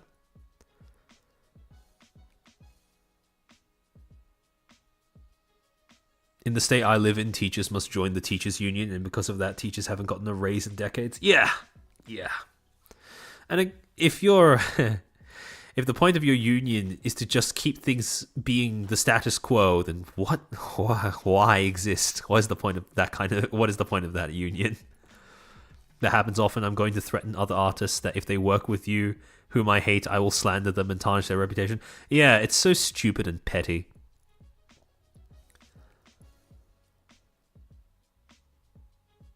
To be fair, though, it does create this kind of self-filtering environment where people who cater to that kind of audience get trapped into an environment where they have to walk on eggshells and perhaps shill out. They have to pay more money while stepping on eggshells, which is, honestly, you know what? If you pander to that kind of crowd, deserved. But it is a shame that pockets of artists who exhibit that kind of mafia-esque, unprofessional behavior do get to exist. Although we can't really ask for anything besides they just get confined to their own spaces. To be honest, we are kind of fucked as service providers. We need to meet the one crazy customer to yeah. That is true. Artists do bear quite a lot of risk as well, because yeah, you're right, Evo, that if you do accidentally take on a crazy customer, then they can do quite a lot of damage to your reputation as well, especially if you don't have a reputation built up by a list of relatively established clients that are willing to stick up for you if something like that happens. I can see why starting off as a new artist can be a very, very daunting thing if you don't already have that backing of a group of creators that can offset the possibility of slander. Doesn't just apply to artists that draw, but also look at the English VAC. Oh, yeah, absolutely. So I think someone else brought that up before as well. Something interesting to mention, though, the way a lot of AI derangement syndrome has written art... AI derangement syndrome ridden artists seem to have never studied art history, specifically the advent of photography. Yeah, although I would expect that part of the reason why, or one of the factors that make people more susceptible to AI derangement syndrome is a poor understanding of art as a medium and how it has progressed over time. Because it is the people who have never studied art history, who has never understood how the advent of photography was to painting exactly what AI art now seems to be for, hand-drawn art or human-made art. People who lack that knowledge, yes, I would expect them to be a bit more quick to panic as a result of how AI is progressing. That being said, though, if your plan is to work in a corporate job, then yes, I can understand being a bit intimidated by AI, because corporations, cynically, will want to have a way of making their branding, marketing materials, products in a way that reduces costs as much as possible. But if your main clientele consists of other people, well, you don't really have to worry about AI, because so long as you are affordable, so long as you are competent, so long as you are professional, there is no reason why an actual human being would want AI art over yours. Because it has that sentiment. A lot of people are sentimental in the way that they approach trying to acquire art for their brand. A lot of people will look at art that's been made by an artist, look at art that's been made by an AI, and upon being told the difference between the two, so long as they're, pretty much same standard or similarly to the liking of the observer, they will probably go with the human-made art, because that's just human nature. The only reason people decide, fuck you, I'm going to use AI, is because you have individual artists being obnoxious. I disagree, Chair. Photography took away the market for one-to-one realism, but AI opens the door to take away from any new unique style if the training is good enough. I could see that being the case. Again, I'll take your word for it, because even though that's not been my read on the situation up until now, you're also a professional artist, so I think, yeah, fair enough. Conceptually, yeah. If AI gets good enough at remixing different elements of making art, then yeah. My opinion is 100% that AI derangement syndrome is going to get people to more aggressively proliferate the replacement of artists through reactants. Yeah, absolutely. If I close my eyes, AI art is pretty. Sure. The day that Kim Jong-ji died, someone trained all his art. Yeah, that's true. It is really good at copying. I'm old enough to remember online forums and discussion around traditional artists had against digital artists and how they would never consider digital real art. I do find it quite funny, because prior to becoming this, I essentially did Photoshop art, which is basically just photo blending, taking existing images, blending them together in a way to make a whole cohesive new picture. And it was quite fascinating to see in real time how quickly the conversation shifted from, oh, Photoshop isn't real art because it's not painting, to, oh, digital art isn't Photoshop art because you're not painting using Photoshop, to photo blending is not digital art because you're using images that have already been made prior to you blending them, to now that AI has happened, none of the previous conversations seem to matter, because AI is just the big bad, and everything else is unquestionably considered art now, even if it's not hand-drawn, even if it hasn't been made using brushes or whatever, which is quite interesting. We will see how it goes, though. You can buy a cheap vase from a supermarket that's mass-produced like AI, but people are still willing to pay for artisan vases. Exactly. I do think that art will always have... I don't think it will ever be fully replaced, because it will always have value as a status symbol, if nothing else. But I understand that it's not very appealing to build your career on people wanting status symbols. So, yeah, I remember those times, yeah. Stalin is the grandfather of Photoshop. Sure. I do image editing also. Hell, all of my first few thumbnails were a Frankenstein of multiple images blended together to make multiple girls' faces. Yeah, same here. I mean, I make all of my thumbnails in Photoshop. It is a skill that I've never regretted developing. Funnily enough, it is also a skill that, I think I mentioned this before, it is a skill that is relevant to my industry that I did not develop as a result of my degree. We had a few tutorials on how to use Photoshop, but it never strayed beyond the most basic elements. And literally everything else that I know about Photoshop nowadays has been taught via Indian man on YouTube video tutorial, and that's it. Art will be replaced by AI the same way that home cooking will be replaced by buying instant ramen. Yeah, no, I believe that. Artists as a job won't be fully replaced by AI. However, the ability to earn money as an artist will diminish greatly as it goes on and technology improves. Yeah. Art will always have its place, but that market shrinks and lifts the ladder for later generations, especially with AI. Yeah, no, I agree with that. Photoshop is pretty good, agreed. It's a shame that it's owned by Adobe, though. Adobe can eat a dick for all I care. Indian tutorials are top notch. Amen, amen. Indian man on YouTube always comes in clutch. You know, it's quite funny, actually, that...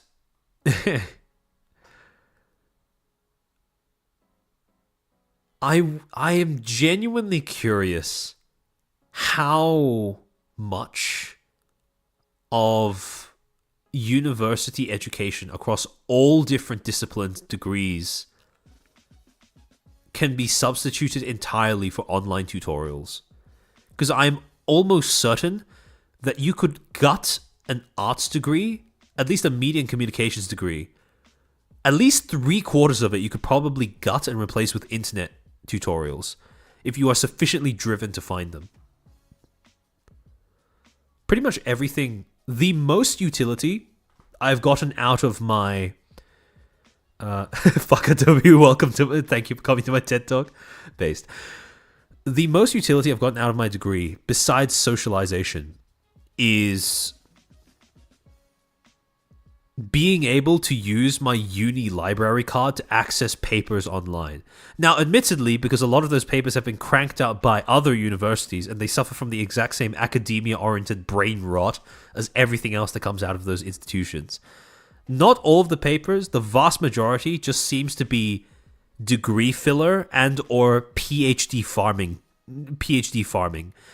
But the occasional paper that has helped me a lot when it comes to conceptualizing and understanding various concepts, that's like the only utility that I think university has besides networking.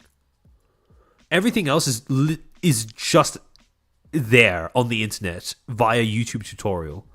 So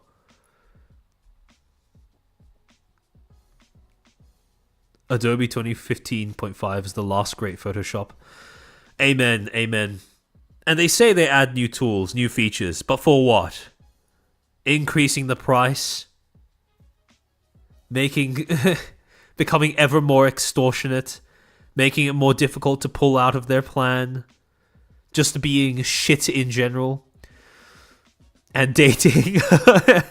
Can't forget dating. Uni has uni girls. That's true. I do find that towards the end of my degree, uni girls lose a bit of their luster, though. No pun intended. As a YouTuber I follow said, we have effectively invented the Akashic Records. Yeah. Look, when you're in your early 20s, right? And I mean like really early 20s, like 20, 21, 22, like that age bracket. If you're a young, hot-blooded, straight man, there is truly nothing like being in uni and like meeting a girl who's like first one who's taken serious interest in you as an adult with another adult. That feeling of, oh shit, somebody who is mature enough to think as an adult finds me attractive enough to want to date me. And you have that initial rush, right? You have that initial self-affirmation. And then after a while, you start realizing, okay, a lot of people, either you realize you don't have your life as together as you would like, or you start realizing that the people who are around you don't seem to have their life as together as you'd like. So... And that's when you start to become a bit disillusioned with the whole bright-eyed puppy love type of thing that a lot of people end up experiencing in the early years of being in uni. That's when people start becoming hagmaxes. Unicurls becoming future VTubers. The university to VTuber pipeline needs to be studied. Honestly, the source of VTubers that rivals neatdom, hikikomoridom the most is unironically university, I'd say. Nowhere else is the transition into being a VTuber more prevalent than being a university graduate. Yeah, you do kind of. Everyone loves a crazy girl until you need to look after one. Don't worry, marriage can be the kind of level dating sis. I mean, you have a kid, right? So I would assume that at some point during the marriage you realize, yes, this is the one. Right? You may not have that kind of puppy love type thing, but at the very minimum you have that rock that you now have to keep you on the right path or to keep your life together. Hikikomori is the most acceptable in terms of housewife. Sure. Kiger frat partying chair. I never went to a frat party when I was at university. They never had much appeal to me, mostly because of the fact that they were way too loud. And also, having to talk to people while one or both of you were drunk, you'd have to... I mean, it can be fun, but generally I don't find it that fun.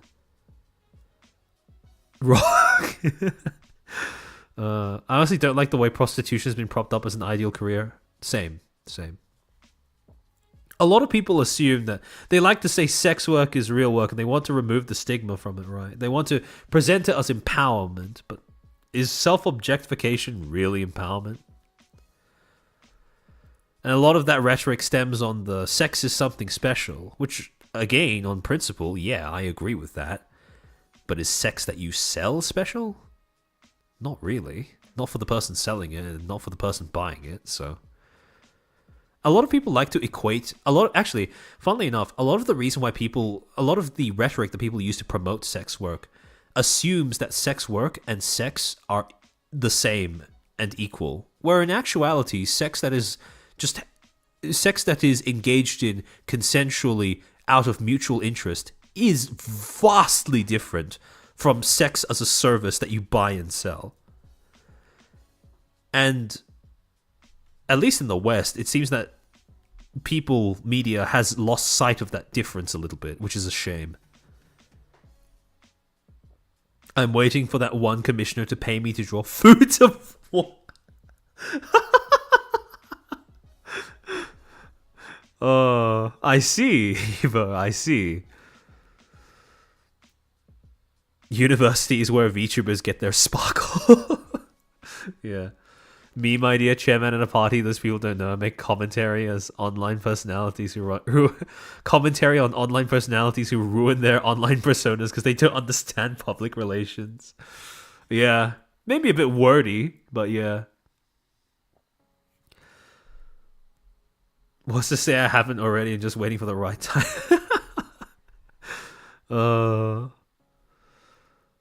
Tactical Rima Futa. Chairman, a bit off topic, what do you know the real reason for Apocalypse 1, or have you fallen for the PewDiePie meme?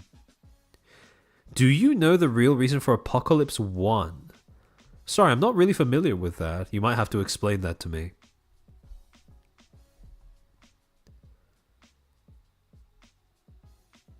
At least I'm pretty sure there were no frats in my university. Our university had... I mean, I think we had fraternities. I just don't think we had formal fraternities. Just the kind of little... college cliques that end up cropping up when you have a bunch of people living on the same roof for a while. Oh, Adpocalypse, sorry. Hold on, let me just remind myself. I do think that the PewDiePie thing maybe played a part in it. I don't think it was the sole reason, though. I think that was a long time coming, because around the same period of time, YouTube was also hosting terrorist videos, so... I don't think it was just PewDiePie.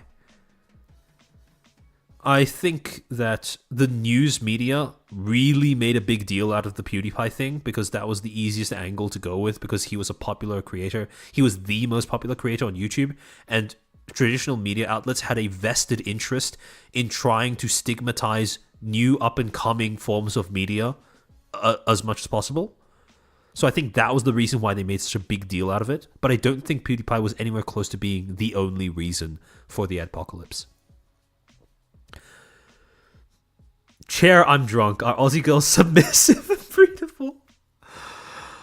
Well, it depends. It depends. It depends. Just like any other area of the world, it's a case-by-case basis type thing. You know, funnily enough, I find that the people who are the most interested in S&M while being the... The concentration of people I've found who are some combination of either being interested in S&M or have some sort of submission kink, they are overwhelmingly represented in medicine and law cohorts. Because, I don't know why, maybe it's something to do with people who have to project dominating personalities or really hard emotional exteriors as part of their career or as part of their degree that make them also predisposed to wanting the opposite in private. But that is definitely something I've noticed as an interesting trend where if you are a top and you're looking for a bottom, you are better off looking for a partner among medicine and law than you are looking for one among arts. Yeah, it's not surprising. I'm not a doctor. I'm not a lawyer. I'm lawyer-coded or doctor-coded. I suspect that it might be because those are jobs that are pretty high pressure. It requires you to constantly be switched on mentally. So I'd assume that it becomes quite appealing over time to have some sort of, when your fun times are happening, to be able to just switch your brain off and hand over all of your agency and control to somebody else to take care of. But I suspect that's why. But that's my pet theory. I remember the main issue was the child predator problem as well, but PewDiePie was the spark of the powder keg. Yeah, I think that's a pretty accurate way of characterizing it. Considering the extent of recent crimes in the medical field involving chloroform, I don't doubt it. Recent crimes involving chloroform? I don't think I've heard of that. I can guess as to what you're referring to, but should I have gone into law or medicine? See, that's the trade-off, right? Do you want to be surrounded by bottoms or do you want your mental health? You can't really have both.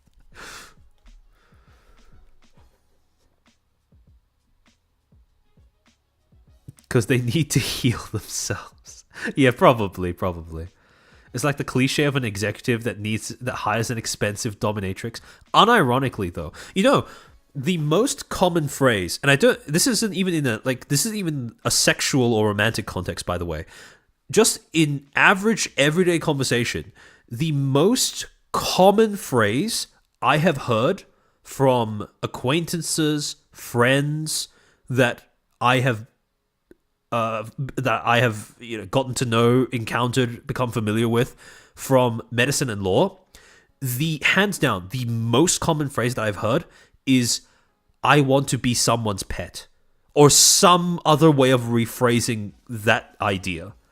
I think being someone's pet would be nice. I wish I had an owner. I want to be someone's pet. Yada, yada, yada, yada. For some reason, those two cohorts in particular, just in average everyday conversation, they have some sort of fixation on being turned into somebody's pet. HS class smell like chloroform. Yeah, it's bad. Rotten Mango briefly covered it. I'll look that up after the stream because that sounds morbidly interesting. Lawyers are probably the worst people to be around. All they ever do is talk about their time at law school. Is the most boring garbage ever. Source, I have 6 lawyer friends. Makes sense. Someone clip this. Yeah, no, it's always the first time I heard it, I did understandably have a bit of a moment of because I remember this very clearly. I was having a conversation with someone about Pokemon, and they were talking about how they were they were talking about I was having a conversation with this girl from medicine, and she was talking about how we strayed on the conversation of what her favorite Pokemon was.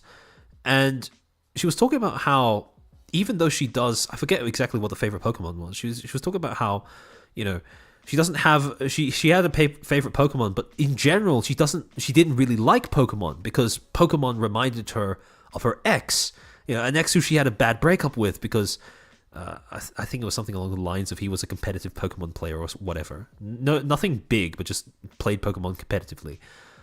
And at some point during this conversation, we were talking about what it would be like to exist in a world where Pokemon were real. And I was talking about how funny that would be because, well, everyone would, it's the normie kind of, imagine if everyone had nukes and balls, right? And then she piped up with, well, I wonder what it would be like to be a Pokemon, though. And I remember being stun-locked for a good 5 seconds at the very least. And when I finally found something to say, I wanted to clarify. I was asking, like, as in to have superpowers or to be someone's pet. And she just refused to answer the question, which by default means that, she was referring to pets. So, I mean, like... and and this is a conversation that has repeated itself multiple different times in a whole host of different contexts when I've been talking to friends that I've had made from medicine and law. So many of them have wondered aloud at what it would be like to be someone's pet, or how nice it might be to be someone's pet, or how they wish they could be someone's pet, because then they'd switch brain off. Oh yeah, no, Pablo, funny thing, immediately after I started poking fun at her for that, the first thing she said immediately after, I'm not a furry. I just think it would be nice to be someone's pet. And I mean, at that point, I'm just like, oh, okay. I mean, I can understand that conceptually, even if I personally don't relate. But, wasn't it established law that the line between human and Pokemon was blurry in the past? Yeah, no, it's actually in-universe confirmed that people used to marry Pokemon and all the things that come along with marriage. He's one of the... No. My lawyer was a Pokemon? Not a furry. Surely an M, though? Yeah. Well, yeah. Marriage between human and Pokemon is legal. Don't let yourselves forget. Sure. Lamau the denial. Well, it's kind of weird how much these people... how common it is that people in these degrees do seem to be into pet play. Although it's kind of hard, unless you are romantically involved with them, it's kind of hard to tell how much of it is a meme nowadays and how much of it is genuinely like an actual desire that they have. But yeah, no, I've heard a lot of people from these degrees talk about pet play, talk about, just wanting to be a bottom, etc., etc. Probably people who have to deal with a lot of responsibility and want the fantasy of letting someone else take the wheel, if only for a little bit. Yeah, that makes logical sense to me. There's no law about the Pokemon, Batman. Yeah, pretty much. Pet play isn't mutually exclusive with being a furry. Oh, no, I know. Don't worry. I've had many people try to explain to me that point in particular. Funnily enough, I'm trying to think back to conversations that I've had with arts people. And I would not wish having to attend a generic arts students get together on anybody. It's the most. It's so harrowingly superficial. It all feels like icebreakers and nothing else. It feels like talking to people who have never had to go through any sort of hardship or stress in their life, or at least not enough stress in their life. Like these feel like, it feels like talking to a bunch of well, probably because it is, but it feels like talking to a bunch of nepo babies. It can very often feel that way. Ironically enough, the only instances where the few instances where it didn't feel like that was when I was either talking to somebody who had also been roped into this via a naive idealism, or somebody who came in from overseas, but not because it was a choice that they made because they were bored, but because they genuinely thought that getting a degree in arts overseas in a Western country would make their job prospects back home much better.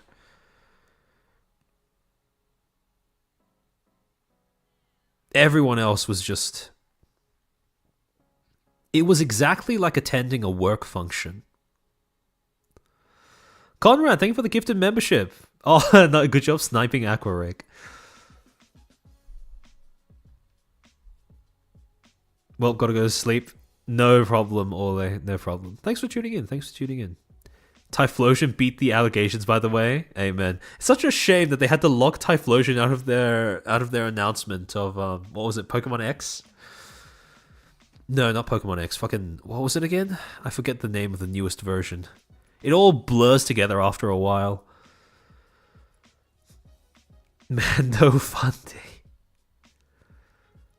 All artists are temporarily embarrassed sugar babies. No, not artists. Arts degrees. People in arts degrees. I think there's an important difference between those two things. Because not everyone who does an arts degree is an artist, and not every artist does an arts degree. Pokemon, yeah, Legend ZA, yeah, that one.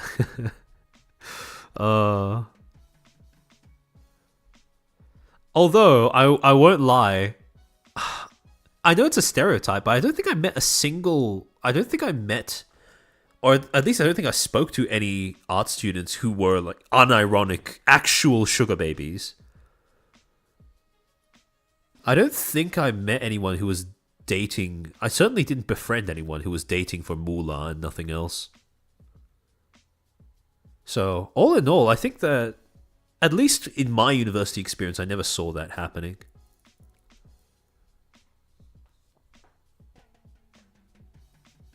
That's understandable. You're deep on that legendary Zaza. Sorry, but I'm really annoyed with that historic inaccuracy. He disagreed with it, but he wasn't kicked out. Wait, hold on. What is this?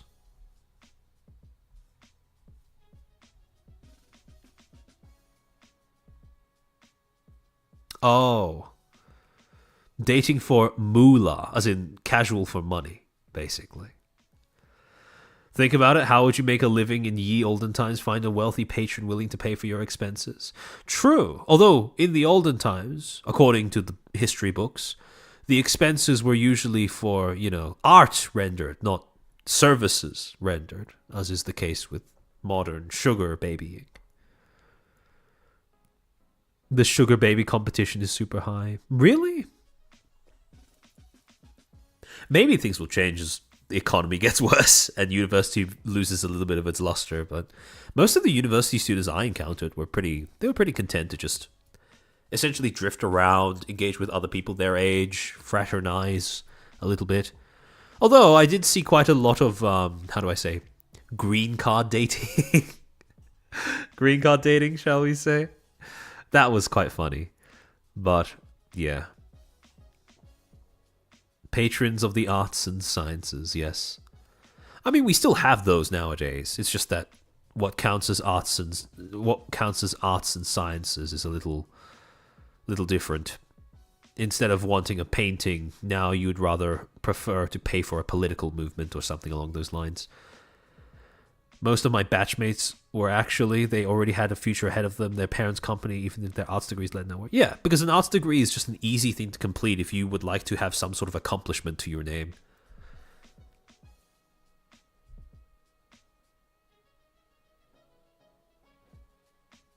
I don't want to know. Understandable. A lot of my peers actually gave up on art and took up jobs in other industries, the Singaporean practicality overriding the artist mindset. To be honest, I don't really blame people for doing that because, again, art is an infamously difficult industry to succeed in long term. Certainly to succeed in consistently. Having the talent, the hard-working ability to get up to a certain standard where you can be considered professionally hireable, that's difficult enough. And then you have to contend with the market as well, and the inconsistency of work, finding clients, etc., etc. So, to be honest, are degrees accomplishments? Some degrees are. And it depends. To be honest, a degree is only as much as a degree is only as much of an accomplishment as its utility in your life after you leave university. If you learn a lot of things from your degree and you end up using a lot of it in your everyday life after you leave university, or you carve out a career for yourself where you do use it, then yeah, sure, I'd say it's an accomplishment. But if you don't, if you just end up having like a master's in engineering and you end up spending the rest of your life as a VTuber, then I mean, yeah, it's an accomplishment in the sense that you sank hours into it, but it's more, I would say at that point, it's kind of symbolic, to be honest.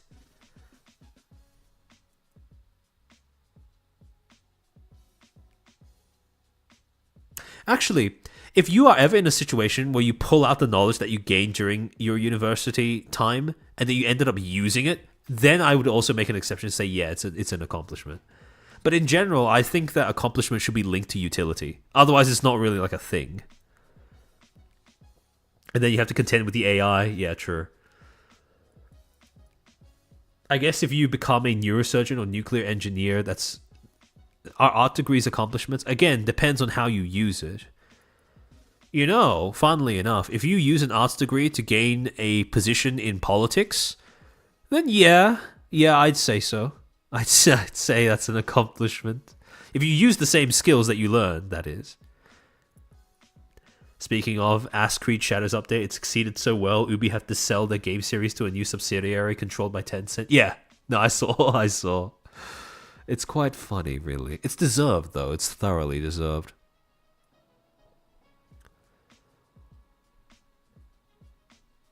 Not gonna lie, teaching the engineering mindset might be worth it. Yeah. And again, when it comes to degrees, it's not a matter of... We have long passed the point where every component of a degree is actually useful to the people who paid to study it. Nowadays, what is more commonly the case is there will be components of your degree that are useful and other components that are less useful and other components still that are thoroughly useless. When it comes to engineering, yeah, the mindset is definitely worth it. When it comes to arts, I think what arts teaches you that is objectively useful regardless of what the contents of the syllabus is or whatever, is learning to become more self-conscious of how people communicate and learning to recognize how media is a tool that doesn't just surround you, but you basically exist in as like a fish in water. There has been nothing that I've found to be more useful than the ability to look at, for example, a news broadcast, read an article, look at a talent at my favorite company making a statement, and be able to recognize, okay, these are probably the underlying factors and messages that affected what I'm now hearing. That is objectively useful regardless of what career you go into after uni, regardless of who you are, regardless of what you do.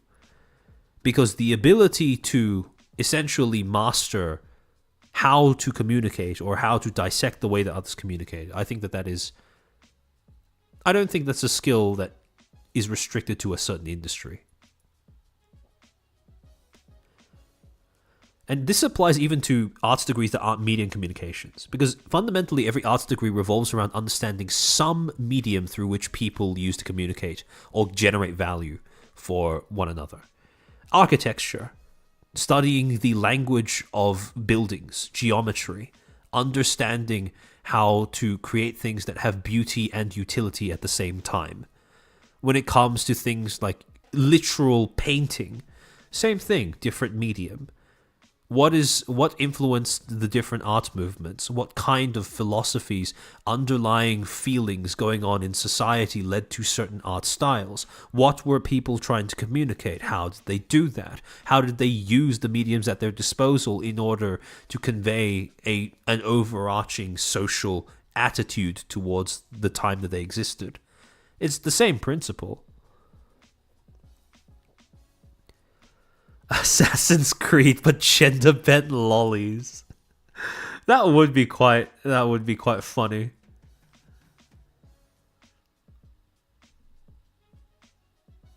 Imagine drawing your political opponents to mock them. It's a sure hell of a... It's definitely better than trying to make it out as if them winning the political race will be the end of the world. I would prefer infinitely if people would make silly memes about the politicians they didn't like, rather than... Okay, so I understand not liking a politician, being really, really apprehensive about a politician because their policies are bad.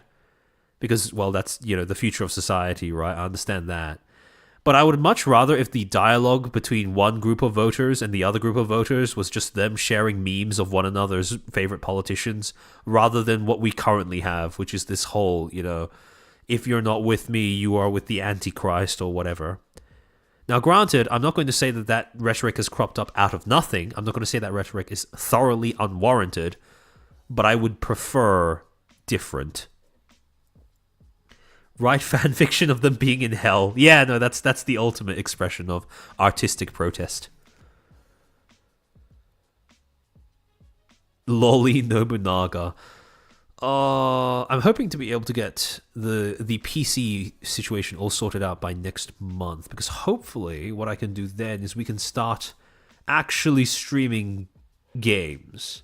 And I'm dying to see what Yasuke Simulator feels like to play, because Lord knows it's better than Assassin's Creed Shadows. Also, apparently Disney not hiring dwarves for the Snow White remake to not demean them. Yeah, no, it's... Oh, are they getting sued for anti-dwarf discrimination? That would be really, really funny if that's the case. We call architecture a scam, make it beautiful, but often compromise the actual structure. Huh, interesting. I was led to believe the opposite. Here's hoping armchair PC hype. Yes. Thanks to you guys.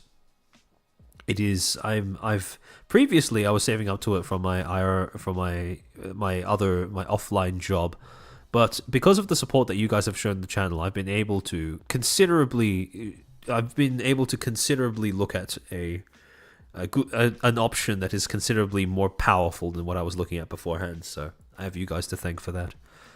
In any case, hold on. All right, I'm going to just quickly check stream elements, make sure I didn't miss any supers or gifted memberships while I was yapping.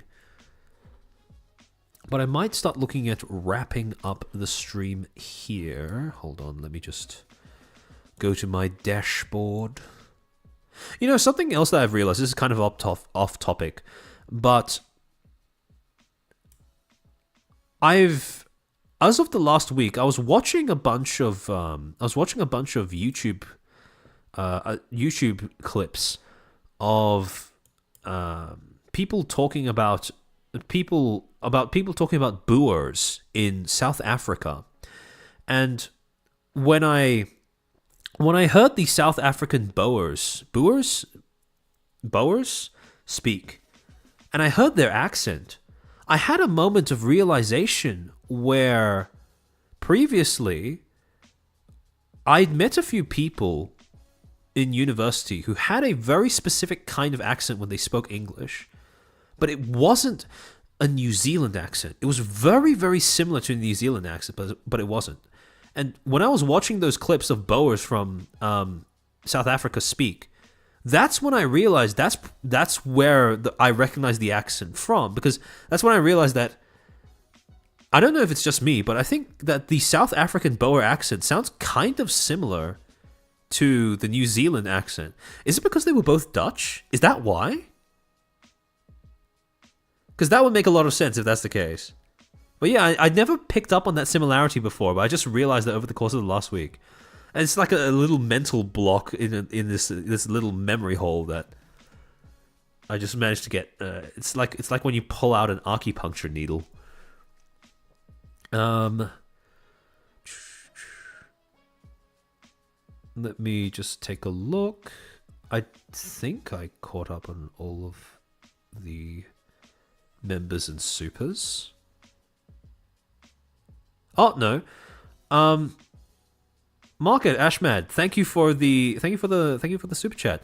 Drive-by protests in Linhood washing stand. Yes. Southside Slider, thank you for the super.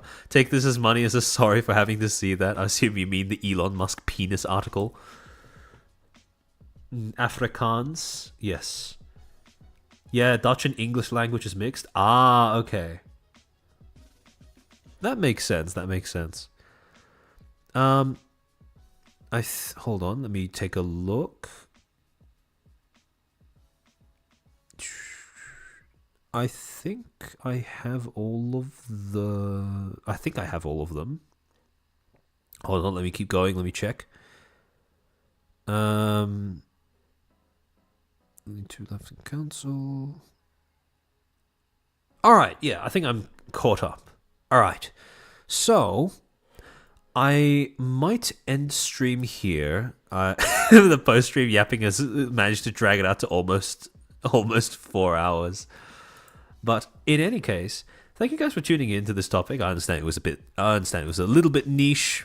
Probably had a lot of overlap to stuff that we've talked about before, but I thought it was about time that we had a little. I thought we had a bit of time to dissect a puff piece, since all we've talked about before was hit pieces. So now we have both sides perfectly balanced, as everything should be.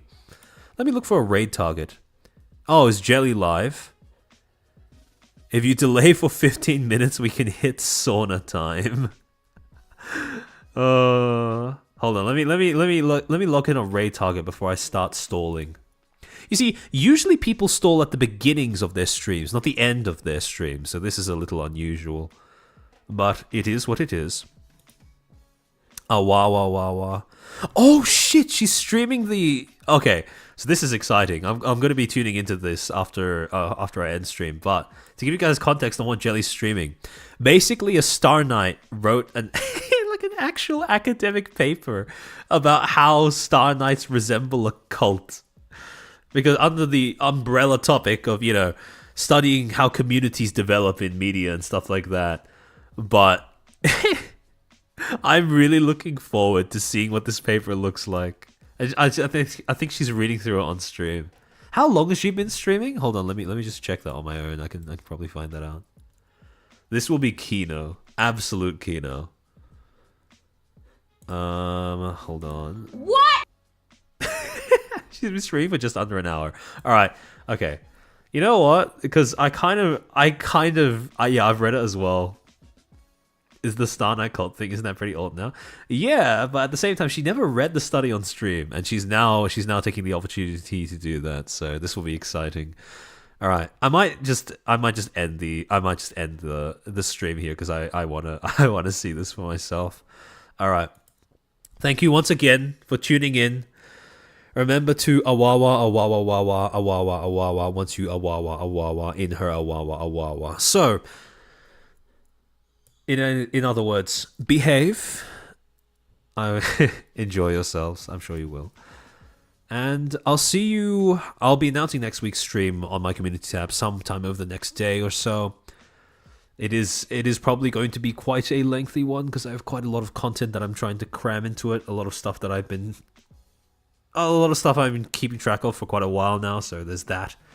So, in any case, Thank you again for tuning in. Keep your eye on my community tab. Like the video. Comment if you're watching a VOD. Subscribe if you're not already subscribed and you think the content is good. Yada, yada, yada. And I will see you guys hopefully next week.